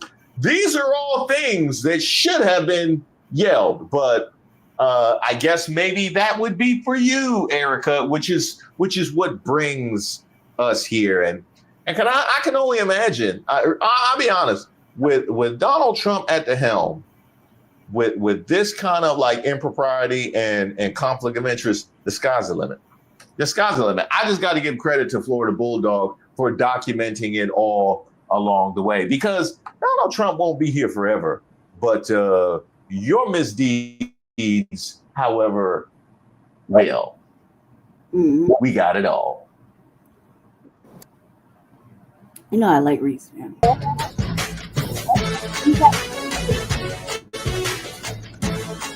That's fucked up. He's on this idea shit. Yeah, but we're look all relaxed. That's fucked up shit. He got him a ticket.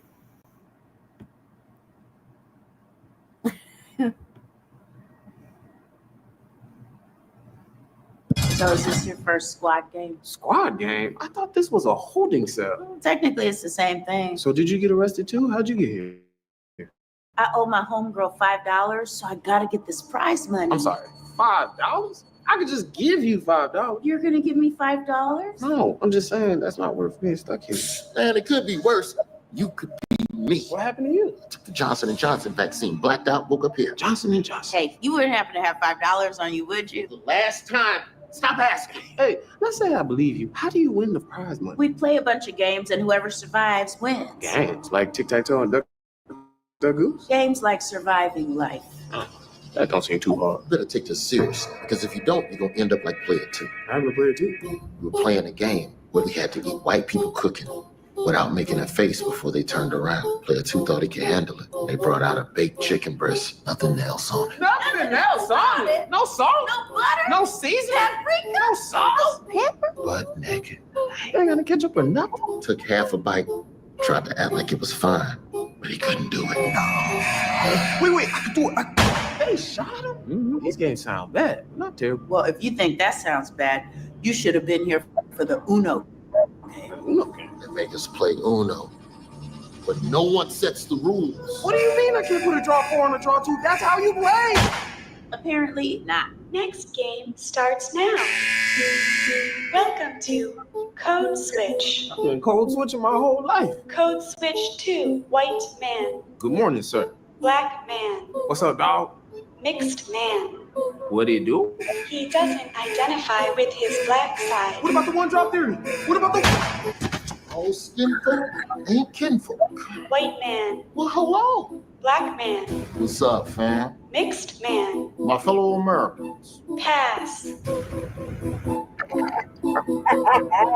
White Man. What's up, bro? Let's go. I fucked up. These games are terrible. That's not even the worst one. The last game is the hardest. You gotta remember to take the chicken out the freezer before your mama get home. Huh, that's funny. My mama told me to take the chicken out the freezer before I got here, but that can't be part of the game. Damn, I thought he was gonna make it. Puerto Rican. Hola, plantain, por favor. Pass. Damn, that was racist.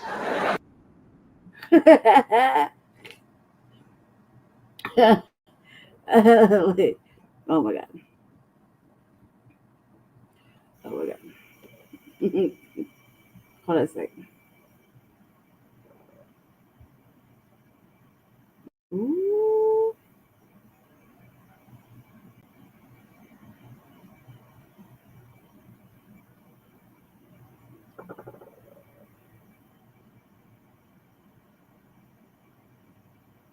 We could check this out for a quick second, fam. We could check this out because it sounds like salacious. What is up, Storm? So we could check it out. The title is called Dr. Umar's Ex-Girlfriend Exposes His Filthy Living Conditions, Finances, and Performance in Bed.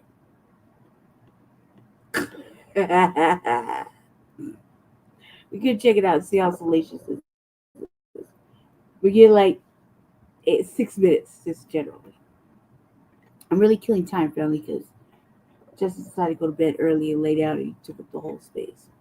He didn't even like make a space for me. I think he forgot I was still here. He really asked me. He's over there just. I turned the camera. He's buried somewhere in there. So I'm just kind of like killing time till he wakes up. Sisters, I am here today with the ex of Dr. Umar Johnson, aka Dr. Umar Ifantude, aka get him to get a school here, whatever going.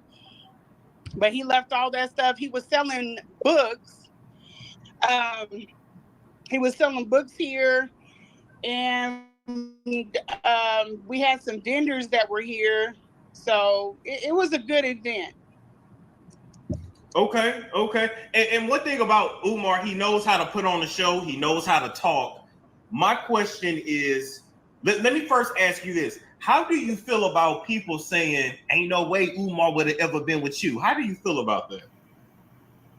I don't see why not. Klein, I was still trying to figure out if I wanted to deal with him. And let's see, my first flight out there was the next year, March 6th, 5th or 6th. Not bad. Okay, you flew out to see. You flew out to see him. It's got a nice little frame. Yes. Gotcha. Okay, so let's just get it out the way. Was he a good lover at all? Not a bad looking sister. No, for somebody who was supposed to be like smashing all these chicks, he wasn't as charismatic as I thought he was gonna be. Like, ladies, man, he gonna know, like, come here, girl, kiss. It's gonna be, he don't know what he's doing. But I took over when we got together in the hotel room. It was a series of events.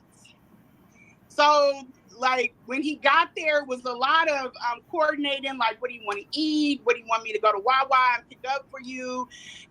I did all of that. But it got to the room, and when he came through the door, he wasn't the same person as what he's on the text and on, like, social media. He was real quiet. He was really like, just kind of like, I don't know what to do with myself. You do this. What?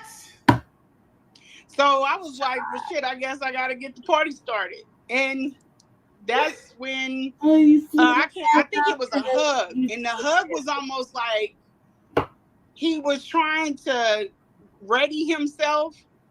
And then he sat down and he was taking off his shoes or whatever. And I think we had some like little small chat or whatever. And then he was just sitting there raging. And I was like, what the fuck is wrong with this dude? Weird as fuck. I have never had, I didn't know. And they don't have, like, back in the day where you could take the phone and bash them or something. So I was like, what the hell am I going to do? I'm going to run for the door or whatever. I'm going to get out of this. Because he was, like, sitting on the bed raging. I was like, this dude is going to tackle me. Wait, what do you mean by raging? What do you mean by raging? Huh? I said, what do you mean by raging? Describe that for us. You're making that shit up. Like when you're just sitting there, you're just like he's upset about something. Well, he played. So I was like, okay. He played with them spirits too, so he probably possessed. And the thing about it too is he had spiritual. He said he got some spiritual work done before he met up with me. Ooh. So he was coming in from somewhere. I forget where he was coming from, but he had spiritual work done before he met up with me. All I know is he was raging. So that shit kind of took me, like, I was like, I'm gonna die in here. This dude I done messed around and became one of these hotel chicks that's gonna die. Oh my God. And so I was like, trying to have some conversation, like, hey, do you want something to drink, like, type shit. And then he just kind of calmed down. And then I was like, what the hell was that? And I didn't pay no mind. I figured he wasn't looking at his phone. It was just like out of nowhere. So I don't know if he wanted me to come over and comfort him or something. I don't know what the fuck. But he seemed like he switched back. He was like, yeah. And started talking. I was like, okay, all right. So we went talking a little bit longer. And then I was like, okay, he's okay. So whatever, he's back to the person I was texting. So whatever happened is over. We got to it. And, like, I was pleasantly surprised. I mean, I was okay with the package. Like, his length is good. He's got a chubby, that's nice. That's always nice. Yeah. But, when we were doing it, it was just, I'm sorry. Go ahead. No, you good.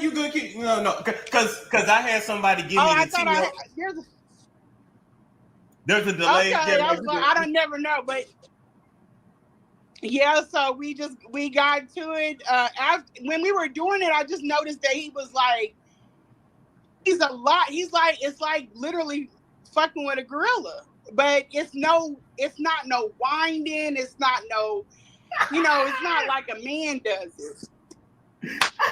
It's straight. It's like.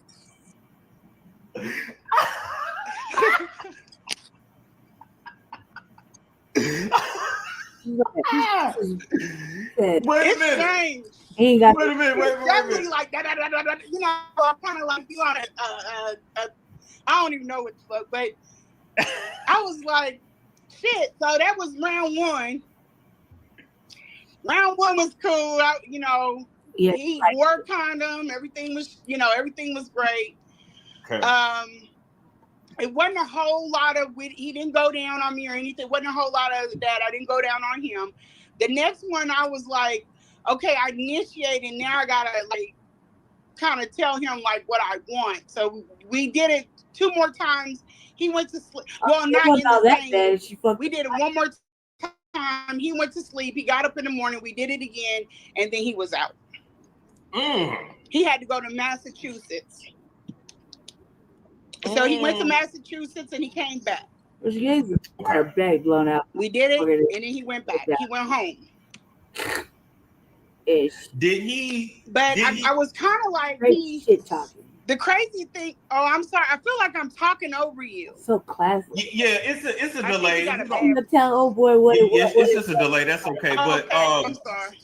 Did he? So yeah, we just. Oh God, because that's. Why was he saying that you stink though? Why was he saying that?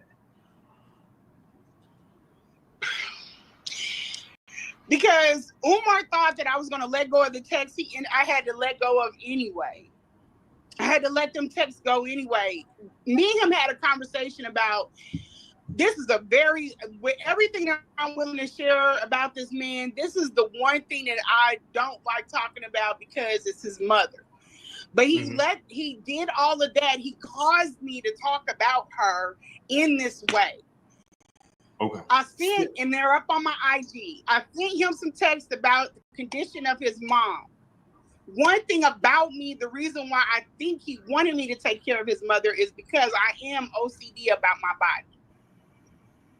I don't know. He knows 2 things about me. I don't like Irish goodbyes, and I don't like feel as far as where the body. He tried, and I'm very protective about my privacy too.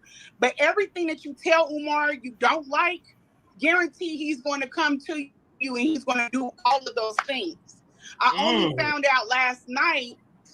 Yeah, I found out last night by a chick, and she wants to stay anonymous, and I'll protect her. But I found out last night why he's like that. Anything you tell him. So if you tell him, oh, I don't like dudes to, I really don't like dudes to do this. I don't like dudes to leave me alone in the car and go into he'll try to put you in that. I don't know if that's his fucked up psychology, but that's what he'll try to do to you. So he knows one thing I do not, because I'm going to tell you how the stinky coochie thing came in. So his mother, I was telling him about his mother with the issues about her, her body. She needs to see an OBGYN.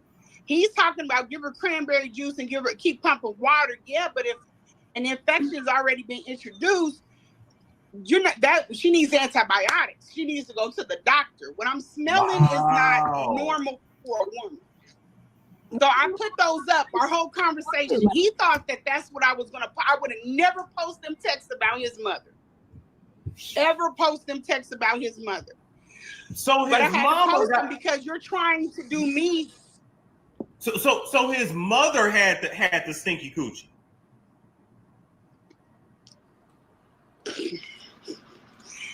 Yeah, but I don't want to say that, like, you know what I'm saying? If I had a stinky coochie, why would you have me take care of your mama? You know what I'm saying? Like, it doesn't make sense. I think he was heartbroken. I think he wanted to shame me for whoever I was dating now. What? That man been up in my coochie. He know what it smell like. He know my coochie don't stink.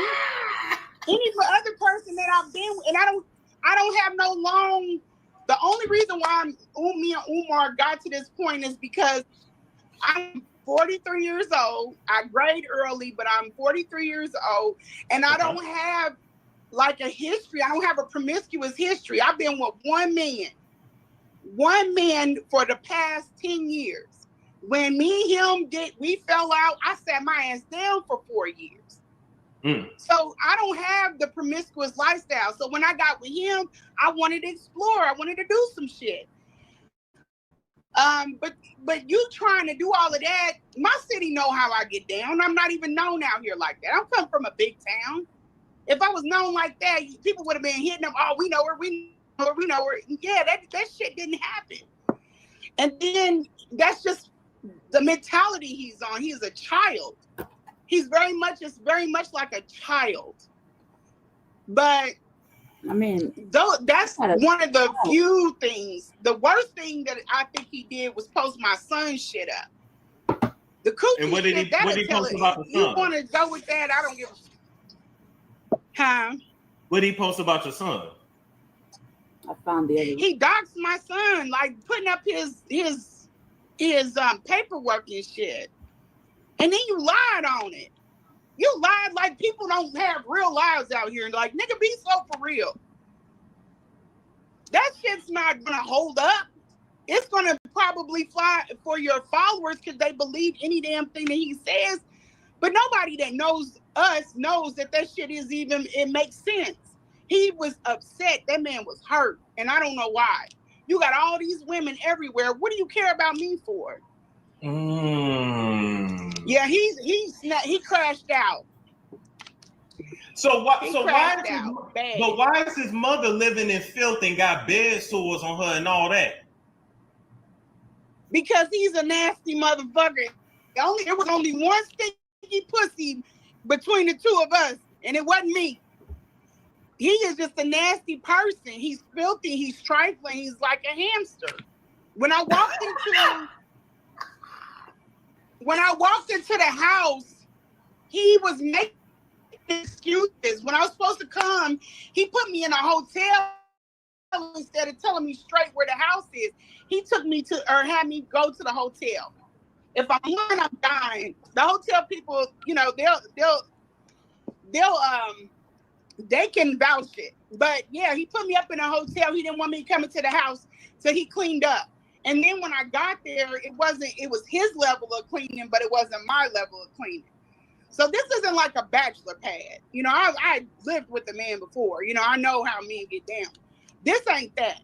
This is like, you need to call the city and figure some shit out. Like, people are telling me like, it's bad in there. So you telling me his mama living like an episode of Hoarders? And this nigga got the pea hats on with the, you know, he's putting on a facade. There's a reason why y'all have never seen the inside of his house. Never. He's always outside. I know he got roaches. He's always I know he got roaches. I didn't see. Now he's it's the housing authority, so they may have. They might, and I'm still suffering from being in that house for all that time. But the housing authority might have, because you like, they might have one time, you know, exterminated either the roaches. I didn't see no mice, but that don't mean they was there. They wasn't there. You know, because things are packed up. It's like it's a breeding ground for mice. Oh. And I don't know what happened. Oh Lord. I don't know, but the nephew came out and he verified everything. God, he verified everything that I was saying, because they thought I was talking about their precious king.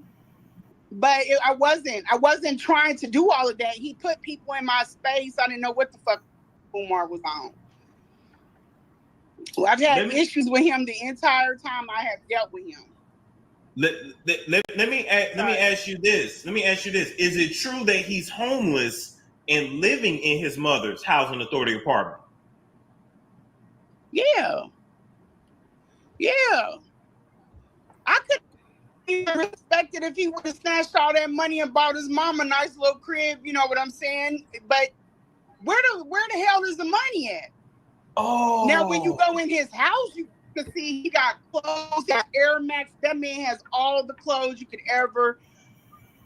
I mean, he got so much stuff in that house. He got boxes like a wall full of Amazon that ain't even been opened. Y'all feeding this man. And people really care about it if he picks me or not. But wait a minute, ain't that some kind of fraud? Because that apartment is supposed to be only for her.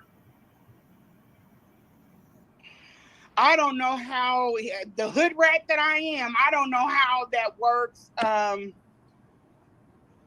don't know how it works. I don't know how the hell he. I know how it works. He ain't on that motherfucking lease. Now, but I think he has executorship over her, but you travel so much. Why would you not put her in a care facility? And just tell the donors. Be like, my mom is in a care. But here's the thing, though. This is the thing. She does not leave the house. She is in that house. It's in filth, of course. She needs to see a doctor. She has MS. He's talking about she's off her meds. No, sir. See, you're following, people that follow him are not thinkers. So your following is saying, oh, she's off her medicine. She has MS. Nigga, that don't make sense. If you have MS, you have certain medicine you're supposed to take. A doctor has not taken her off her meds. Now, I'm all for holistic, and being against medicine. Yeah. But sometimes you have to get you got to get yourself to a level to where you can use holistic practices to maintain it. But you can't just take her off all. He don't know where her blood levels are. He don't know where her cholesterol is. He don't know none of this stuff. You are not that type of doctor. Oh my! She needs to see a doctor. When I left, Umar texted me 3 o'clock in the morning talking about you took my rental car keys. No, the fuck I didn't. What kind of women are you messing with that take your rental car keys? But wait a minute, let's back me up. Of taking stuff. But let's back up. Does he not have a car? No, he ain't got no car. Umar don't have a car. Y'all about to find out everything I found out all at once. He ain't got no I've been car. sleeping with this man and he's not even fit. He ain't even fit to pack my groceries. He knew, man. He does not have a car.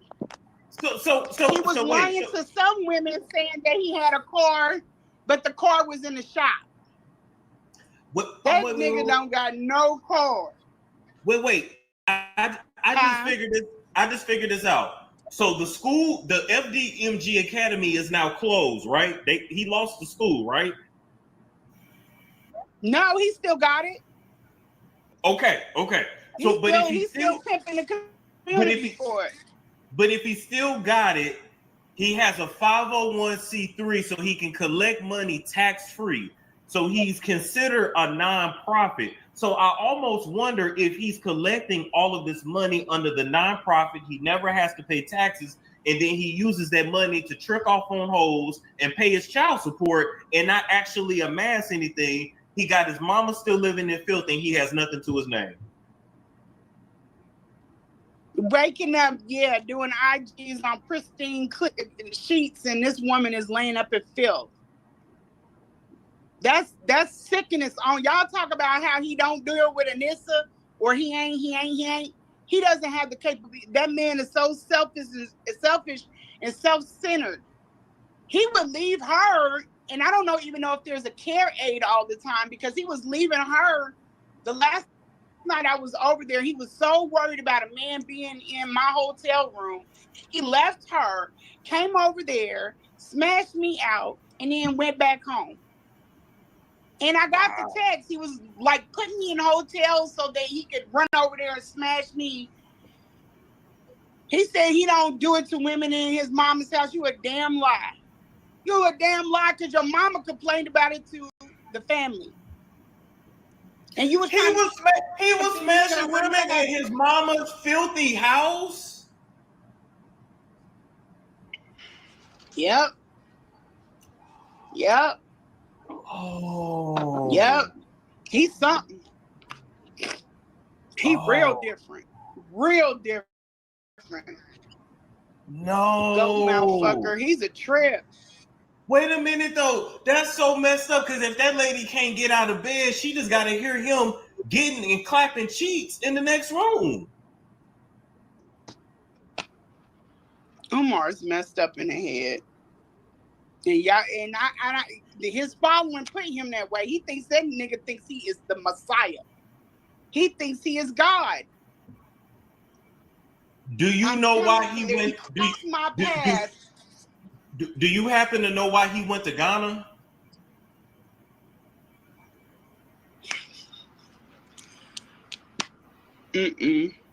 Just because he can. He's a kid. He don't even like African women, for what I heard. What? He don't like African women, for what I heard. I heard this from one of the other women. The women, the stuff that I'm hearing from these women, he should be in jail. He should be in jail. He should be in jail for what he did with me, but I'm stalling him out because there's something else. He done took and tore up so many Black businesses. And these people won't speak up about it because Black people hate to say they got conned. They hate saying it. They hate admitting to it because when they put it out there, the comments, I never gave him any money. I never gave him money, but these girls have given him money. And they have kids.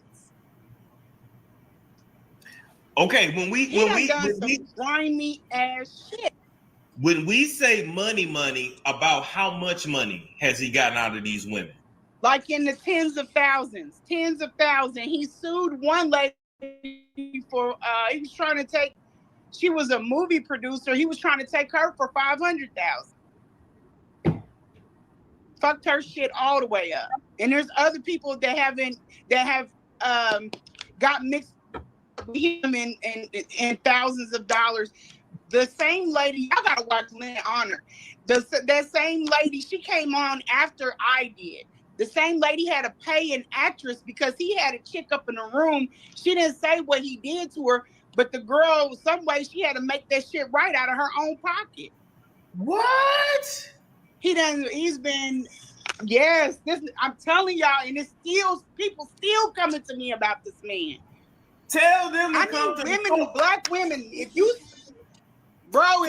are a Black woman and you support him, stay over there on that man's page and kiss that nigga ass and let me do what I need to do so I can get to the bottom of this stuff, because y'all are making it worse. The women that are fucked up in the head about him, the same ones that was texting him when we be asleep and all that other stuff, y'all need to stay out the way. Just sit and be quiet. You know, if you think I'm crazy or whatever, let me be crazy. But keep your ass over there with that weirdo and let me get to the bottom of this shit. Because he has done so much shit to people, and these people are scared to come out because the women and some men they try to bully him online. Like, shut up and let us get to the bottom of this shit. Because he's a predator. And then he's doing stuff to people. He's taking down Black businesses. Just let the truth come out on its own.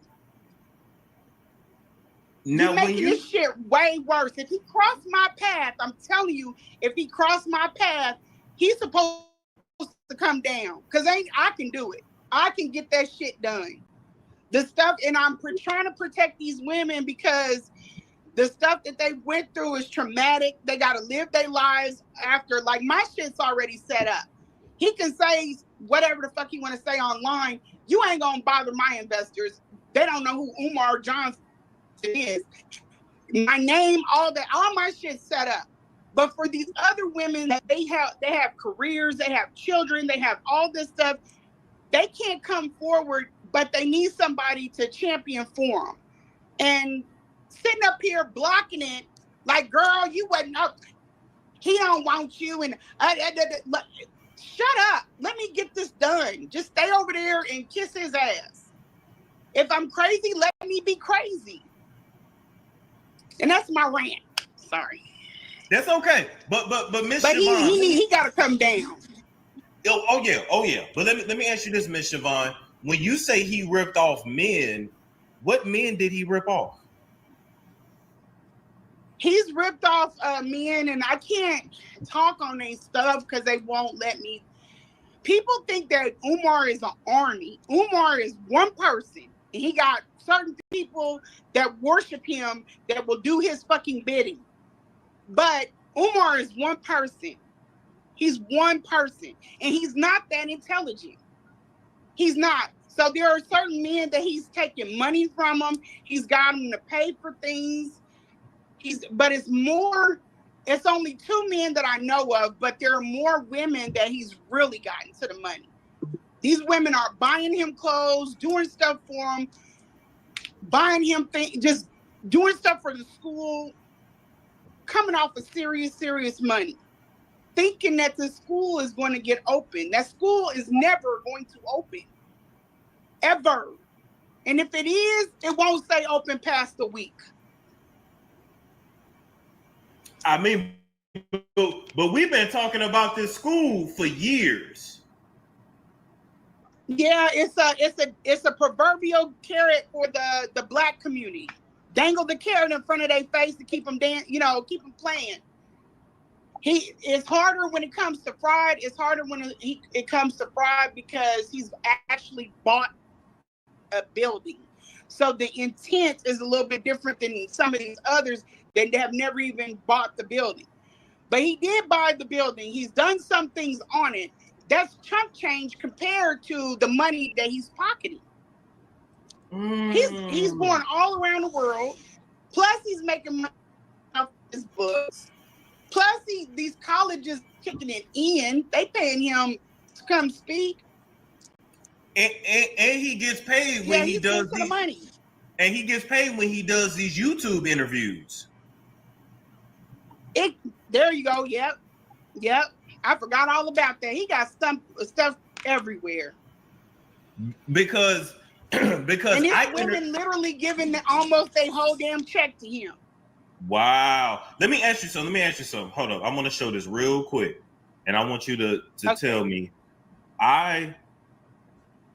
So I interviewed him November 14, 2022. Is that his mother's house right there?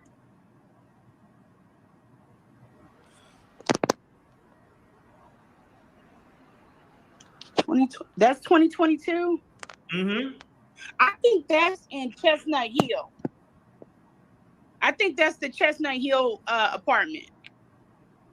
Is that the apartment he lost? Yeah. Wow. Yeah. So after that, he got evicted. I think he was homeless for a little while. I think because all the stuff that you see in that video of the vandalism, that had to happen months ago. Because it was white dust on top of the stuff. That's not a fresh break-in. And then the stuff that's in there, all of that stuff, those books and stuff, all that stuff is from that apartment. He just used it as a storage, like a holding space. So he didn't put it in he put some in his mama house, and then he got the rest up in Delaware. This dude, he's a bum. He's a bum with a black card. He is a bum. He is a highly decorated hood nigga. How many women have come to you behind the scenes? Like 10, 15? Not that much. And I will say that it's been higher than 5. James And Dean not said all of them are still messing with. James Dean said, "Do you know Inc. gave him $10K and bought him a bus wrap with his pictures on it? She sat next to him in Ghana at the citizenship ceremony." Yeah, I just talked to somebody with an equal. Yeah, I just talked to her. Hey, James be getting to it. Him and Lennon, they know a lot. If people were watching that before, this wouldn't have went this long. Who is this Lennon? Who is this Lennon person? Lennon knows. Lennon been on that dude ass. Lennon knows like everything that he's been saying. When I went back and started watching his videos, I was like, oh my God. There was only certain things that I could fill in a gap to. But he literally been watching this dude because seriously, if you take the emotion out of it, like people think I'm scorned because Umar, fuck no. If you take the emotion out of it and look at this shit as logic, Umar is a hell of a case study. He is a hell of a case study.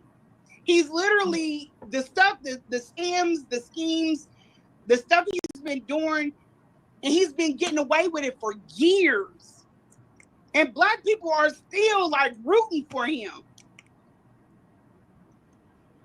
And Lennon seen that shit from the gate. And thank God he did keep all of that information. Wait a minute. Thank God he kept it. Is this his mother's house right here?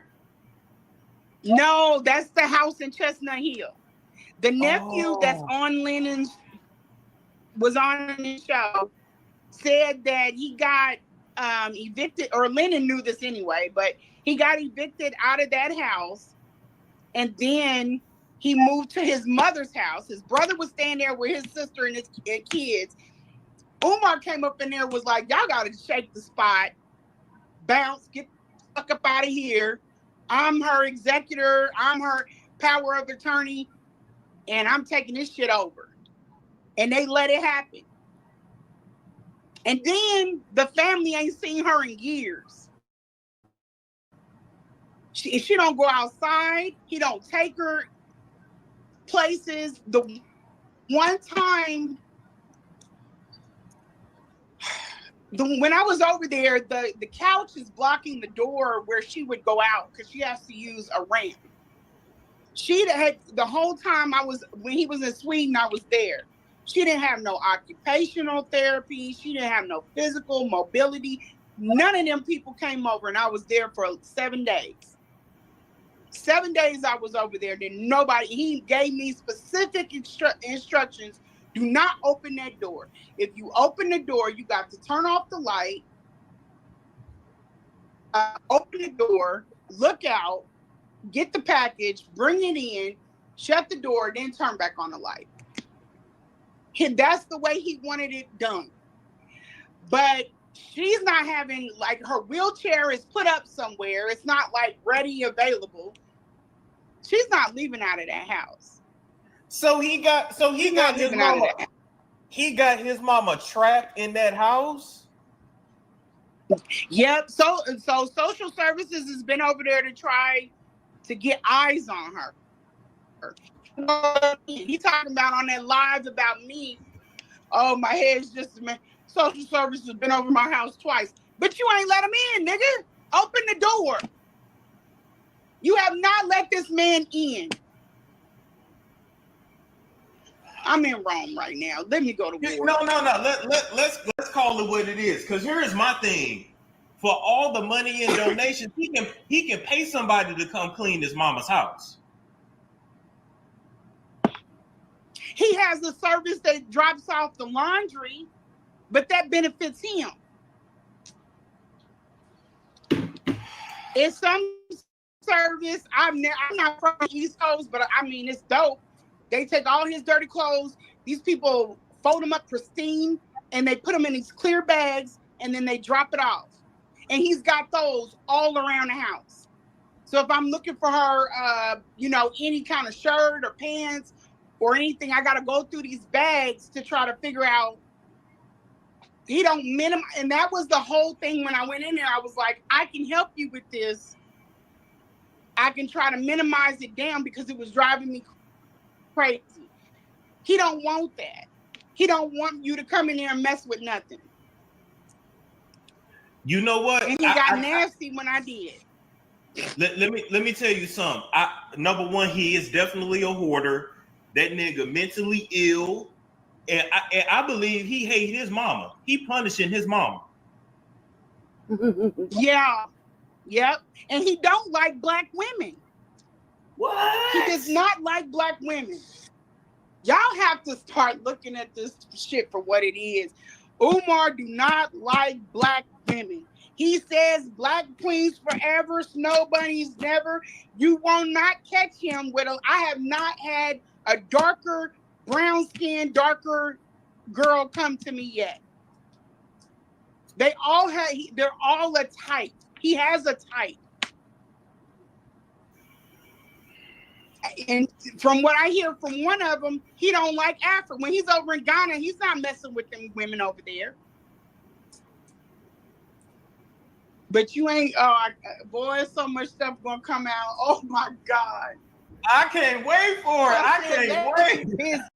Leave me alone. Let me do this, huh? I said, I can't wait for it. I'm here for it. You would be. There's a reason why when he was trying to discredit me, because Umar know I can shut his whole fucking house down. When I met him, I told him, I said, I'm powerful. You cocky, I'm cocky too. I'm arrogant just like you, but I have a good heart. As long as you don't do me wrong, you got nothing to worry about. But if you mess over me, I'm gonna burn your shit down. I told him that, and he still messed with me. Okay, so now we're moving on.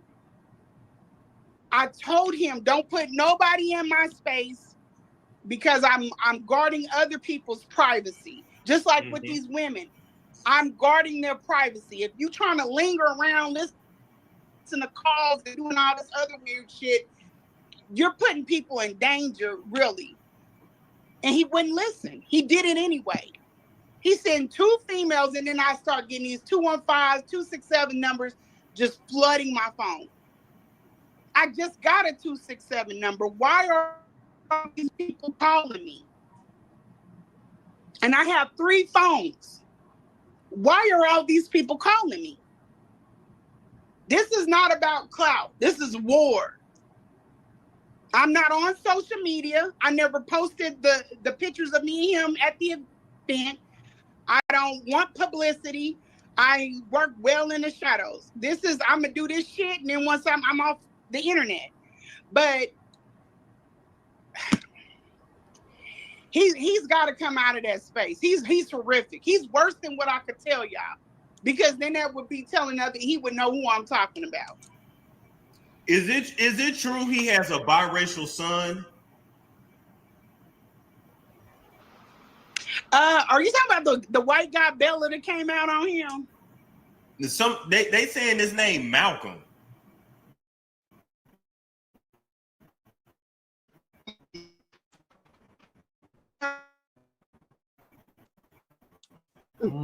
I've never heard. I wouldn't be surprised.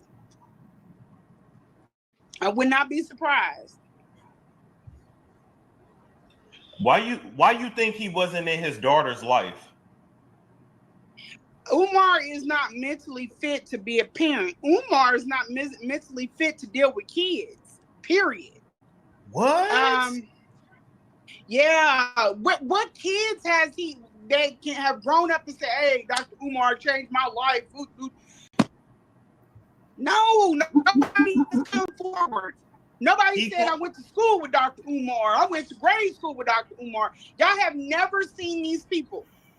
He is not good with kids. When he went out to the school and them kids were out there, he didn't know how to deal with those kids.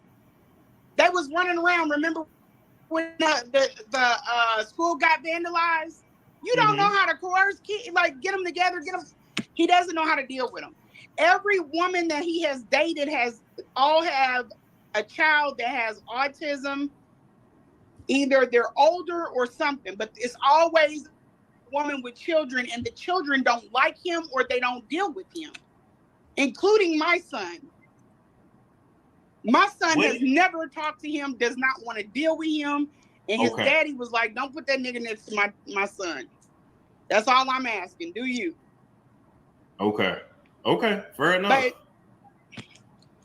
what has he built that's complete? There's nothing built and complete.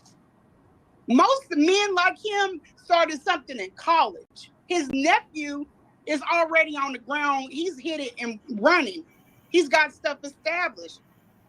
Umar does not have any friends. He doesn't have any childhood friends that he still hang with. He has associates. He's got people that follow him, but there's nobody he can call when somebody pisses him off. He calls one of us women. He do not like dudes. He does not like dudes. Really? He don't like nobody. But all of this Black Queen stuff, that's some bullshit. Because most your victims are Black women. Black women, but Black men, unless they have a docile demeanor, he won't deal with them. You will not see him in other spaces with other intellectuals.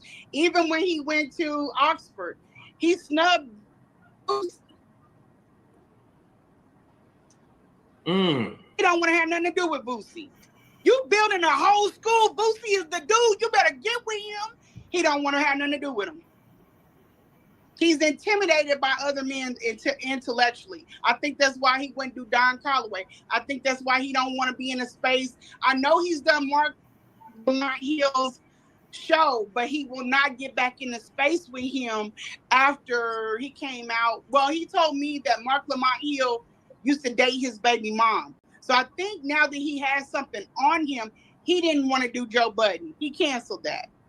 He was like, because he asked me, like, he was like, do you think I should do Joe Budden? Mark Lamont Hill's gonna be on there. And I'm like, well, like, my brain thinks in 3D. I'm like, well, what would he have to gain from that? Why did they stop messing around? You know, I'm thinking about all the factors, trying to figure out if this is, if they're gonna snake you or blindside you. And it wasn't even, I don't even think it was on that time. Then I found out Mark Lamont is married. I'm like, he ain't thinking about that. Go do the show. He still didn't do it. James Dean. Thank you, self-helper. James Dean just said Malika, Africa Love Story is Umar's next victim. She put on several events for Umar. She crazy for Umar. She better be careful. I don't even know who that is. No, she's the girl from Diddy's band, Diddy making a band shit. She's out in Cali, I think. Oh, Lord. I want to say, yeah. He has some, but there's some that will ride to the end with him. And I'm not trying to get no followers. If you on that side, stay your ass over there. I'm looking for the golden egg, like the golden egg that will fit some pieces together. I'm not trying to convert people from Umarian. Like I don't want to deal with that. That's a head case. Because you're too, it's like it's like a cult. But I want to go back to this. My head was never in it like that. I want to go back to it. So his mother's house is something similar to this, like the living conditions. Yeah, but it's kind of like against the wall. Yeah, like this, because he's got a walkway, and that's how her house is. Oh Lord. Yep. Wait a minute. Like when he cleans up, he just bags everything. This person said leaders are people too. Focus on the agenda if the person can bring forth the hell no. If you a motherfucking leader, you shouldn't be living like this. The only problem, and the only problem with that, and I'm a big fan of following the mission, not the man, but the problem with that is that he is doing shit to women, Black women. He's not doing shit like to whoever crosses. He's targeting people. So that don't work. That don't work. I ain't cutting You no can't be slack to screaming nobody. black queens and then you sitting up there scamming them. Thank you. I ain't cutting no slack to no leader. He said he an alpha motherfucking male, so he should have all this together. But that's that demented this is not like Martin Luther King, you know, where people thought, and I'm not even saying this is real, but people thought he was sleeping with women, sneaking around on Coletta, and this ain't that. This is like he's doing serious bad shit. This is bad. Like, if y'all don't stop him, the boys is. And when they get his ass, they not gonna consider him anything other than a threat. So we got it on our plate. We can either take care of it, or you can let the oppressor get in a hold of him, and they gonna turn his ass every which way but loose. Oh yeah, this is the same thing that happened with Diddy and Kelly. Y'all want them, y'all let shit go until it has to. They're not gonna do nothing. We gotta step in and take care of it because we've let this shit go on. Now we gotta be the bad guys. Go over there, take care of the problem. They holler, oh, they going after our black men. No.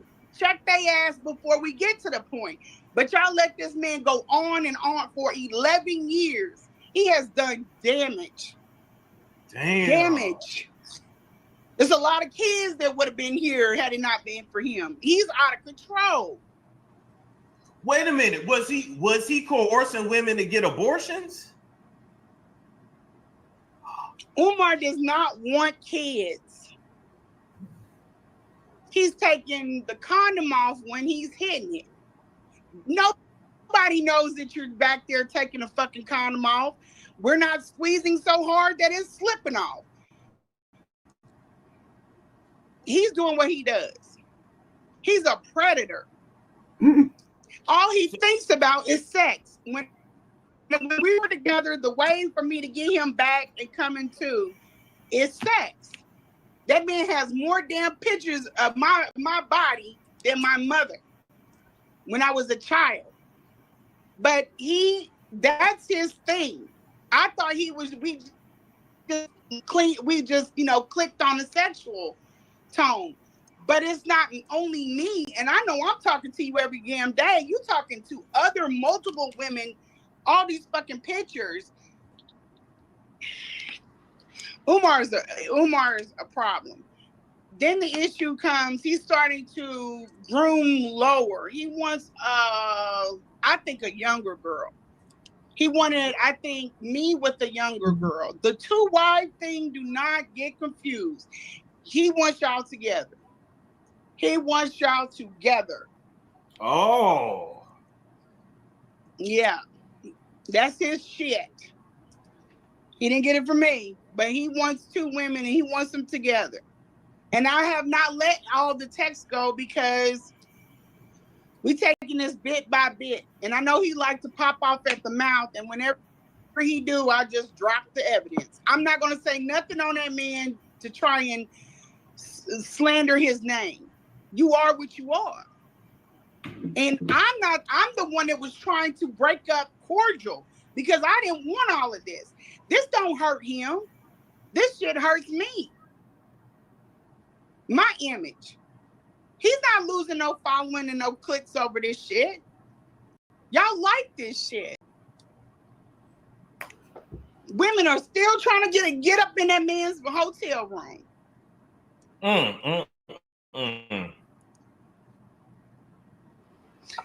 I think Lennon said that one girl is something, she had a stroke or something. Dean probably knows the story worse or better than I do, but he had forced the girl fellatio. He forced the girl to give him fellatio? That's what the girl said. Wow. And that's not too off from some other stories I've heard. Have you heard stories? It's gonna be some shit. Have you heard stories of him raping allegedly? Women? Huh? Allegedly. Yeah. Why is that funny? You said what? Have you heard stories of him assaulting? I'm telling you, y'all not ready for these. It's women out here that need to be. It's some stuff that needs to be investigated. Wow. And they gonna say, we didn't know. We didn't know. But here's the thing too. When I started messing with Umar, when I Googled him, I wasn't thinking of like him, like, you know, in a sexual way when we first started talking. But so I didn't look into his dating life or anything like that. I did read Wikipedia and I was like, yeah, skip that. And then everything else that came up on YouTube was about his lectures. I didn't see the conscious stripper until later. I didn't see all of the other schmut till later. So it's not readily available to everyone. Some people are saying, oh, how did you not know? Because you're taking this man for face value that he's a scholar. And it didn't dawn on me until later. I didn't see what was that? Hidden colors. I didn't see that fucking bump on his lip. He got a bump on his lip. It wasn't. Huh? He got a bump on his lip. But you know what you're doing. Yeah, he got a bump on his lip, and it resurfaced. Lennon has the video. He got like a black polo on, and he's shopping at the store. A big ass bump on his lip. Bro, he wasn't fine like he wasn't like Carmelo Anthony, like, you know, I'm gonna take a chance. No, he wouldn't have never got me. Ever. He wouldn't have never got me. Oh Lord. Never. That's fucking ridiculous. He got a lot of stuff that's hidden and people don't. Even the hoarding that video, they just pushed it to the back. Like, oh well. I don't even know what to say. And most people don't understand that. You can leave it on. Most people don't understand this is a sign of mental health. This is not normal. So when that phone flipped, that's when you say, okay, you know, that's when you say, you know what, we need to see a plan. You know, for the school, we need a board of directors. You know, you can't put all of what they want on one person, or not even what they want. You can't put this mission on one person. You cannot put it on him. He's incapable. They need to come. They need to come fumigate that place. Fumigate. Set that mug on fire. Why do you think he want to live like that? It's what's going on in his head. It's an outward show of what's going on in his head. He's not, and then if you know Umar don't stay on one task. He be on like 50 of them. There's no way he's going to be able to complete the school because he's not a person that works. This is why he drove me crazy. He would send me on these full errands and I'd be like, do you want what I got? Because I done finished it. I done put it on Canva, put the presentation together and everything. I'm ready to pass it off. Oh, hold on to it. 2, 3, 4 months down the road, do you want this stuff or not? Like, I literally took time out of my day. I don't have time to move like that. But he'll put people on projects like that. He'll burn you out. He'll tell his live, like, hey, if anybody wants to paint the school, then, you know, hit me up. And then you'll hit him up and he don't respond because he's off on other projects. He doesn't work methodically. He doesn't work and when you're building an institution, it is very important that you clear certain steps before you go to next steps where all of it will come tumbling down. And you know what? He out here wanting to be a comedian, a podcaster, this and that. Just focus on the school. He wants to be famous. He's a Leo. That man wants to be famous and he wants to be worshipped. Lord, he wants to be famous and he wants to be worshipped. And he will do anything to clout chase. He calls other people clout chasers. He's the top clout chaser. Wow. He is the top clout chaser. If anything that when he was sending me Amber Rose text, he would send just anything like to put, you know, on. And then not even that, he would try to talk about those people on live so that they could respond to him. And that would intensify his, you know, his validity. Yeah, but you know what? Moves. But let All me of say those this though. letters, I don't think all those letters they. Let me say this though. Every Leo I know is clean. True that. But that's where the mental health comes in. Every Leo, they probably are. You can be an arrogant. I love arrogant men. I love arrogant, cocky, the bravado. I love all of that. But that's confidence. That's when they're directed. You know, Umar has a mental health condition, so it's all that bravado, but it's no steam behind it. He said he had a queendom, and then I seen his feet, and I was like, well, what are you having these chicks do? How you got all these women and your feet look like this? I know a man, when I can look at him and I can tell that a woman's been taking care of him. You can see it on the man. That's what men never get. If you got a good chick, another chick can see that, and she can see her on you. Umar doesn't have, or he's not spending any quality time in these spaces, or he doesn't have anything that's solid. That's why I'm not worried about like what people say, because I would come to the room, I'd be like, let's see if we can do your feet, or let's go see if we can get your hair done, or let's see if we can do this or do that or do that. This is way before I saw the house. He's not ready. He's not ready. He can't get married.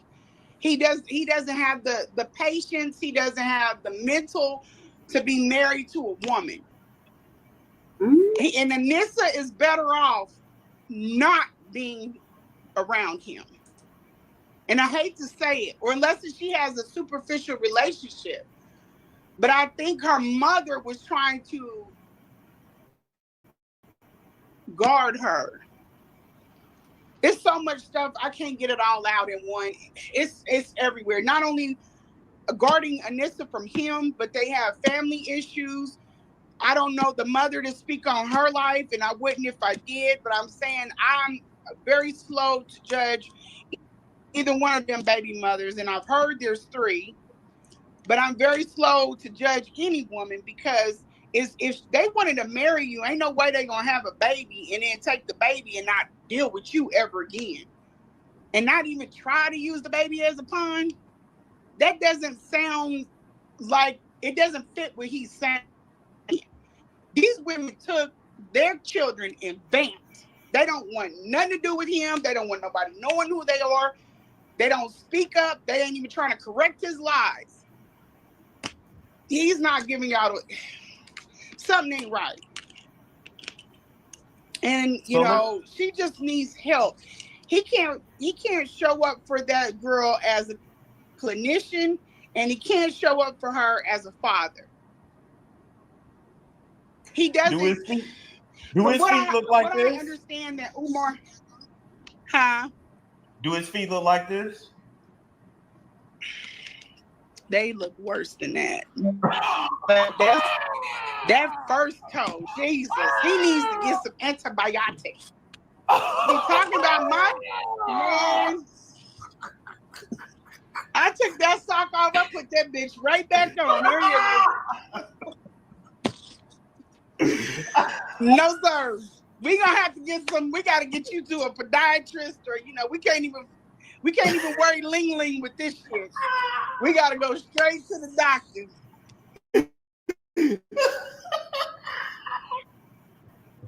Baby. And I know men that have been in the service. I was telling Lennon, they wear combat boots. I get it. I can work with anything. But it's when you got shit like that going on, your house fucked up, your mama messed up. I was like, I can't do this. I can't. It's too much. It's too much. My anxiety can't take it. And I'll run it. If I'm with you, I'll run 1,000 miles for you. Most women going in that house, they would have vamped. And I wasn't trying to be a wife. I was there as his friend with benefits. I was not trying to be Mrs. RB Jesus. Salute to whoever wanted the spot. I was trying to get you there, baby. But only thing I was trying to do was get this man's slate cleaned off so 2 women could come in. He have his mama in a clean situation and he could hit it running. Because there was no way you can be productive in a house that looks like that. That's what my contribution to FBMG was, or could have been. But his mouth and his temperament and the bullshit and all that, he cut all that shit out. And he talking about, I done had women that far better, that far more. And take them girls and put them in that damn house and tell them to get to work. I bet you they banned. They're gonna deal. Nobody gonna deal with that shit. Let me tell you something. As soon as he pulled these out. Oh, yes. And they black. Oh, God. I want to know. Y'all gotta wear some sandals. Y'all better don't be stuffing your feet in them damn Air Maxes. Like to tear your feet up. Hey, ladies, do this right here get you wet? You go over his house look like this, is you gonna get wet? Oh my God! And it's when you get it's worse when you in there. The smell, his refrigerator was horrific. I'm waiting for the refrigerator. I didn't eat that, and I had all his damn snacks up that were up in the cabinet because I wasn't eating shit out of that refrigerator. Because stop lying. Wait. No. Wait, are you telling me his refrigerator was like this? It was worse than that. Cloudy. It hasn't been cleaned out in years, Monroe. Years. Dude, you can't clean it out. You have to throw it away. You gotta throw it away. Horrible behavior. How is it passing? My friend asked a really good question. How is the house passing Section 8 inspection? Don't they have to have an inspection? Sometimes they really don't come around like that. And then the paramedics came in one time when I was the mother, and I was trying to explain to this one girl, because people like to argue up and down. No, they're mandated reporters. If it was really that bad, they would have reported. No, chick, this is Philly. I'm finding out when I'm dealing with calling to check and see if they've gotten her out of the house. Philly don't work like down here. Because if they knew something about his mom like that down here, they would have dropped his door down. They do not play about kids, and they don't play about elderly. Philly like, well, we ain't laid out. We knocked on the door. We've been going out there. We ain't been. Okay, so we just gonna keep knocking at the door? We're gonna keep knocking. You know, this family's looking for their mama. The mama's mom passed away. She didn't get to see her daughter. He left this. Omar is cold-blooded. Let me tell you what he did. He took the mom to the funeral of his, I think it was somebody in the family. They was crying for the mom. This man took and wheeled her right up out of here, and his mama was crying for them. This is like in my mind, hearing the story, and he just kept going like it wasn't nothing. This is this woman's children. Yeah, you're her child too, but it's their mom. Y'all got to come to some type of, the same thing that he said that these women did with Anissa, he's doing that with the mom and the other family. This ain't out of my mouth. This is out of the nephew's mouth. Who is his nephew? So this ain't the scorned woman. This is your family talking like this. But who's the nephew? I forgot. Robert McKenzie. He's supposed to be doing. He's like a young guy. I forgot. He told all of his, but he's in Philly. He's opening up a school too. But he's the nephew. He came on Lennon Honor after me. So when I came out, the dam broke. Everybody started to come out. If you're gonna come out, call Lennon Honor or whatever, because he's got all the information. He's been tracking that man for years. Let me ask you. He's gay. Well, wait. Is he gay? Is he gay? No, Leonard's got a beautiful wife, kids, and everything. Okay. That man ain't gay. He's being Umar's ass. He sees him for what that's another man vetting out another man. He sees him for what he is. But I'm sorry, you can go ahead. Is there anything else we should know about Umar? I mean, really, do it's a lot. It's too much. We'll be here all night. It's just a lot. He's gonna have to. He's gotta. This ain't the end of it. This is just a little bit. It's a little bit. It's gonna be, but more people have to start coming and talking out, because I can't be your voice, because it's only coming from one person. They need faces. They have been coming out to Lennon, but Umar got to come down. You know, he could sit, he could write his books, he could, whatever, but I think that he needs to get his mom and I can't even speak on that, because that's the family. They need to do that. But in my opinion, that woman needs to come out of that home. It's not good. She's got sores. She needs to see doctors. She needs to get just checked up. And so these women that he has running around. When you were caring for his mother and you took her diaper off, how bad were her sores? They were bad. Wow. They were bad. I have text messages of telling him that I'm getting them. I was gloved up and everything. She's a human being. People like, ooh, I wouldn't do. She's a human being. That woman has no control over what this fucker is doing. Oh. And I killed sex during this time too. So there wasn't any sex till the last date we ended up doing it, and that was I ain't went back since. But her sores were really bad. Really bad. So I gloved up. I was trying to give her like part air out. I was trying to do it like you do a newborn. I even talked to somebody and it was like, brown some flour and put on her. Maybe that's an old wives' tale. But yeah, I was trying to get her together, and then her urine was so strong. Like, what is she eating? And then I'm giving her bottles and bottles and bottles and bottles and bottles of water.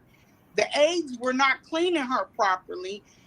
He's not getting up in there and cleaning her properly. I don't know if it's because he's a man or whatever, but that's another reason why you need to let your family in, so your sisters or somebody could come in. She couldn't stay like that. I wouldn't let nobody's mama stay like that. For all the dirty hoes and bitch and everything, I wiped your mom's ass, nigga, a few times. But she also has dementia, in my opinion. Because MS is just a crippling. It's not the brain. She's like down, sundowning, and she doesn't want to get changed. So I literally have to set this woman off every 2 hours, and you got to change her on time because she's got the sores. Then he's completely numb to emotion, to feeling, to anything. So her bottom was bad. The smell alone, that was like, you need to take her to the damn emergency room. Wow. Yeah. I have texts of me trying to tell him when I left out. I went to Philly airport. I was pissed off because he come in the house. He like, you ready to go? I'm like, I've been in the house for 7 days, in this house with her. I was like, okay, yeah, I'm ready to go. But it was inconsiderate because I've been working with her all day. I can't sleep until 8 or 9, but I was like, yeah, I'm ready to go. So I got on the plane, but I had to go through TSA, stitched, because I've been taking care of his mother. I don't want to step in his bathtub and clean up, you know. So he comes in, and what I could do, I did with a baby wipe, but it was a terrible situation. I'm going through TSA, I'm in tears. I don't come out of the house just any kind of way. And he put me in, I was like, you know, you got a fucking problem. I sent him a mile-long text. And he was like, did you get checked in, Queen? Like, did you just see all the stuff that I'm renting? He can't understand where you're coming from. And then he made he to stop in North Carolina, like, you dirty dog. I didn't get to sleep until like the day later. I got home. My son picked me up from the airport. He said, Mama, what is wrong? I just started crying. I was like, because the smell, the way I looked, he thought, he didn't know what the hell. He's like, I ain't never seen you look like that or smell like. I said, just take me home, take me home, take me home. And it's like nothing to him, like nothing ever happened. I said, yeah, you're a sociopath. Did you ever report him? So I didn't, because following the mission, not the man. The reason why I didn't report him then, and there's so much to go with that. The reason why is because I really don't fuck with them. I don't fuck with them on that time, especially even, you know, black men. I just don't. I just feel I'm so for us doing our own justice. But as things went on, we're not equipped to handle somebody like him. Yeah. So you gotta let the boys have it. You gotta let them have it. And it's fucked up because this is against everything that I believe. And then he goes on, you dumb ass. I work for the federal government. You're gonna announce to people like you trying to hide your own shit. You're gonna announce to people, think she ran off with the banking statements of FDMG. If I wanted that shit, I could just access it. Why would I need to steal it from you? And you just kicked off I had to call, I'm gonna call Tigda and say, hey, I ain't touched that nigga shit. Even when we was in good, I never touched this shit. Go look through it. And when they look through it, they're gonna look through it with a fine-tooth comb. You just told on yourself. So anything that ain't lined up right, they're gonna find it. Because they're gonna try to see where did it come from. It ain't me.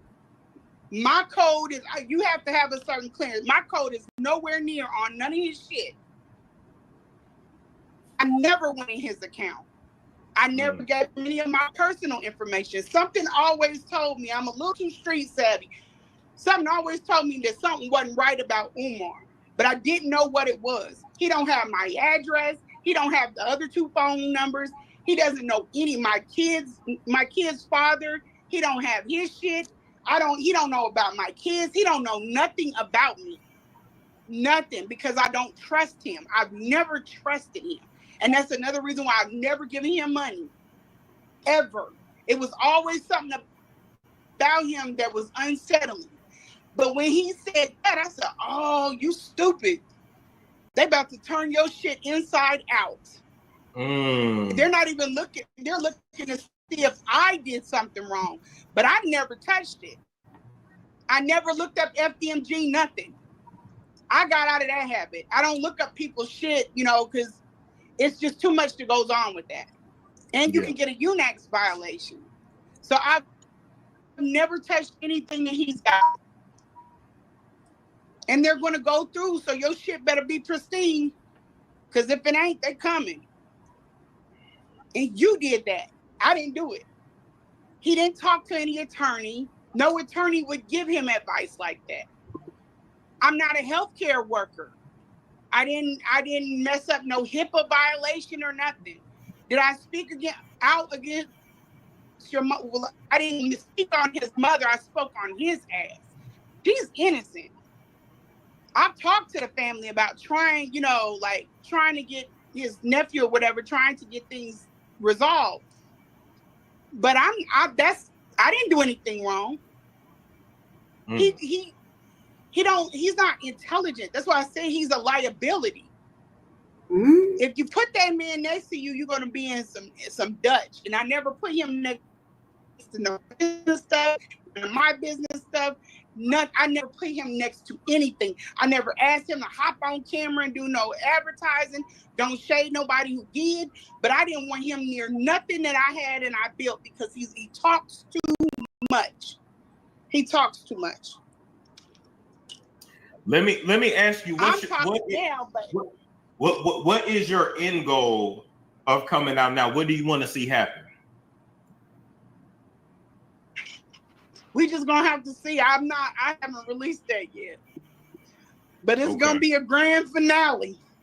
Oh, geez. I haven't let a lot of stuff go. It's gonna be a slow drag with his ass.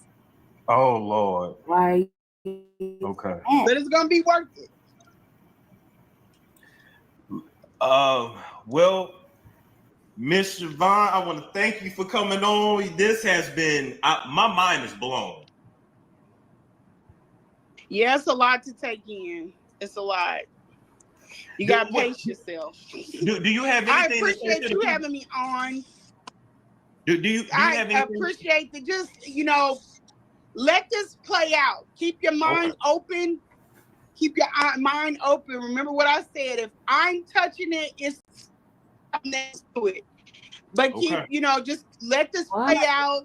Have your doubts. Believe, don't get involved with it because everybody gonna see the outcome of it all. Okay. All right. Thank you for coming on. You have a good night. All right. You too. Thanks. Take care now. All right. Bye-bye. Bye-bye. All right. I mean, hey, that was Miss Siobhan Stone coming out and exposing Dr. Umar. Allegedly filthy living conditions. His mother is in filthy living conditions with bed sores. He basically has her trapped. Allegedly, he's homeless. Allegedly, he has no car. We still don't have a school. Well, we have a school, but it's not open. But she confirmed that he has not lost it because I was told he had lost the school, but he apparently still has it. Allegedly a narcissist, allegedly a hoarder, allegedly, taking these women to Pound Town like Donkey Kong, just like I had told y'all months ago when I dropped my exclusive, giving them the Shango stick and then, getting some out of them. So he basically uses these women and then throws them away. I mean, I don't know. Listen, I'm just here to report the news, but I've been watching, let me tell y'all something. I've been watching YouTube for a long time, way before I ever made content. And every single one of these conscious niggas has turned out to be a fraud. Every single one of these conscious niggas has fell off, mentally ill, disturbed, got a sex addict. Listen, ladies, don't follow none of these niggas. I know we need a receipt, but that's just his home looking like that alone. I had never seen that. Him living like that, I can't do that. I'm sorry. I know y'all say look at the mission and not the man, but he says he's an alpha male. If you call yourself an alpha male or even an alpha female, I have to hold you to a higher standard. That's why we're calling you alpha. Because if the alpha in front don't have his shit together, then everybody else is fucked. So you can believe it, you cannot believe it. She was still intimate with him. They still had a relationship. You can read in between the lines. You can feel however you want to feel. All I'm going to say is everybody's not lying. And at this point, he needs to come out and refute this. I'm going to say this right here in this camera. If that man, I'm talking about Dr. Umar now, who has been collecting donations since 2013, If that man does not sue her for defamation, Jesus. I'm just being fair. I'm being partial. I'm just calling it down the middle. If that man don't come out, I'm not talking about roasting her. I'm not talking about dragging her. This is different than when his daughter came out. This is different than family. Siobhan is not family. Siobhan and him were intimate. He trusted her to help him with his mother. If he don't come out and sue her for defamation, I gotta take what she says to be the truth. It's different than the Lennar dude, because he's a YouTuber. He don't know Umar personally. This lady was in his bed. This lady, he climbed on top of this lady and gave her the Shango stick, took the condom off, nutted in, all kinds of stuff, swapping all kinds of fluids. If he don't come out and sue her for defamation, I'm taking. If he broke, how will he sue? He can go to LegalShield.com and he can pay for legal services for about $169 a month, and they will send her out a cease and desist. If he does not even pay to send her out a cease and desist, even if he don't take her to court, if he don't simply send a cease and desist,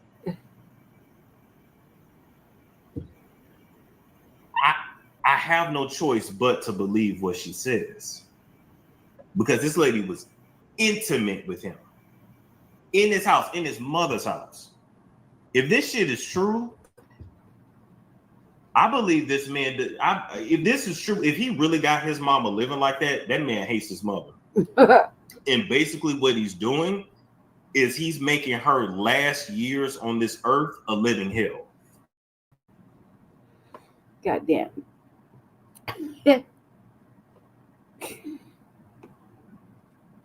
Jesus, like that was a lot to take in. Like that was a lot. That was a lot. I don't even know what to think. Oh, like goddamn, like part of me, I don't know what the motivation would be to do all that other than to clown him. Because I don't know what the motive. I mean, I probably could have heard it, but I just kind of skimmed through it. Let's see what the motivation is. Play it.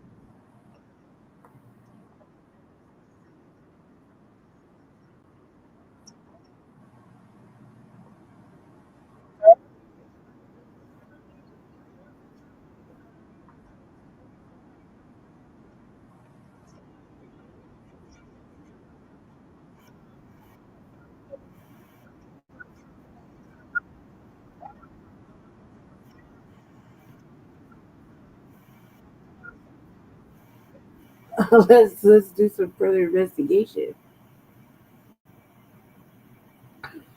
One more, Belly. Just one more. And then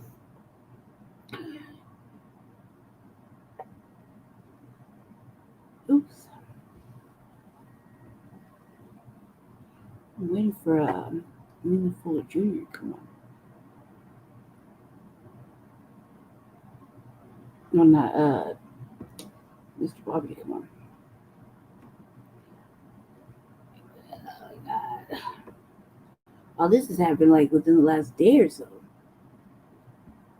The fucking front of the class. So you went on Instagram Live. 50-year-old man. You went on Instagram Live to tell 1.1 million followers that a woman that you decided to put in your mother's space, the one with the hot cat, the stanky cat, the aquarium, you chose that chick that went down on you. You chose to put her in a space with your personal shit and your mother. Either your following is slow as fuck or you are. And I'm going to have to bet that it's you. Because this is the type of shit that constantly keeps me and your bitch ass at war. So, Mr. COINTELPRO is after me. I'm being investigated by IRS, FBI, DEA, CIA. You decided to let a girl go down on you, slob your shango, gummy your shango, and you decided to put that woman in a space with your mother. Precious, precious mother. That's what you wanted to run with. You had from July the 4th to come up with something. And that's what the fuck you want to go live and run with? Y'all need to go and check out Lynn Honor. I got a video on there. I let everything go.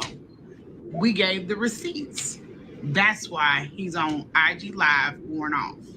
Talking about some hot cat. Now here's my position on this. If I need somebody to take care of my mother, one thing, I'm not going to get somebody that I just met. I barely know. And I'm not going to get the one person, as this being a female, that don't know how to properly wash their ass. So that's all lies. He chose me probably because I am the cleanest motherfucker he's been with. And it's funny, he put it in a text. He told me that I'm the one that is getting his mother's ass healed because this fucker has left her in piss and feces, either him or the AIDS. But he said he takes on whatever the AIDS do. So you've been leaving this woman in piss and shit while you run around the world. Speaking. For what? She doesn't leave the home. She needs to see a doctor. You said social services has been out there twice.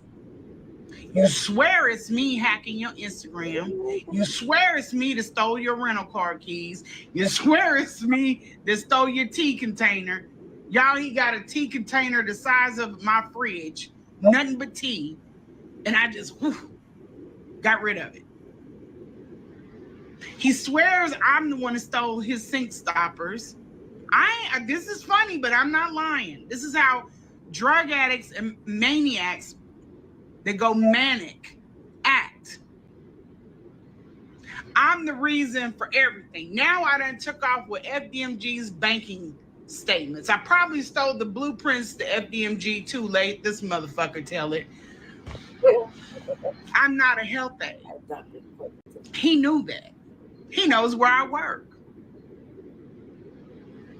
I have to be sworn in where I work. I've touched $1 billion worth of accounts. Why the fuck would I fuck with FDMG paperwork? But you've been caught with an FBI file, so are you an informant? We shall see.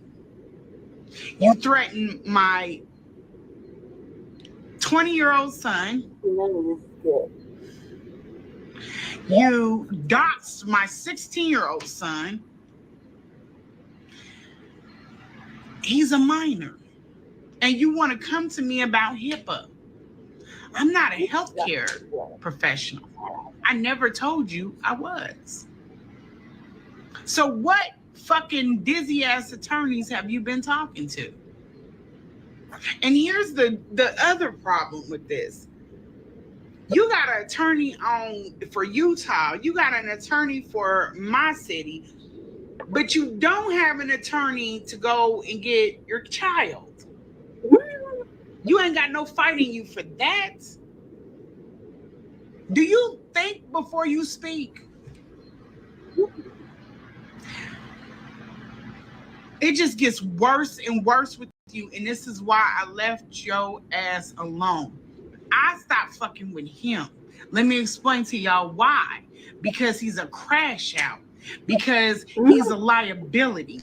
For anything that I have built, I am not going to take a loss for this motherfucker. I have never publicly aligned myself with Umar Johnson and had chances to do it. I've done events.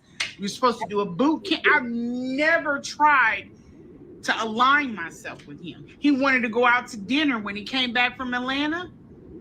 I declined. He wanted to take me to Africa. I'll go by myself. Everything has come from him. I have not given or promised any damn thing. I'm the one with all the goddamn receipts. This summer could be your $1 million moment. 3 more Lucky Rewards Club members will become... You can't say that's bullshit. And he lives in a fucking house he hoards. It's so nasty in that house he refused to clean. And the only damn thing that he can focus on, since all of this shit's been going on, is posted up where girls done sent him like I give a fuck. What do I care? I left him alone. I got with a man that is known. He's more successful. And we good. I asked Umar, get these people out of my fucking space. He didn't want to get his people out of my space. He didn't want to leave my space. I got screenshots of him trying to get on my fucking Facebook page, or not my Facebook, my Instagram page. Why would you send me a friend request? He only had 1 follower. That was Jerk Villa. And you want me to be the second one?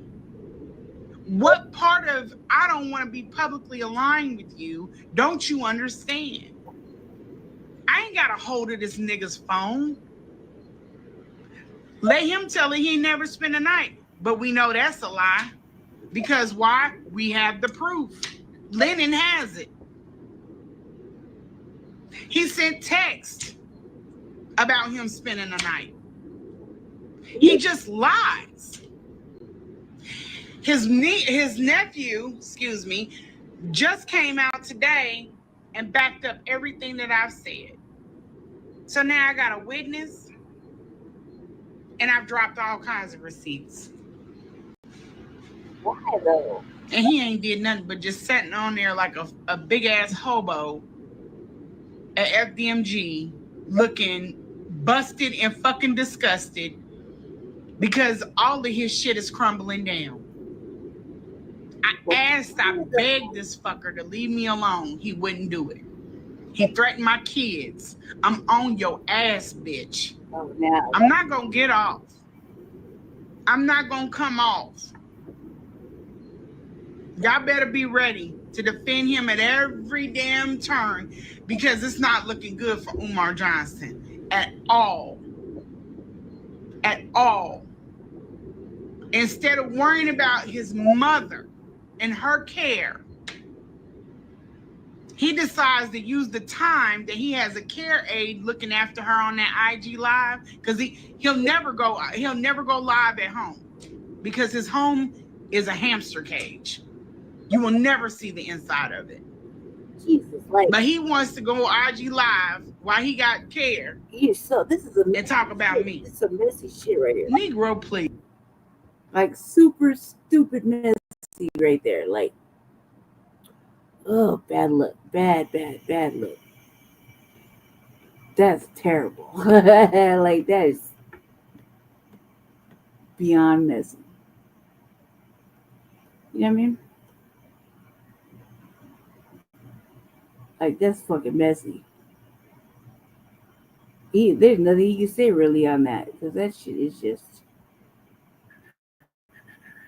dramatically messy. What can I say about that? God, man, she's just telling it. Which, is a ugly look for her too. Because as much as you talk shit, you had to be around a motherfucker for a while to know that. To know all of that. You know what I mean? To know all those details. You know what I mean?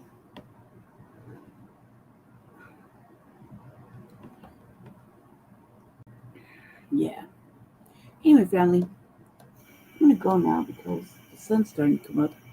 And maybe he'll wake up and actually make some space for me. So, I'm going to go. Shabaka's Black Experience Enhanced come on tonight. It's a notification already. I don't know what's going to, like, if we're going to go there or not, because, pretty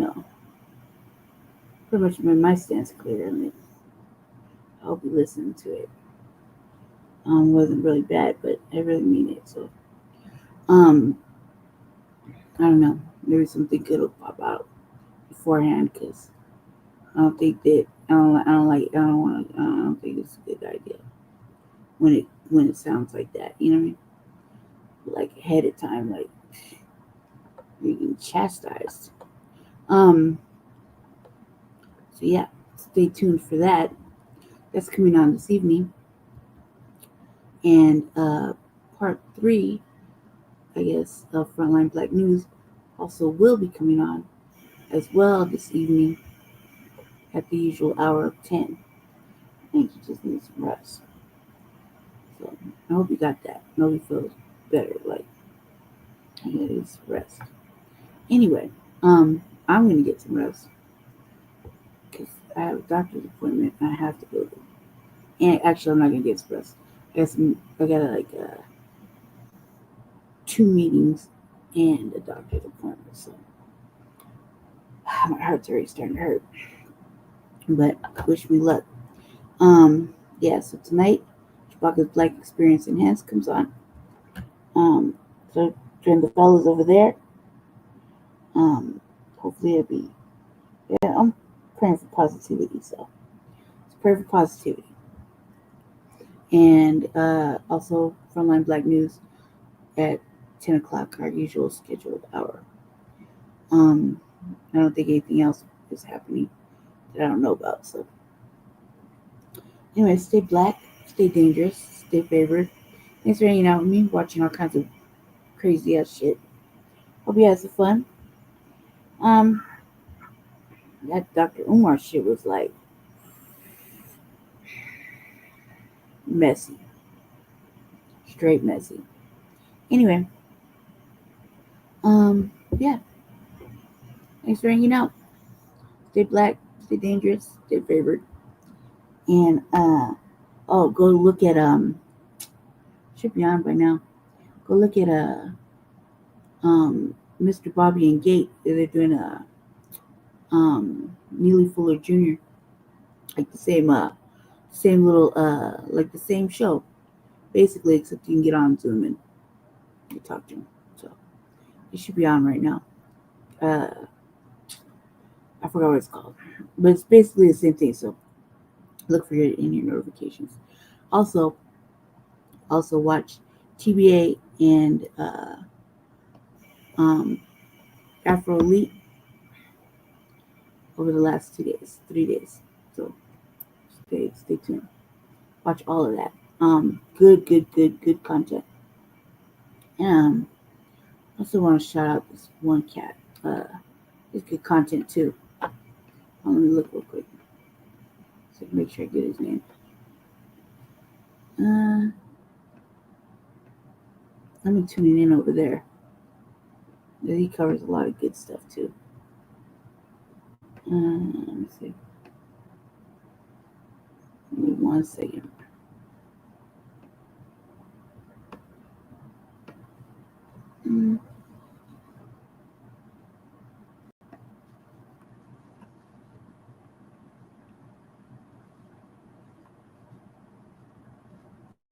One second.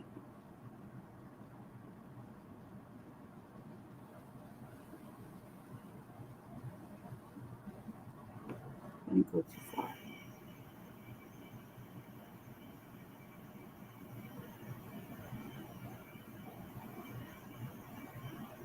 Oh, and Black Elephant Network. Can't be remiss about saying that.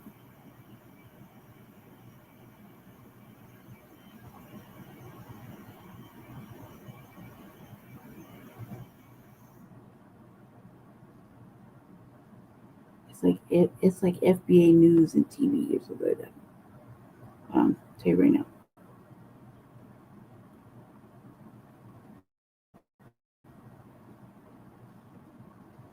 Ooh, I feel like watching something funny. I don't know if you guys can hang for like a few more minutes. Let me see.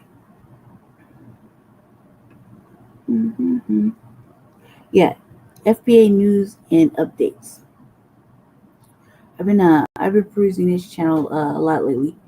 He's pretty spot on. He's like right there with all the stuff we talk about. Everything we talk about as far as the new black media. His commentary is pretty good. So I like his channel. I've just been exploring it a lot lately. So check it out. Go explore too if you want to.